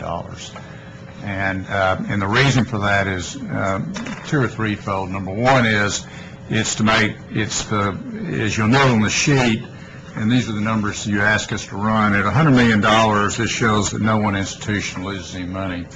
But the other two things that we considered in this process of looking at what the minimum level should be was a couple other things. Number one is, it goes back to that sheet we first looked at, and that is the catch-up that we're having to play right now. At a time when funding went down dramatically 3 bienniums ago, and we saw enrollment going straight up. And I think that, that's a key factor as we want to make sure that we communicate to the legislature that we are, one, playing some catch-up, but secondly, that this recommendation of going to completed hours is being more outcome-driven. It's looking more at, completed hours, having the performance funding in there. It's looking at number of degrees. So it's going to look at more of the success factor in closing the gaps. But we're also trying to send a clear message by saying $400 million that we think it's imperative that kind of increase be implemented to institute these type of changes this session. Have I said that? Very well. Very well. So, very well. Just a comment. I see the community colleges with this funding in a much more level playing field than I do the four-year institutions. And I know we're going to take that up next, but just as a comment, I see that they are all kind of starting out at a much more apples to apples than the four-year universities. and I think that's attributable probably to open enrollment at all of them. Right. They all have the same open enrollment admission. So they that's- are all by statute open enrollment. But So you're they- right, they it do is- pull more of the But they're same type of also, student. they're also all commuter, and they're also all older students. Similar And profiles. they're also all more diverse, and they're also all, Correct. And but as a group, they are more same than the universities are. exactly. And so that's why So you I don't just- see the variation, and that gets back to it's an allocation But process. I just wanted to make that point, because when we move on to the four-year institutions, I feel not that quite the same. it's not the same. Okay, other comments on the community college recommendation? I tell you, we do need to, We did receive these comments from President Williams from the Community College Chair of the Formula Advisory Committee. I believe that the committee recommendation of the phase-in and the minimum amount actually does address many of the concerns that were in here. One of the main concerns is the redistribution effect. And we believe that with the $400 million as a minimum, that would mitigate any of those effects. And so those were considered in the recommendation being made and brought to you. As far as one of their comments was making that there was an unclear measure of success, and we've talked to about the measure of success would be any type of completer. We have associate degree, certificates, transfer students, any of those are considered success factors. And so those would go into it. Commissioner, do you have any other comments to the? No, I think that this is a very significant amount of money, but I think it's important for us to communicate to the political leadership of the state what it's going to take for us to achieve our closing the gaps goals. The argument that we are making to the legislature is that yes, we are requesting significantly higher sums of money for both community colleges and general academic institutions, but at the same time, we're expecting better results academically, and we're pushing hard on more cost effectiveness. So we're saying yes, we're asking for more money, but we are holding institutions to higher standards. And the key to that, of course, is performance-based funding. Any other questions on this recommendation? If not, could I ask somebody just to read the recommendation? Has anybody seen that? I don't want to make... If Lori will do that, read that motion. Make sure we put it all in record. I move that we recommend to the legislature an increase in the formula funding level of $668 million with an additional $100 million for performance funding. Included in that amount is a phase-in over 4 years from attempted to completed contact hours at the rate of 25% to 50% to 75% to 100%. We also recommend $4.8 million for small institution supplement. In addition, we recommend $30 million in funding for developmental education with rules on distribution to be considered by the board at a later date, and $4.5 million for alternative teacher certification to be trusteed to the coordinating board for distribution. Because of budget constraints, if the legislature does not increase the formula funding by $400 million, we recommend that community colleges continue to receive their funding allocation based on attempted contact hours. A motion? Yes, I move. Motion. Can I have a second? Second. Any other discussion? If not, could I have a motion for, I've already done that. All those in favor indicate by saying aye. Aye. All those opposed by the same sign. Motion carries. Thank you very much. Okay, general academic institutions. Okay, I'm going to skip through this one. This is a slide that you've all seen, well, that was presented at the committee.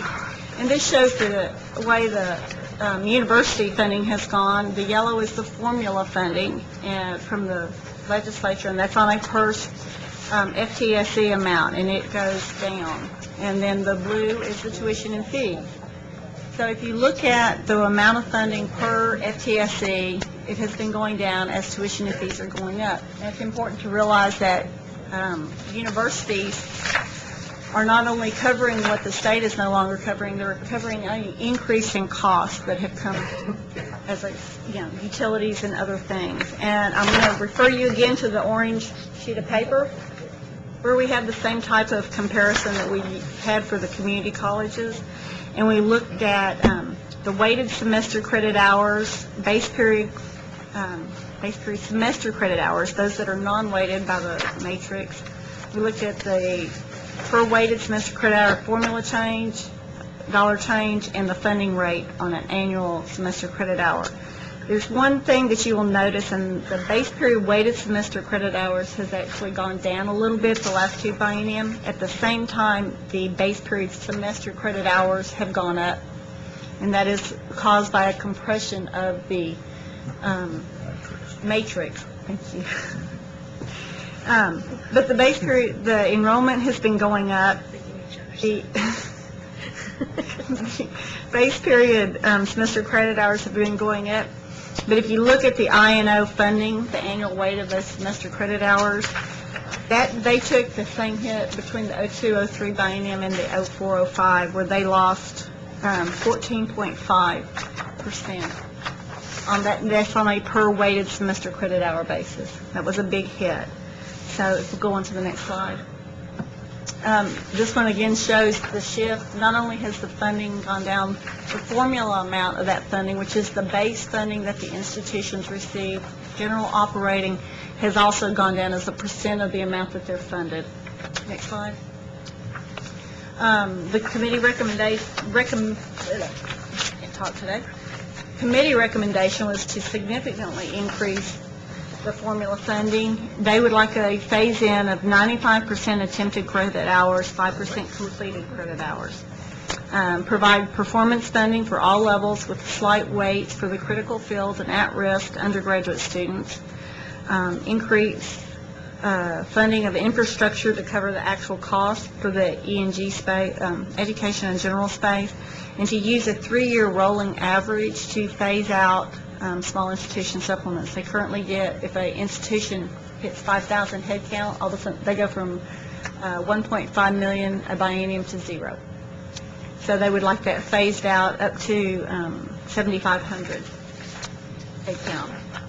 The committee's recommendation was to increase the base formula level funding, but to do it on a phase-in of completed over 4 years, which is the 25%, 50%, 75%, and 100%. Provide performance funding at all levels with no aids, and I'll talk a little bit about that. That gets into our next topic, actually. And also to increase funding for infrastructure to cover those actual costs, and to use a 3-year phase out for the small institution supplement, going from $4,000 to $6,000, so the amount gradually goes down. The recommendation, $300 million into the formula, $178, $244 million, and it's actually a little bit of a reduction because some of our institutions that were getting the small institution supplement would not under this scenario. So these are the recommendations of the committee. We did receive comments, as I said, from 2 different comments, or pretty much the same, from the University of Houston and one from Midwestern regarding the amounts. And one of the things that was brought up in the comments was the fact that the base funding, the formula funding, this last biennium received about $114 million. It's only about 10% of the amount that was actually put into universities. So the base formula did not increase that much. And as you can tell, in this drop in weighted semester credit hours, that hurts the institutions. They don't have that base funding to do regular operating. Another piece of information is that their actual amount that they were funded for their what we call predicted square feet, which is how they receive their infrastructure, went up 5 cents per predicted square foot. Everybody's been paying utility costs. 5 cents doesn't really cover increases in utility costs. So that is another reason you'll see a large amount in the infrastructure funding. The large increase in infrastructure is to cover a lot of those costs that have not been covered, and they've been having to take money out of other places to cover it. So that is one of the things, and we agree that there needs to be large increases in the amount of base funding for the institutions. Just to piggyback, most of our conversation in committee, everybody was in agreement on the infrastructure because of the utilities. I think most of the conversation was in the I&O. And we, on your purple sheet, which we have here, I encourage you to look at that, we went through the same exercise to determine, what is that minimum level of funding that we want to say is absolutely critical to academic institutions to put in place the completed hours methodology versus the attempted hours. And our recommendation for a minimum funding level for the universities is $200 million level. Now, if you notice at $100 million, no one institution would lose money at $100 million. But again, that $200 million, if I remember right, that gets the institutions back up to the $65, if I remember right, $65 per annual rate for weighted semester credit hours. So the same thought process was put in place in terms of not just looking at how do we go to completed hours, but secondly, what is the message that we want to send in terms of trying to restore funding that historically has gone away. And that's, after a lot of thought and processes, the recommendation we'd like to bring back to the board today. Questions, discussion? Ms. Brickman. Just like I mentioned for the community colleges being on more of a level playing field, I think that there's such a thing as a win-win and then a win more and the others win. And I think that this puts many of our institutions at a distinct disadvantage in that they all start out with the same, but some institutions, and it's certainly not as many lose as not as many win as those that lose with the additional $200 million put in. And I think that I think if our end goal is that they graduate more students, I mean, persistence to me means that these kids are completing and graduating, that we ought to reward based on that. That would put everybody at a more level playing field. It's my understanding, and all of us got the same literature from the institutions, that the committee voted many times and looked over the same recommendations many times, and they all, I believe, unanimously agreed that this would not be as advantageous to the majority of institutions. And I'd like that to be addressed before I could support this. Well, one of the things is that this is based on prior year's data, not on changes that are in place. So part of this is a recommendation that institutions, and we have heard from some who have already made some policy changes and are seeing some fairly dramatic increases in their completion of the students by making these basically to comply with the 6-drop rule, so that their policies fit with the state statute now, which is students can only drop up to 6 courses.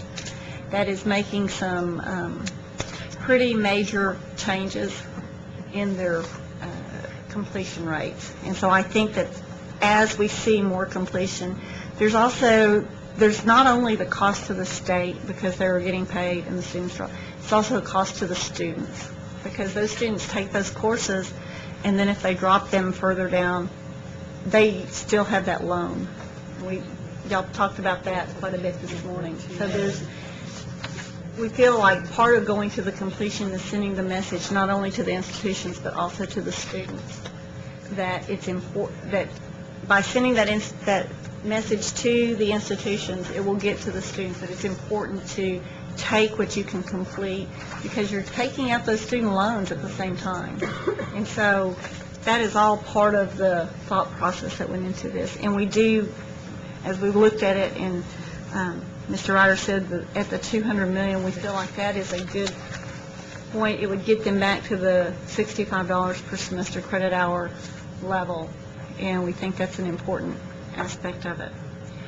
Yeah, Ms. Lori, I guess the other thing, the way I finally got comfortable with this, and I think Fred said very well, he's not here, is a couple of thoughts. And one is that if you look, and we've given you a sheet that shows the completion rates of each institution.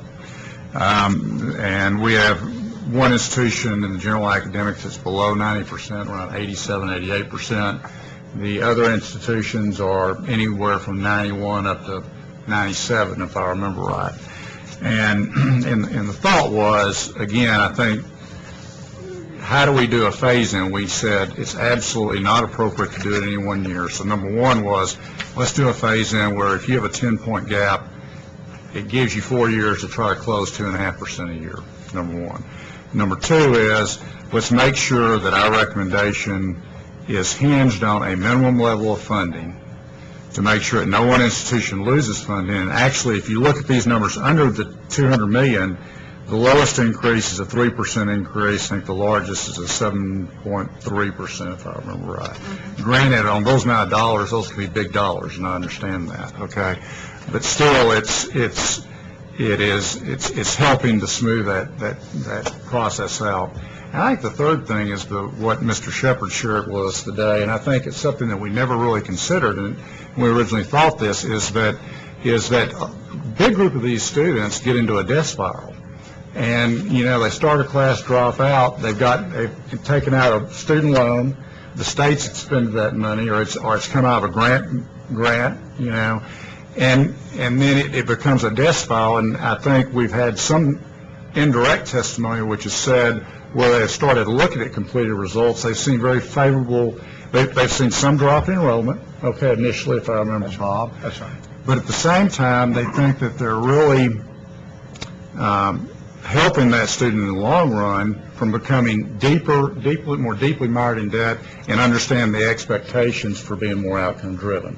So those combinations of those three things got me comfortable with our proposal. So. In response to Lori's point, I wanted to underscore what Susan said. We have some examples of institutions that have made rather dramatic changes and improvements in their retention and persistent rates in a very short period of time. I should say that all of Texas higher education has made some rather remarkable gains in persistence and completion rates over the past 7 years. So this is a way of encouraging institutions to do more of what they're already doing and doing successfully. The second point is you're right, that not all institutions will, or that these recommendations won't have the same impact on all institutions. But on the other hand, we need more institutions to do a better job of aligning their admission standards and their capacity to help students persist. And we need institutions to really examine closely what they're doing in terms of their persistence and whether they need to reconsider their admission standards, whether they need to work more closely with feeder community colleges and so forth. But as we said, we're recommending a level of funding so that no institution will be hurt. And I believe very strongly that over the long run, that changing to completed hours will benefit higher education enormously. Philosophically, I completely agree with you. It's just that when I think about the targeted group of students in this state that we're going after, the low income, the minority, the first generation, those whose families have not been exposed to higher education, those are more expensive students to recruit. And if they change their admission policies, most of the institutions that are going to be hurt the most are the ones that have the most diversity in their recruitment strategies, which is what we want them to do. They're looking for those students. It almost is a disincentive to go after those kinds of students. It seems like you'd rather go after students that you know are going to persist, and then you get more money for them. So it's a disincentive to go after the harder to complete students, if that makes sense.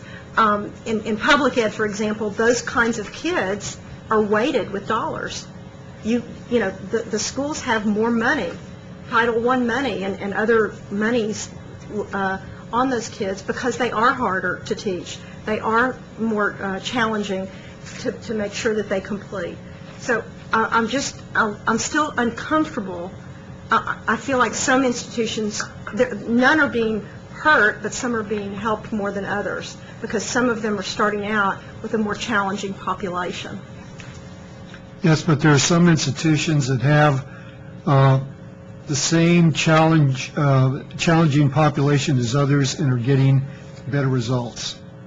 And I think this will create an environment in which institutions that are not doing as well as others with virtually the same kind of student population will examine what those successful institutions are doing and try to emulate their programs.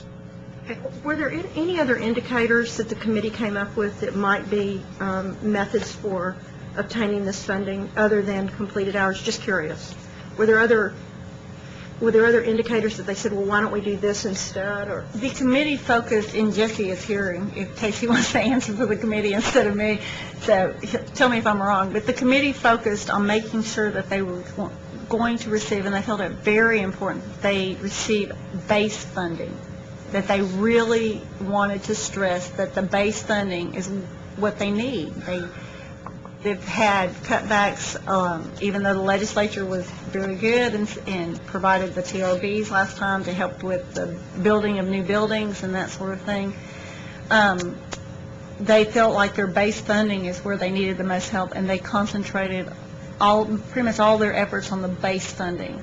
And is that a fair assessment? Okay. Mr. Shepherd. I think this might answer part of Laurie's question, so if you'll indulge me, I'd like to make a motion. And I think this will help Laurie walk through part of this because it deals with the minimum funding. So if you're ready, I can at least get this on the table and we can have as much discussion until tomorrow at noon as you want to. Okay. I move we recommend to the legislature an increase in formula funding level of $300 million with an additional $178 million for performance funding. Included in that amount is a phase-in 4-year for attempted to completed contact hours at the rate of 25, 50, 75, and 100%. Okay. In addition, we recommend that the legislature cover the actual cost of infrastructure with an increase of $244 million. That's the utility piece and others. We also recommend a phase out of the small institution supplement between 4,000 to 6,000 enrollment, and then also include dramatic growth of $3.5 million. Because of the budget constraints, if the legislature does not increase the formula funding by $200 million, we recommend the universities continue to receive their funding allocated based on attempted contact hours. So what we're trying to do here is say, if you get the threshold, then we think this will work. If you don't, then we're not going to be able to get there. Anyway, that's the motion, Mr. Chairman. Motion's on the table. I second the motion. Second by Ms. Mendoza. Any With a discussion? little discussion that says, in responding to Lori's concern, is that it is, I believe, incumbent on our board and our staff to make sure that through communication, through highlight of best practices, that the unintended consequence that she's concerned about, we mitigate beforehand through, sharing the best practices, because we don't, I'm with you, Lori, we do not want to disincent our higher education institutions from reaching out to the very community that we need in order to meet our Closing the Gaps goals. So anything that this board and staff can do proactively to be ahead of that curve and make sure that that doesn't happen, and yet encourage more of that population to go through higher ed is what we need to do. So. Ms. Phillips? Did the committee consider some sort of sliding or weighted, I don't know the things that you numbers people, I don't know the right words, but so that schools that admit students with lower standards and lower admission requirements and students that are harder to keep would they try to level the playing field at all? Because I think it's just, you can't argue with the fact that it's going to be a lot harder for some universities to keep students than for others. The committee did not look at that. The completion we're talking about is complete for one semester. Are they in there at the end of the semester? Not did they pass it? Not did they? They started this course. Did they complete the course? Are they still in that course at the end of the semester? The performance funding is on the success, and as a discussion on that one, which is kind of going to roll over into the next one too. The committee recommendation is 178 is on just the number of degrees. We're looking at that as in a conjunction with the incentive funding, which is being recommended at strictly on critical fields and at-risk students, increases in those areas. The committee suggested that we weight the performance funding at a somewhat lower weight, a 1.25 for at-risk and 1.25 for critical field and a 1.5. So it was a slight weighting towards those areas for the performance. What has been recommended and was recommended by the committee is that instead of that, we base all the incentive funding on just those critical fields and at-risk students with a weight of 1 for at-risk, 2 for critical fields, and That's right. okay. So it's a combination sort of look. And I would encourage, I think the performance fund is something we haven't really focused on, but focus on the last column too, on those institutions that are in that area. Some of those institutions are getting some very substantial performance funding on past results. And so we tend to look at just the $200 million, but you got to look to the far right and see what happens with performance funding, which is degree driven for undergraduate and graduate. So, and they're getting another form of funding under performance funding, which is beneficial to some of those institutions that I think are going to be could be impacted at the front end, like you're mentioning, Ms. Bricker. I'm wondering if there was another way to look at this. If students most likely drop the course after X number of days, if there was some sort of a way that we could work it out to where instead of the end of course, it would be after the first 6 weeks or so. If there was some sort of compromise or anything else that was discussed that might make it more palatable. Well, that's why we did the 25, 50, Right, I know. 75, and 100. Right. That was the very thing to take care of that. We were looking at it based on information that we already collect so that we didn't increase the reporting burden to the institutions, so there's kind of this. And I guess, I just want to be clear, in the discussion that I heard, there are institutions that are serving this population very, very well, who are making advances in completed hours. I mean, we have evidence of that happening today. Is that what I heard? Yes. We are having improvement and success across the board. But specifically to institutions that are serving the hard to serve? Yes. Yes. Okay. So it can be done. That's right.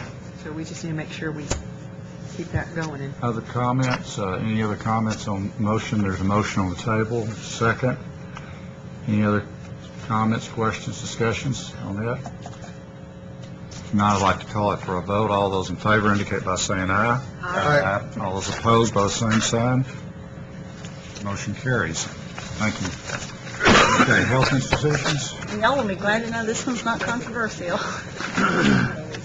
The health-related institutions, the Formula Advisory Committee recommended that the increase for the health-related institutions actually get them back to 1/2 of the difference between where they currently are, and the 2000-2001 biennium, without any type of inflation adjustment at all. That actually goes back to, they did that same formula, which is back to 1/2 of where they were in 2000-2001, which is when they first went on to the formula system.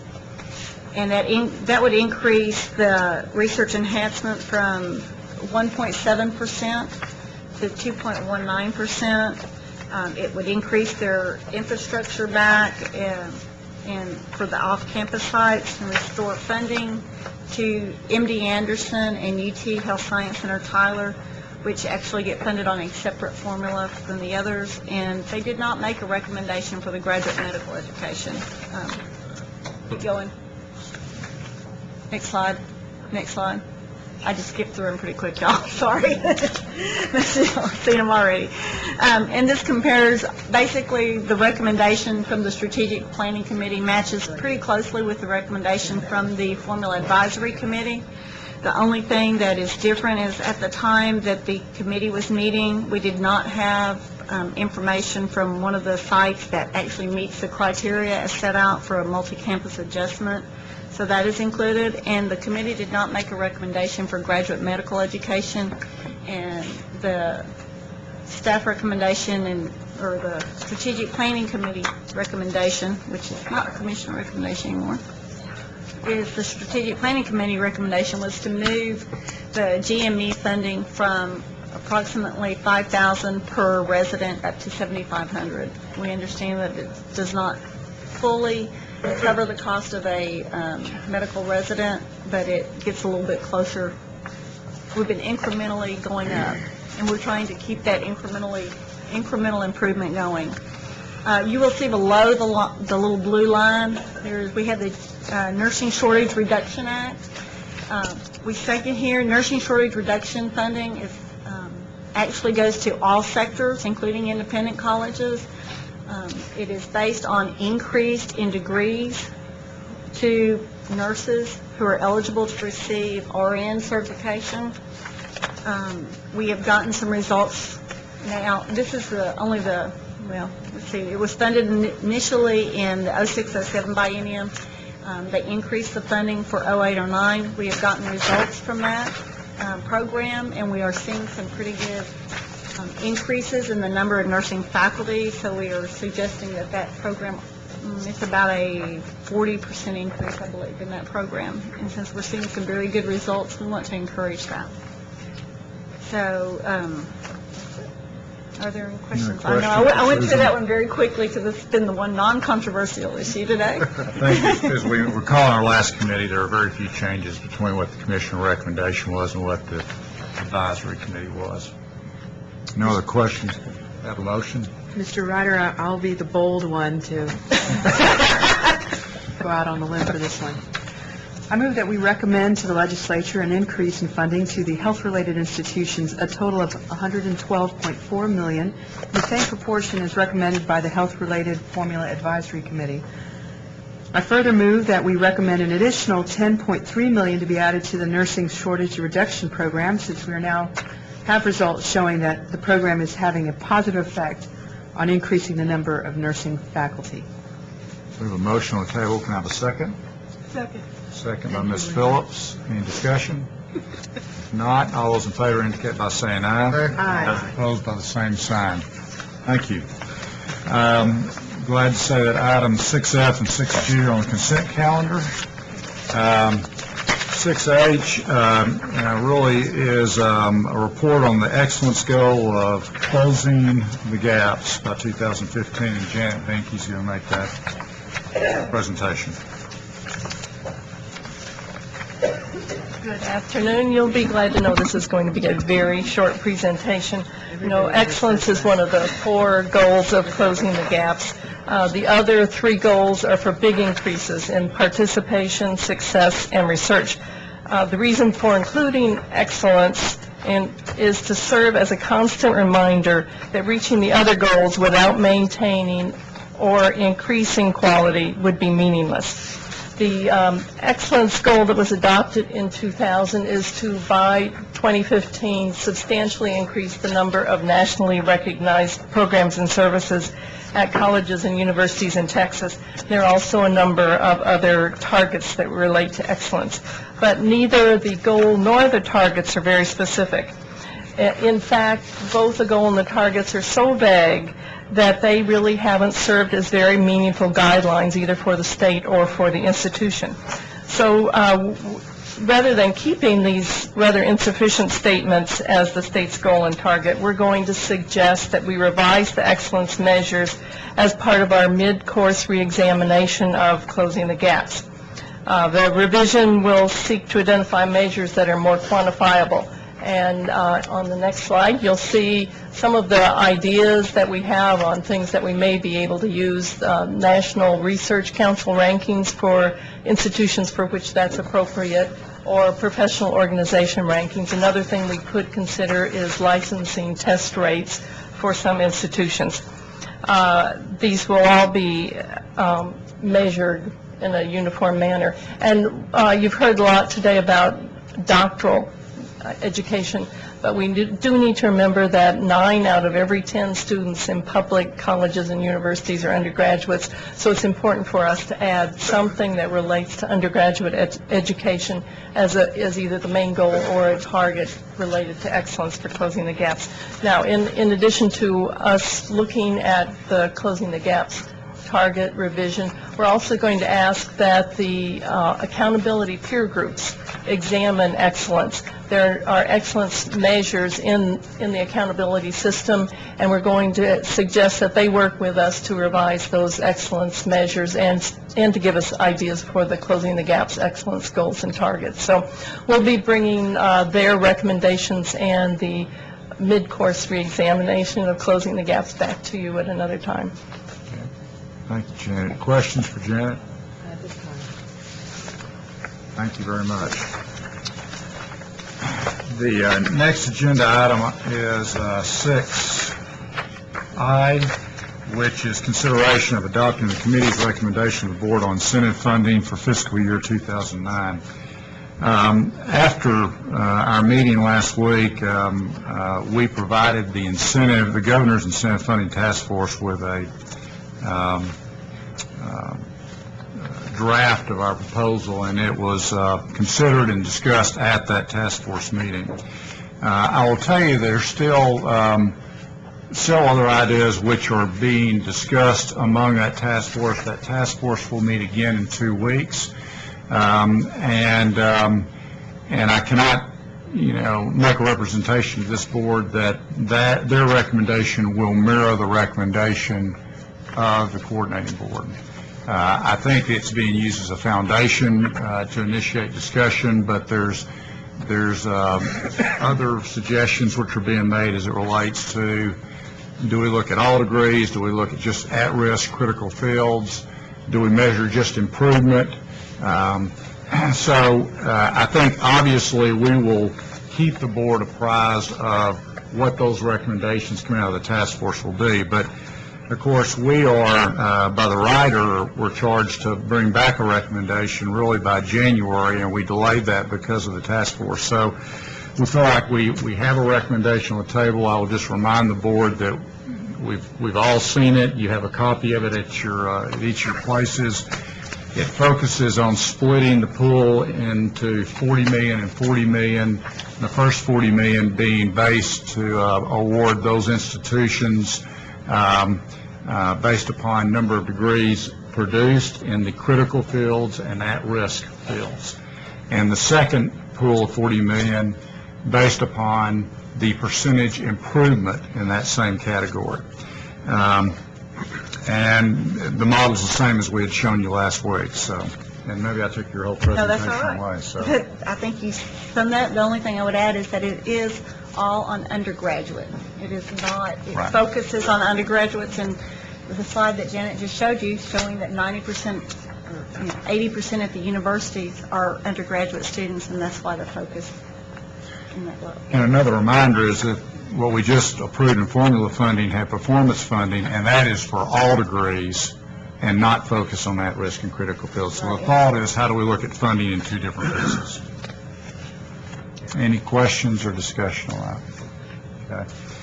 If not, can I have a motion for approval as presented? So moved. Mr. Hinton, can I have a second? Second. Second. Mr. Ryder, how does this, if we do pass this here in just a little bit, how will that dovetail or go with the task force? What happens? I don't know if I can answer that, Ms. Mendoza. I really don't. I just think that we've got to fulfill our statutory responsibility. Okay. The task force was also charged with looking at the short-term pool also being awarded to community colleges, where ours was just to general academics. Okay. I mean... So the legislature could get two proposals, so to speak? Sure they could, and consider that. Yeah. Okay. Okay, good question. Any other questions? If not, could I have a motion for approval of the incentive plan? Got a motion, you need a second.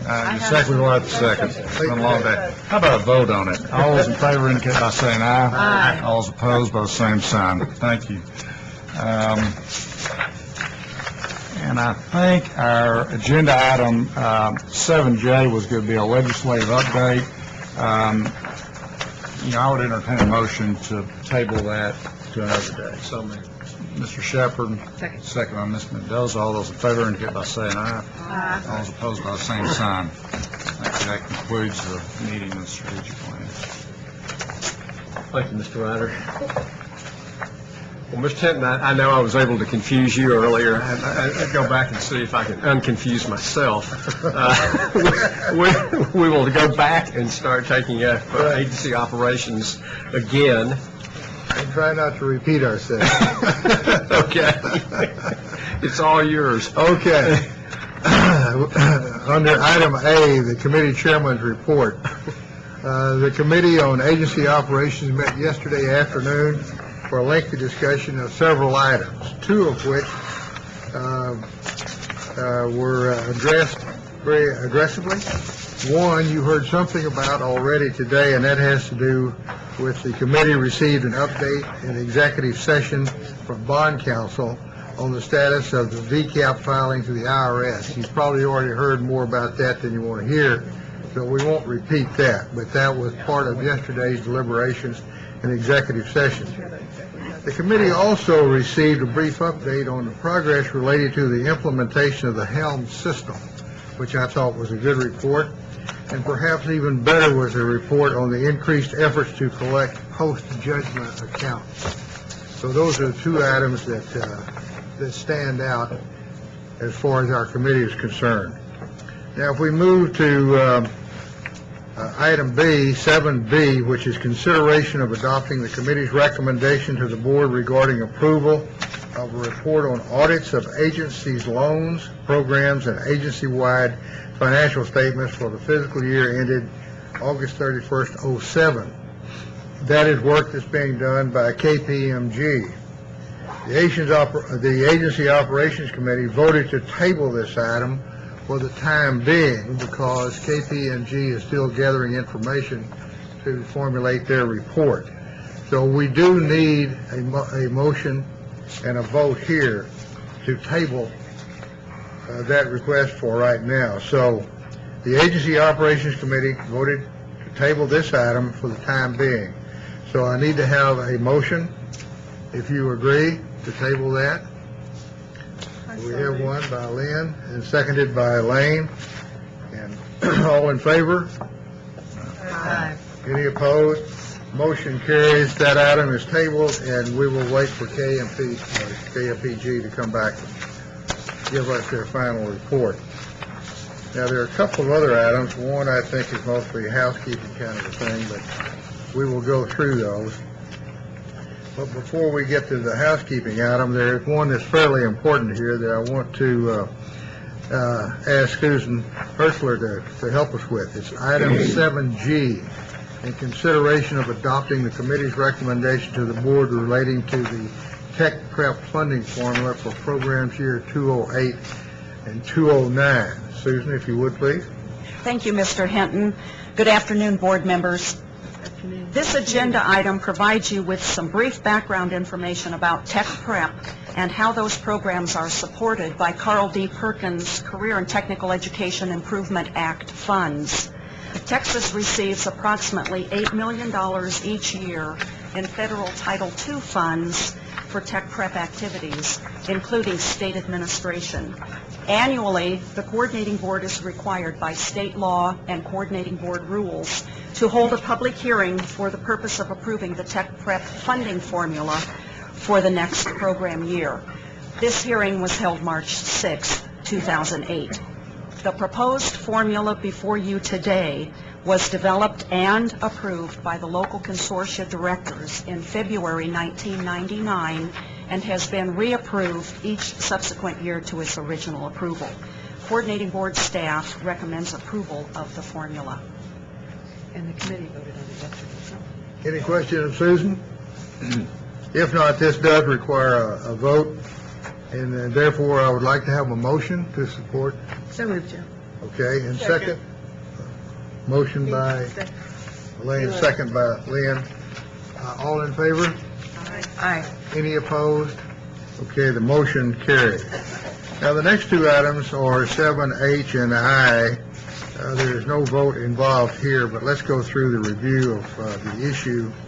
It's H. Item H is a list of contracts executed by the commissioners since the last board meeting. That was reviewed in some detail yesterday, and today we will say that we do not need a vote on this item. 7H, because that has pretty well been addressed, and there's not any changes since yesterday's meeting on that, so no vote is required. The last item on the agenda is a report on the program and facilities decision made by the commissioner or the assistant commissioner since the previous board meeting. This item also is for information only, and if there are no questions, then we will move forward and conclude the meeting for the day. Thank you very much, Chairman Hinton. Thank you, sir. All right, the next item 9, matters relating to the Committee on Academic Excellence and Research. Chairman Phillips. Mr. Chairman. Sorry, we're 5 hours behind. All right. I'm not sure I can do much to help you, though. Don't say that. I don't see any consent items on your agenda.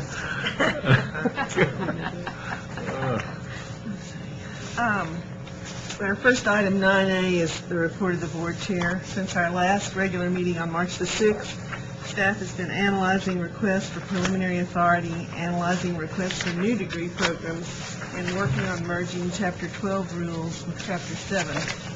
These rules were posted in the Texas Register, and the public comment period just ended on April 21st. As you know, our intent is not to make substantive changes, but to make the rules easier to understand and follow, and to add details on recognition of accrediting agencies. Excuse me.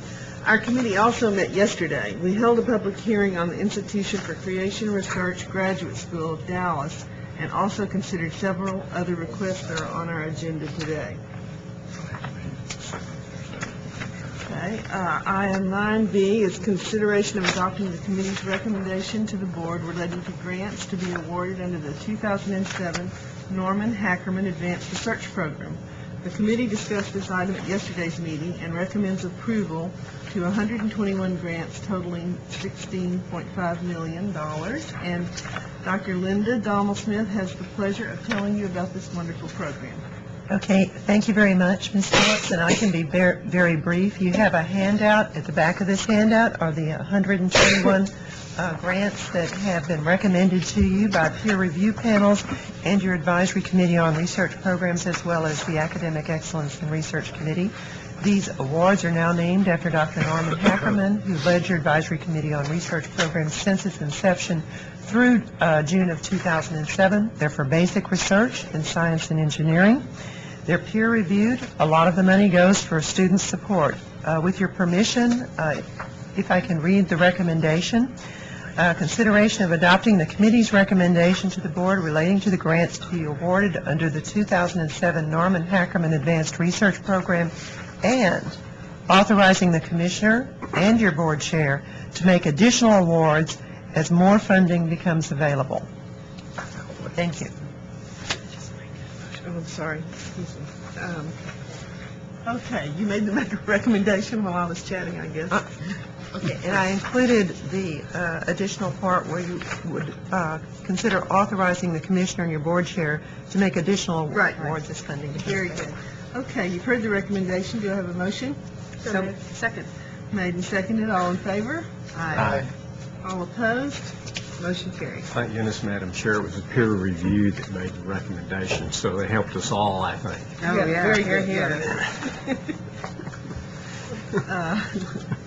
Item 9C is the consideration of adopting the committee's recommendation to the board relating to requests for new degree programs. The first request, item 9C1, is from the University of Houston that requests authority to offer a Bachelor of Science degree with a major in pharmaceutical sciences. Note that this item is listed on our agenda as pharmacy science, but the request is for pharmaceutical sciences. The committee reviewed this proposal at its March 6th meeting and recommends approval of the request. Joe will give us a little background. Very briefly, most of the bachelor's degree programs you've authorized us to approve administratively. This one will take more than $2 million over the first 5 years. Consequently, it comes to you for your board action. This is an extension downward, if I may use that terminology, to a bachelor's level from a program that emphasizes primarily that first professional degree of Doctor of Pharmacy. The people who go into this program will work in the pharmaceutical industry in technical roles, but they will not be pharmacists. The pharmaceutical industry is pretty eager to have more of these kinds of folks. Thank you, Joe. Members, questions or comments? Do I have a motion? Second. Made and seconded. All in favor? Aye. All opposed? Motion carries.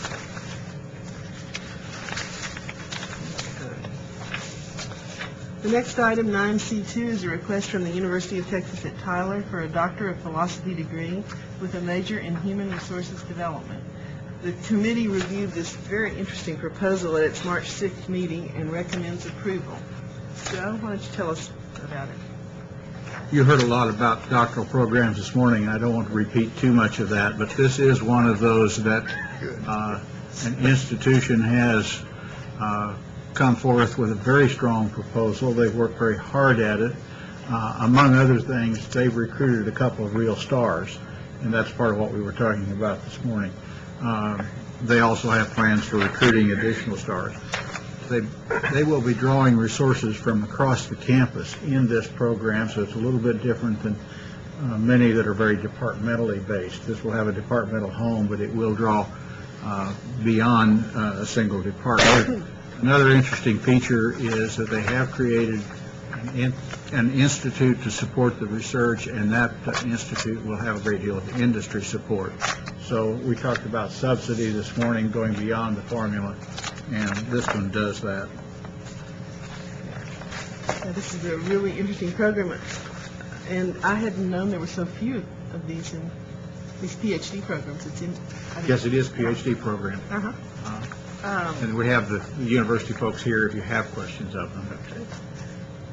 You've heard the recommendation. Do I have a motion? Second? Any discussion?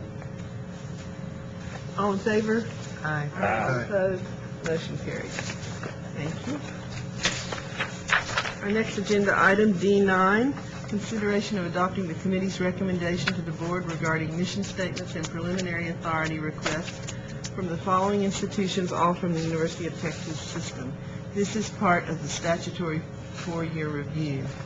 Do I need to read these all into the record? I don't think so. All right. Joe? These are the complete set of University of Texas system institutions, and it is the 4-year review. Most of the changes are minor. Several of the mission statements are simply reaffirmed as they currently exist. Preliminary authority allows the institutions to proceed with the development of degree program proposals, the recruiting of key faculty to initiate new programs. The primary criteria here is the review of need and demand, and we think we scrubbed those pretty thoroughly for your meeting in last month in March, with the exception of the ones at Permian Basin that we reviewed yesterday. They're all in here. Very good. The committee does recommend approval. Members, do you have questions or comments for the staff recommendation? Do I have a motion? So moved. Second. Moved and seconded. All in favor? Aye. All opposed? Motion carries. Now for agenda item 9E, consideration of adopting the committee's recommendation to the board regarding preliminary authority requests from several other general academic institutions. 9E1 is a request from Stephen F. Austin State University for authority to offer a program in school psychology at the doctoral level. Joe? And this is one where there is a very significant need, not only in the East Texas region, but statewide for more school psychologists. They are normally prepared at the doctoral level, and this is a program that they've been planning for some time. We're recommending approval. The committee also looked at this program and recommends your approval. Do I have a motion? Made and seconded. Any discussion? All in favor? Aye. All opposed? Motion carried. 9E2 is a request from Texas A&M International University seeking preliminary authority to offer a program in communications disorders at the bachelor's level. The committee also reviewed this request at its March 6th meeting and recommends approval. Joe, background information? And this again is closely related to the needs of the public schools. This is very much a local need, and I would observe that it is at the bachelor's level. Yes. Members, do you have questions or comments? Moved, second. Moved and seconded. All in favor? Aye. All opposed? Motion carried. Thank you. 9E3 is from the University of Houston seeking preliminary authority to offer a program in American Sign Language at the bachelor's level. This one was also recommended by the committee on March 6th. Joe? I have to admit I've forgotten the statistics now on it, but this is another one of those significant state needs, and one institution prepared to step up and meet those needs with the baccalaureate level program. And I know the folks from Houston are here to answer questions I can't. Members, do you have any questions or comments? Okay, the staff recommends approval, correct, Joe? Do I have a motion? So moved. Second? Second. All in favor? Aye. All opposed? Motion carried. 9E4 is from West Texas A&M University seeking preliminary authority to offer programs in civil engineering, electrical engineering, and environmental engineering at the bachelor's level. The committee considered this item at yesterday's meeting. Joe, will you take us through this request? The reason you considered it yesterday rather than at the March 6th meeting was that we hadn't finished the staff work on bachelor level programs in science and engineering in time for the March 6th meeting. West Texas has a program in mechanical engineering. This would expand into other areas of engineering and build on the success they've had so far. Okay. Any questions? Move to approve. Second. Motion made, seconded. All in favor? Aye. All opposed? Motion carries. 9F is consideration of adopting the committee's recommendation to the board relating to the state plan for Perkins 4. Joe, where are we?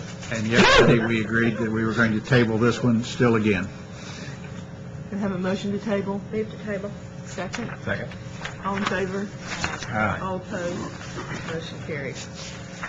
Item 9G, consideration of adopting the committee's recommendation to the board of repealing Chapter 12 concerning career schools and colleges, repealing Chapter 7 concerning private and out-of-state public post-secondary educational institutions operating in Texas, and adopting a new Chapter 7 concerning degree-granting colleges and universities other than Texas public institutions.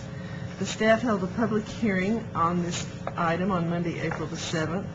The public comment period closed April 21st, and the committee reviewed the materials yesterday. And you all will remember that this is probably going to be something we're working on the rest of the year, maybe, as we go through this massive rewrite and make sure we get it exactly right. Joe? You have before you a yellow page addendum. The public hearing process is designed to identify any problems we may have missed, and gave us a 30-day posting period, during which time we held public hearing, received a number of very helpful comments. I might recognize Joe Fisher, the president of Hallmark College and the president of the Association of Career Schools. Joe and his team have been extraordinarily helpful to us in identifying places where the wording wasn't quite right. What we discovered was, in several cases, a little better wording would express our intent in a way that it was better understood by the folks in the field. That's what your yellow pages reflect, is a refinement of wording with no change in intent from what we originally posted. So we're recommending that the adoption be as shown with the amendments, the strikeovers and highlights. What all of these rule changes do is to make our previous 12 and 7, which had kind of grown up as legislation had changed, put them back together in a more logical, consistent order, eliminated redundancy where we had standards appearing in several different sections, and put all those standards in one place, guide people through which part of the rule and law applies to a particular situation, and then clarifying the process by which you would recognize national accreditors, accrediting agencies. You already recognize all of the regionals and 2 nationals. There are other national accrediting agencies that would like to be recognized, and this will give them an orderly way to make their request. Those are the big changes. There's also some refinement in the alternative certification pathway that you adopted in January. And as Chairman Phillips mentioned, we do anticipate coming back in July with some changes that would be considered substantive that we can't recommend to you today. And I guess I have to take the blame for the big one on that. I left out the language about the Associate of Occupational Science degrees, and we grandfathered in 3 institutions that offer those degrees. We want to make sure that that it's clear that they are grandfathered in, so we'll try to capture that in corrective language in July. There are not any of them up for renewal during that 3-month period, so I think we're not putting anybody at risk by proceeding to adopt the rules today. Then we'll have a couple of other places where we think we can improve the language on our standards, particularly the standard on governance, Standard 1. But those have no immediate impact, so we think we can correct those appropriately in July. So everybody put that on your summer calendar. You'll be reading those again. Hopefully not as much of it. Okay, questions or comments? Yeah, I have a quick question. Are we now counting and able to count all of those students toward our participation numbers? Good question. We don't get the data from all the institutions, and by moving a reporting requirement around in the structure, then we will be able to require that they give us a report. And so we will have and then that we'll be able to requirement? count them, yes. We'll be able to capture the majority of students in those kinds of institutions. We have commitment from the big institutions like the University of Phoenix and DeVry to provide us data. They're eager to participate and demonstrate how they're helping us close the gaps. I would think that they would be. And is there any, would there be an opportunity, for example, I know that DeVry and University of Phoenix and ITT and some of the others have been very, very active in a lot of conferences throughout the state and in the greater Houston area and all. Is there an opportunity for you to meet with them further and see how we might be able to? I'm always happy to meet with institutional leaders about how we can work together to close the gaps. I think there's a lot of opportunity there. I've met with them to some extent, and we've met with representatives from those institutions during this process, and I hope that establishes a foundation for a closer relationship. Thank you. Madam Chair, I move for approval and echo, I think what you were literally saying at the beginning, this is a work in progress. We're going to see this again. Working on it. Yeah. Do I have a second? All in favor? Aye. All opposed? Motion carries. Item 9H, consideration of adopting the committee's recommendation to the board relating to the request from the Institute for Creation Research Graduate School, Dallas, for a certificate of authority. The committee considered this item at its meeting yesterday, and we recommend that the request not be approved. Since we had lengthy testimony yesterday from the audience, I propose with the committee's agreement not to take any more testimony today. I would, however, like to ask Joe if you will read to us the Education Code rule from which we derived, Education Code statute from which we derived our rule in regard to this matter. Surely. This comes from subchapter G, titled Regulation of Private Post-Secondary Educational Institutions, subchapter G of Chapter 61 of the Texas Education Code. And I think the part that is relevant to read into the record is probably only 61.301, purpose. It is the policy and purpose of the state of Texas to prevent deception of the public resulting from the conferring and use of fraudulent or substandard college and university degrees, semicolon. It is also the purpose of this subchapter to regulate the use of academic terminology in naming and otherwise designating educational institutions, the advertising, solicitation or representation by educational institutions or their agents, and the maintenance and preservation of essential academic records, period. Because degrees and equivalent indicators of educational attainment are used by employers in judging the training of prospective employees, by public and private professional groups in determining qualifications for admission to and continuance of practice, and by the general public in assessing the competence of persons engaged in a wide range of activities necessary to the general welfare, regulation by law of the evidences of college and university educational attainment is in the public interest. To the same end, the protection of legitimate institutions and of those holding degrees from them is also in the public interest. That's the purpose statement, and then there follow several sections of specific enabling legislation from which our Chapter 7 rules regarding certificates of authority are derived. And as we discussed yesterday, that are a set of standards, one of which is a standard on curriculum, and I believe it would be appropriate if I would read that, or at least the essential elements of that, into the record as well. This is 12A under curriculum, and I'm reading here again just a portion of the language. Each program shall adequately cover the breadth of knowledge of the discipline taught.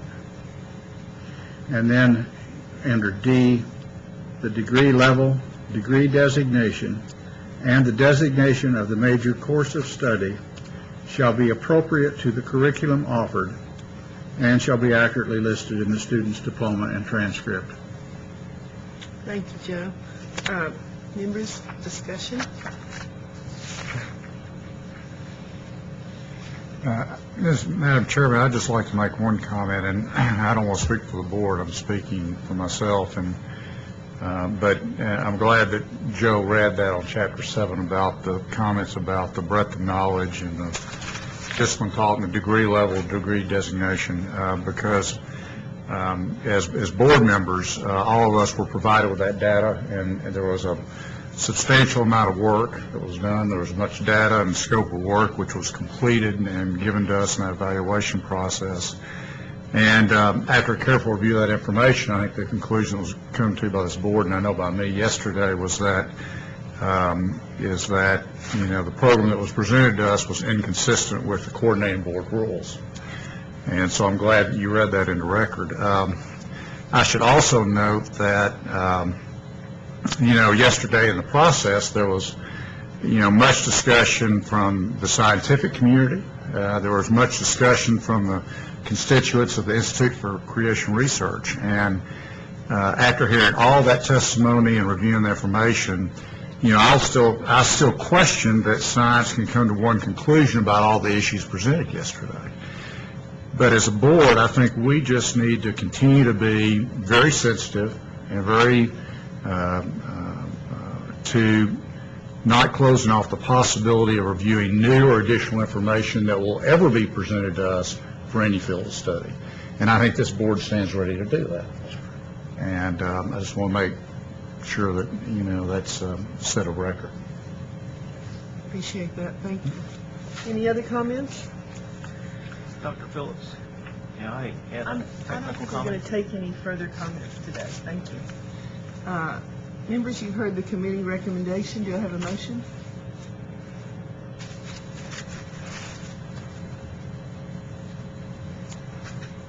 Joe, did you want to make a motion?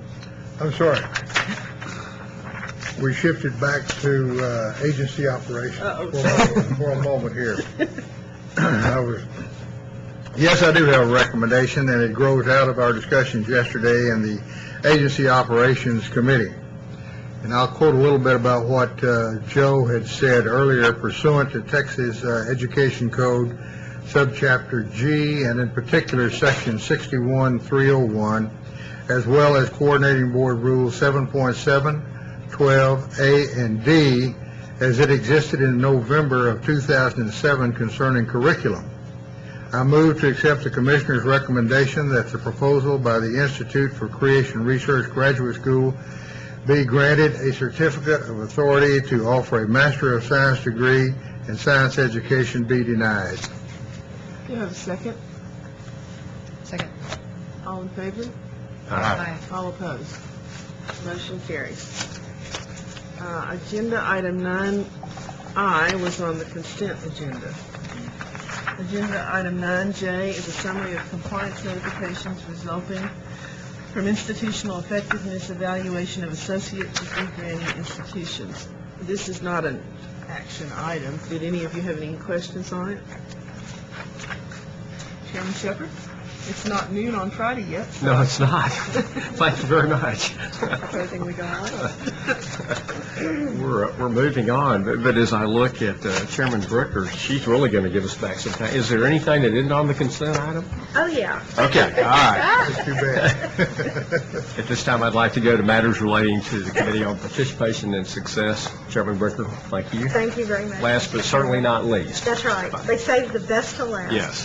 The first item is my report, and I actually just have a few points that I want to kind of throw out of things that have happened this last few months. One, there has been at least one, probably two meetings of P16 leadership across the state, and I want to thank the Commissioner and staff for doing that. I feel that all of the P16s across the state, all the different regional ones, are now feeling very empowered and supported, and I think that's really important. And I think that they're moving forward as a result. So thank you very much for that. Also, I guess that this is is this your first official board meeting? So I think I'll let the Commissioner introduce our new Associate Commissioner. Well, I'm pleased to do so. Our new Assistant Commissioner has an extraordinary record of accomplishment in virtually every area of public and higher education. She's been a superintendent in San Antonio. She's been a dean. She's trained teachers. She's been an academic officer, a senior academic officer at a university. So she really, her experience encompasses a full range of P16. So we feel very confident that we have the ideal person to fill the needs of the coordinating board and accomplishing the goals of closing gaps, particularly those related to participation and success. So I'm happy to welcome Dr. Judith Laredo formally to work here on the coordinating board staff. Thank you, Commissioner. And Dr. Laredo, I want to welcome you too. One of the first conversations that we had, it reminded me of an expression that my mother has when people want to always get the job done. My mother calls them toe tappers, and you're definitely a toe tapper, and I'm proud of it. I'm glad for it. And also, would you like to introduce the two new staff people that you have on board? Well, I know that Dr. Paul Reese is not here because he's on his way to Dallas to be at a function for Texas Compact, but Dr. Paul Reese joined the division approximately 2 weeks ago as the Senior Director for Outreach, working specifically with the P16 councils. Dr. Reese has an extensive background not only in Texas but nationally. He is the co-founder of Education Trust, and his work in the area of P16 councils is absolutely phenomenal. Experience with over 150 councils of this type nationwide. His area and his work in research related to closing the gap, and it's just was apparent that his efforts would be most important in this division as we move forth. So we're delighted to have him. He has hit the road running, and there's, I guess, no limit to when I'm going to be able to slow him down. So I'm glad for that. The second person that joined the division just yesterday, and she was in the room a minute ago, there she is, Dr. Susan Barnes. And Susan, if you would like to stand. She has absolutely been a tremendous addition to this division because Dr. Barnes not only comes with a public school background, she has a higher ed background. She's also extensively knowledgeable in the area of assessment and accountability because of her experiences at TEA. She also has a wealth of knowledge and background in the field of educator preparation. Her major assignment that she will do for us here at the coordinating board, she will be the Senior Director for Teacher Quality. And so we delighted to have her, and I'm excited about being able to work with Dr. Barnes again. We crossed paths many, many years ago in our teacher education days. So I welcome her also to this division. Those are the two newest appointments. Mr. Chairman? You know, Laurie, Dr. Barnes, of course, is no stranger to us at all. It's really nice to have her along with Dr. Laredo on our team now. Absolutely. Well, I'd made some comments yesterday at our committee meeting. I've known Dr. Ruiz certainly through Education Trust, which is it's an amazing kind of think tank because it's extremely critical of public ed in a very appropriate way, and it makes everybody stop and think about where we are and where we need to be and how to get there. So I've always had a great deal of regard for Dr. Ruiz, and also with the work that he's done with Elaine Mendoza in San Antonio. So we're real excited about him. And I said something about Dr. Barnes yesterday, too. I remember, I'm a real visual person, and I remember there was a conference, and the TEA commissioner could not be there, and so Dr. Barnes spoke on his behalf, and I thought to myself, gosh, that is a real superstar. And it struck me because she is so, as I said yesterday, cross-trained. She really knows that agency well and ours as well. So I think we're really, really fortunate to have both of them. So Dr. Barnes, welcome. Also, a couple of weeks ago, speaking of Dr. Ruiz being on the road, he was on the road to Houston with the commissioner, and I want to thank the commissioner for coming to Houston. He spoke to the East End Chamber of Commerce, a huge group of business leaders in the east part of Houston, and they have a lot of initiatives, and not the least of which is they've decided to turn one of their divisions into a P16 chapter of our greater P16 plus council in Houston. So afterwards, I thought, since I had the opportunity to have a little bit of his time and Dr. Ruiz's time, we convened a group of all of the P16 leadership throughout the greater Houston area. It was the West Houston P16, the Fort Bend P16, the East End chapter, Sam Houston, and the Greater Houston Council. I think that it's really important that they get a chance to hear directly from the commissioner and understand the importance of their work. And it really invigorated everyone. And Commissioner, I want to thank you again, and also Paul Ruiz for coming. Another thing that came out of that was the new website, which I want to pass around a card that talks about the new website for the Greater Houston P16 Council. And I want to thank Jim Schewel, who's on the LaPorte ISD board, and he also works for the Harris County Department of Education. And he created that along with the help of several of his staff people, and Dr. Bonnie Lanyon with Lone Star College, who's also on the Humble board. So we're crossing all over the place. Let's see. In addition, a couple of weeks ago, we had a conference in Houston. It was the American Leadership Forum Collaborative on Public Ed, and this is held every other year. This was the 6th conference. There were probably 300 or 400 people there, and the speaker was Dr. David Warlick, and I sent around an email so that you all could familiarize yourselves with him. He's a futurist, and the title of the conference was something like Preparing Students for a Future That we can't predict, and for jobs that haven't been invented yet. And I encourage all of you to look on his website and get to know him, and we might consider having him in the future. I know that some of the districts are going to have him as a speaker as a result of that. Okay, so agenda item 10B is consideration of adopting the committee's recommendation to the board relating to the guidelines for the 2008 Texas Higher Education Star Awards. I want to thank Dr. Mary Smith in advance for all the hard work that she does all the time, but for the hard work she's getting ready to do on this conference. You have the information in your packet. Are there any questions or comments? My only comment is that I hope that we continue to have the kind of outreach and mentoring and support. As you all recall, last spring, gosh, was it a year ago, we added yet another component to the categories of K-12 or P-12 and those kinds of partnerships.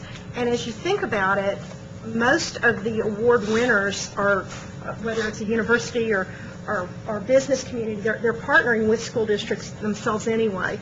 So we're kind of reversing that and allowing school districts to apply for the Star Award. So I hope that we can have the kind of outreach and support so that we can encourage a whole lot of school districts to apply. Any comments, questions? May I have a motion for approval? So moved. Second. Okay, it was moved by, I think, Whit, and seconded by Lynn. All in favor? Aye. Any opposed? Motion carries. Agenda items 10C through 10X are on the consent calendar. That's because everybody else took up so much time.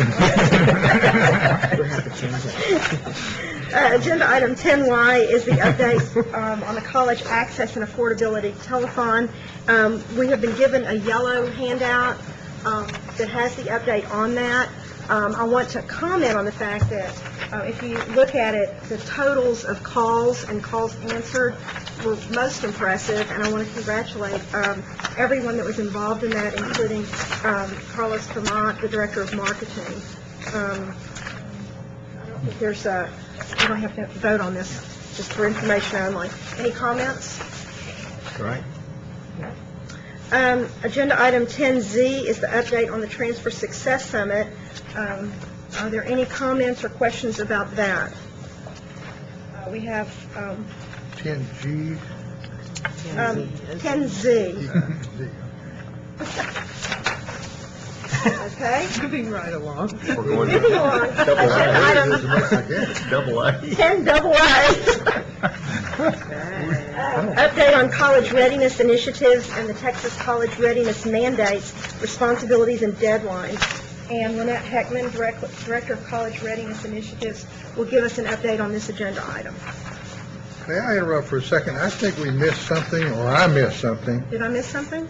No, I think maybe I did. This morning, on the consent agenda, we had 9I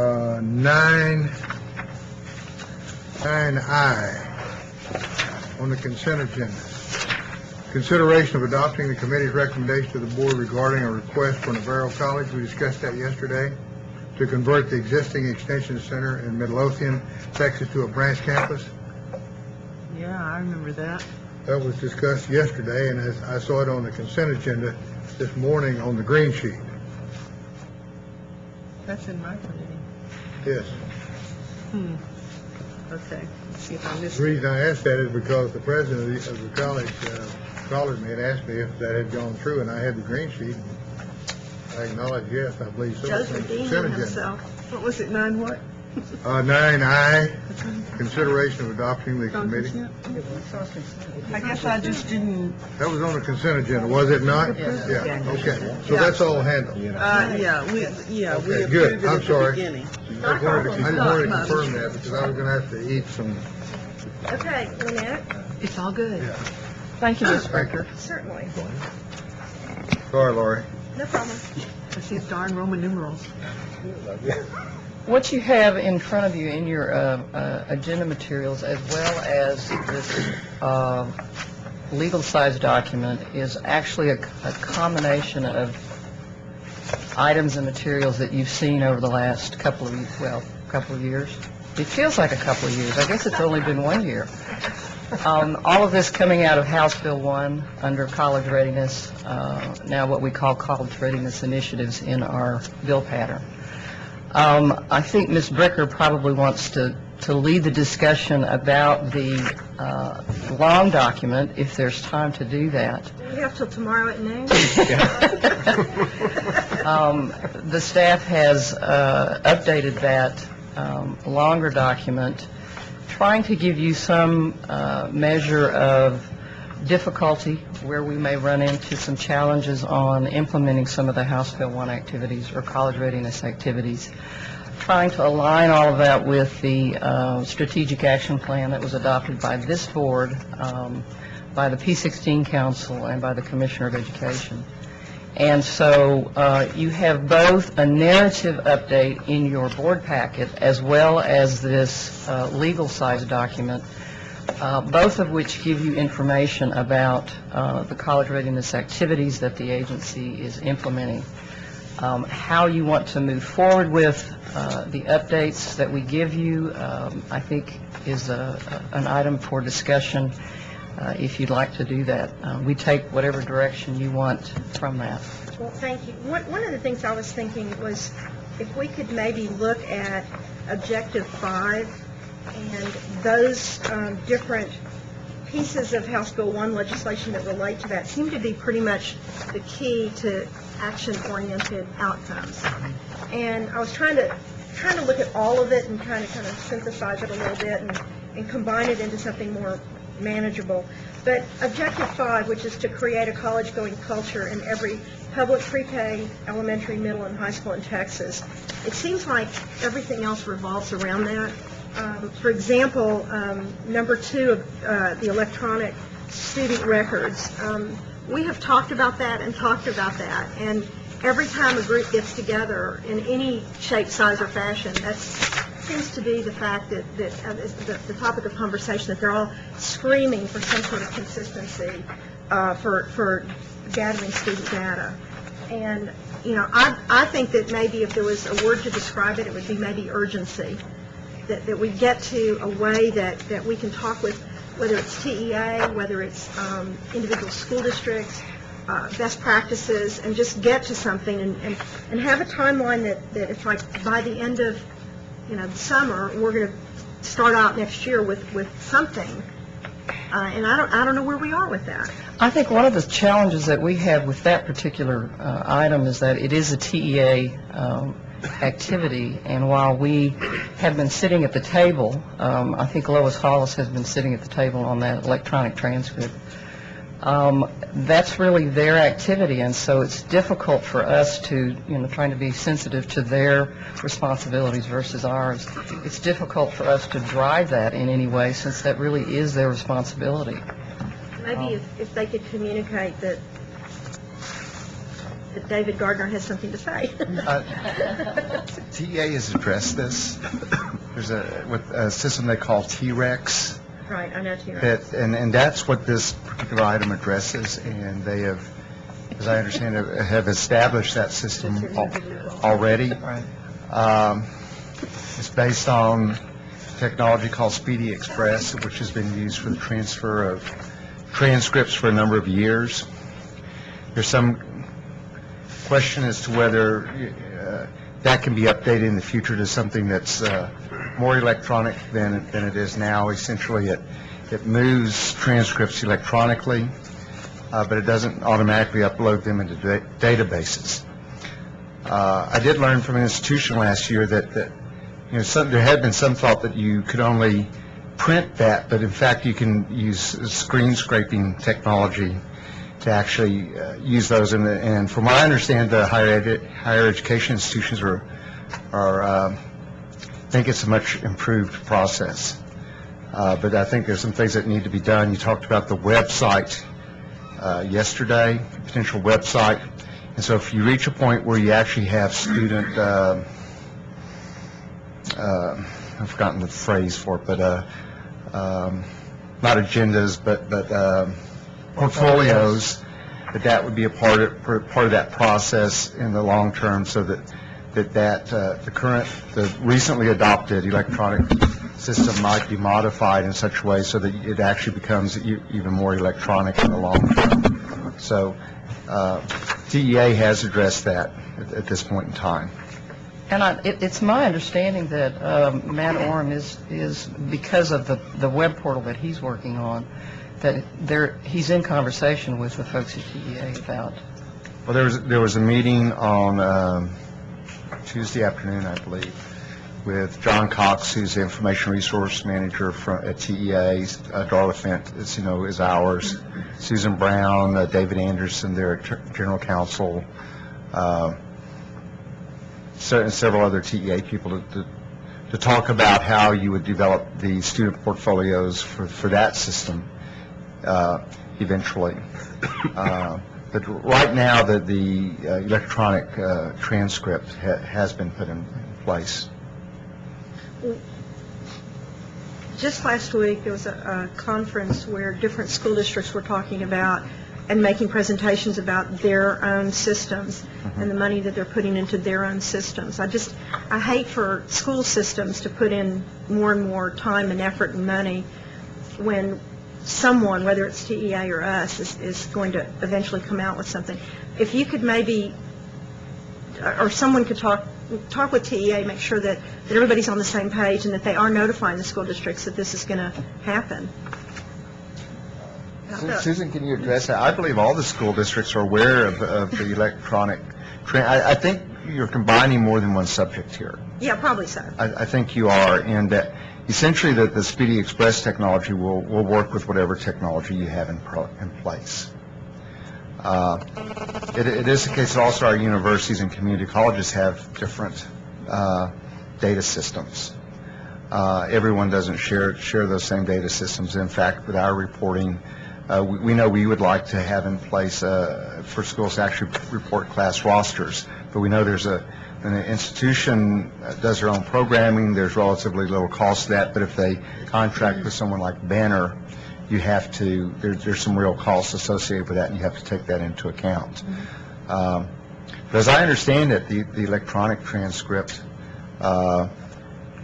that's been adopted by TEA, and I would suspect to some extent they took the approach they did because of the different data systems in place, to use Speedy Express, which as they've configured it, called T-Rex. The larger issue is, do we eventually have a system in which you can flow the data from one school to another up the system? I believe a system that would do that there was legislation called TEDS, the Texas Education Data System, introduced the last legislative session, and that I think is going to be considered this time. If that came into place, it would address the full picture.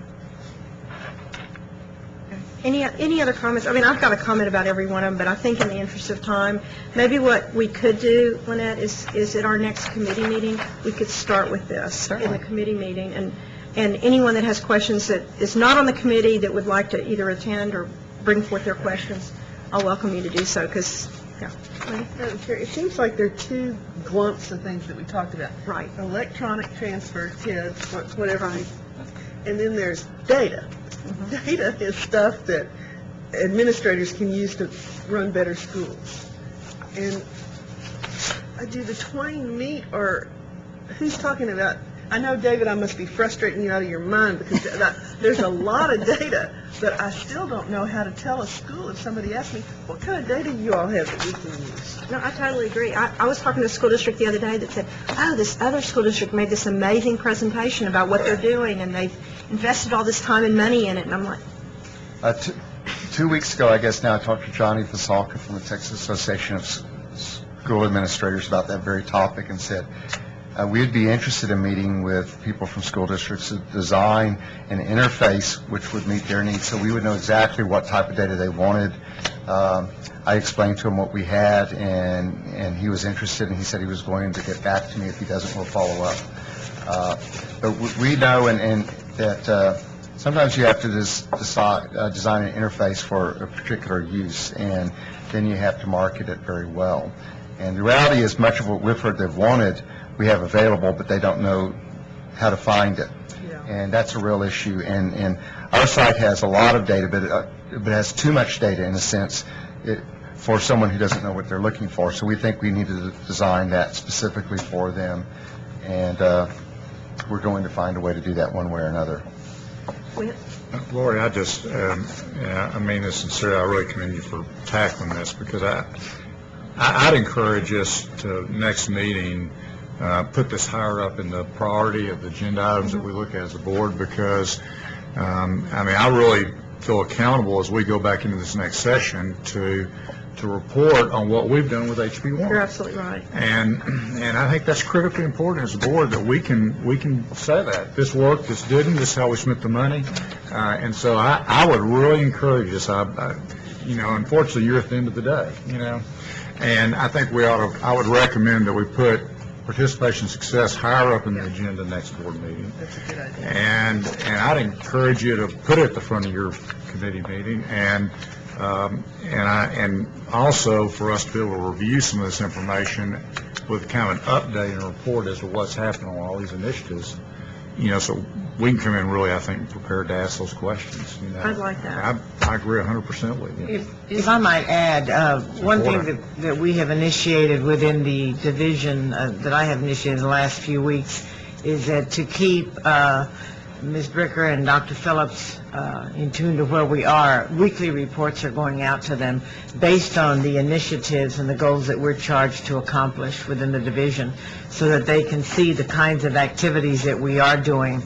What we've also begun to do is to connect with Susan Brown's office to look at the data that we have to see where we are in terms of the numbers, so that what we do within the division is connected to data that drives us into actions that then connects to outcomes. So we can then show the cost of what we're doing, the proof of whether it's working or not, and so that as we connect out in that field, we're connecting with activities that will have impact to take that data and make those numbers positive from where they are today.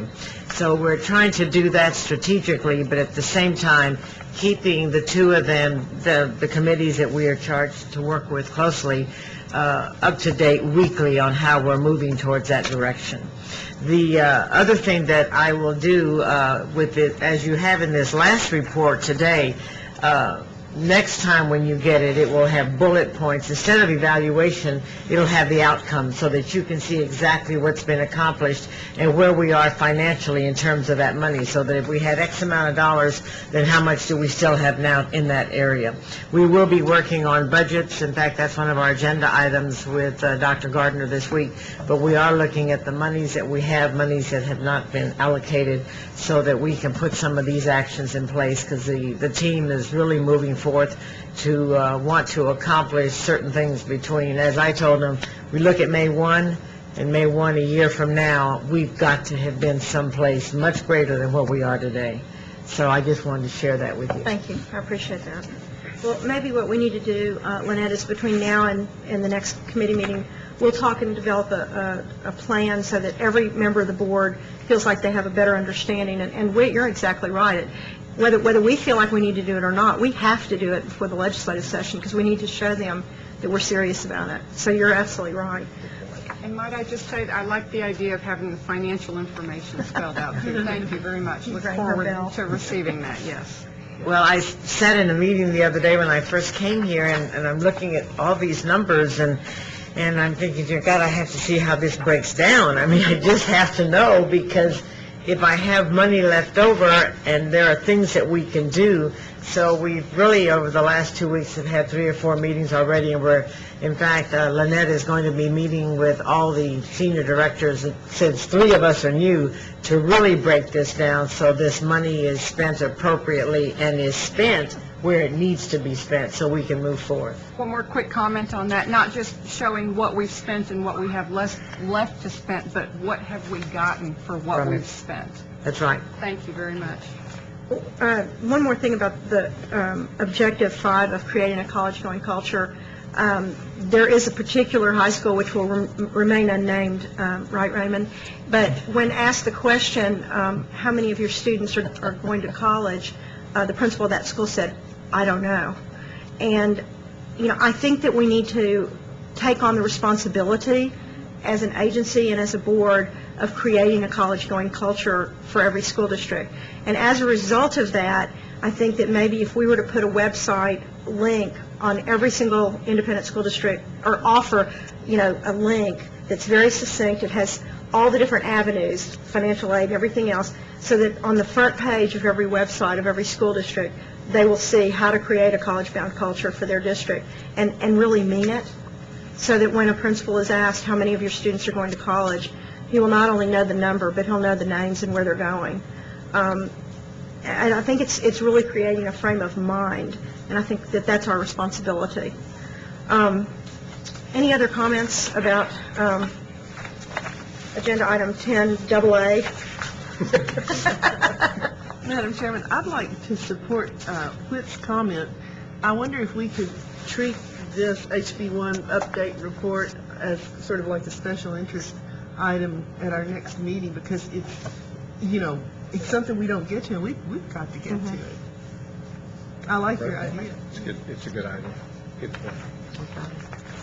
Okay, thank you. Agenda item 10BB is the presentation of the 10th annual Kenneth H. Ashworth fellowship for graduate study in public affairs, public policy, or public administration. 2008-2009 fellowship is being awarded to Ms. Tiffany Starnes. She cannot be with us today. She is a University of Texas at Austin student getting her master's in social work, just like my daughter did. So that is the conclusion of our business on the Committee for Participation and Success. Thank you very much, Chairman Bricker. I want to thank everybody for your indulgence, your patience. I mean, these have been 2 really long days, to say the least.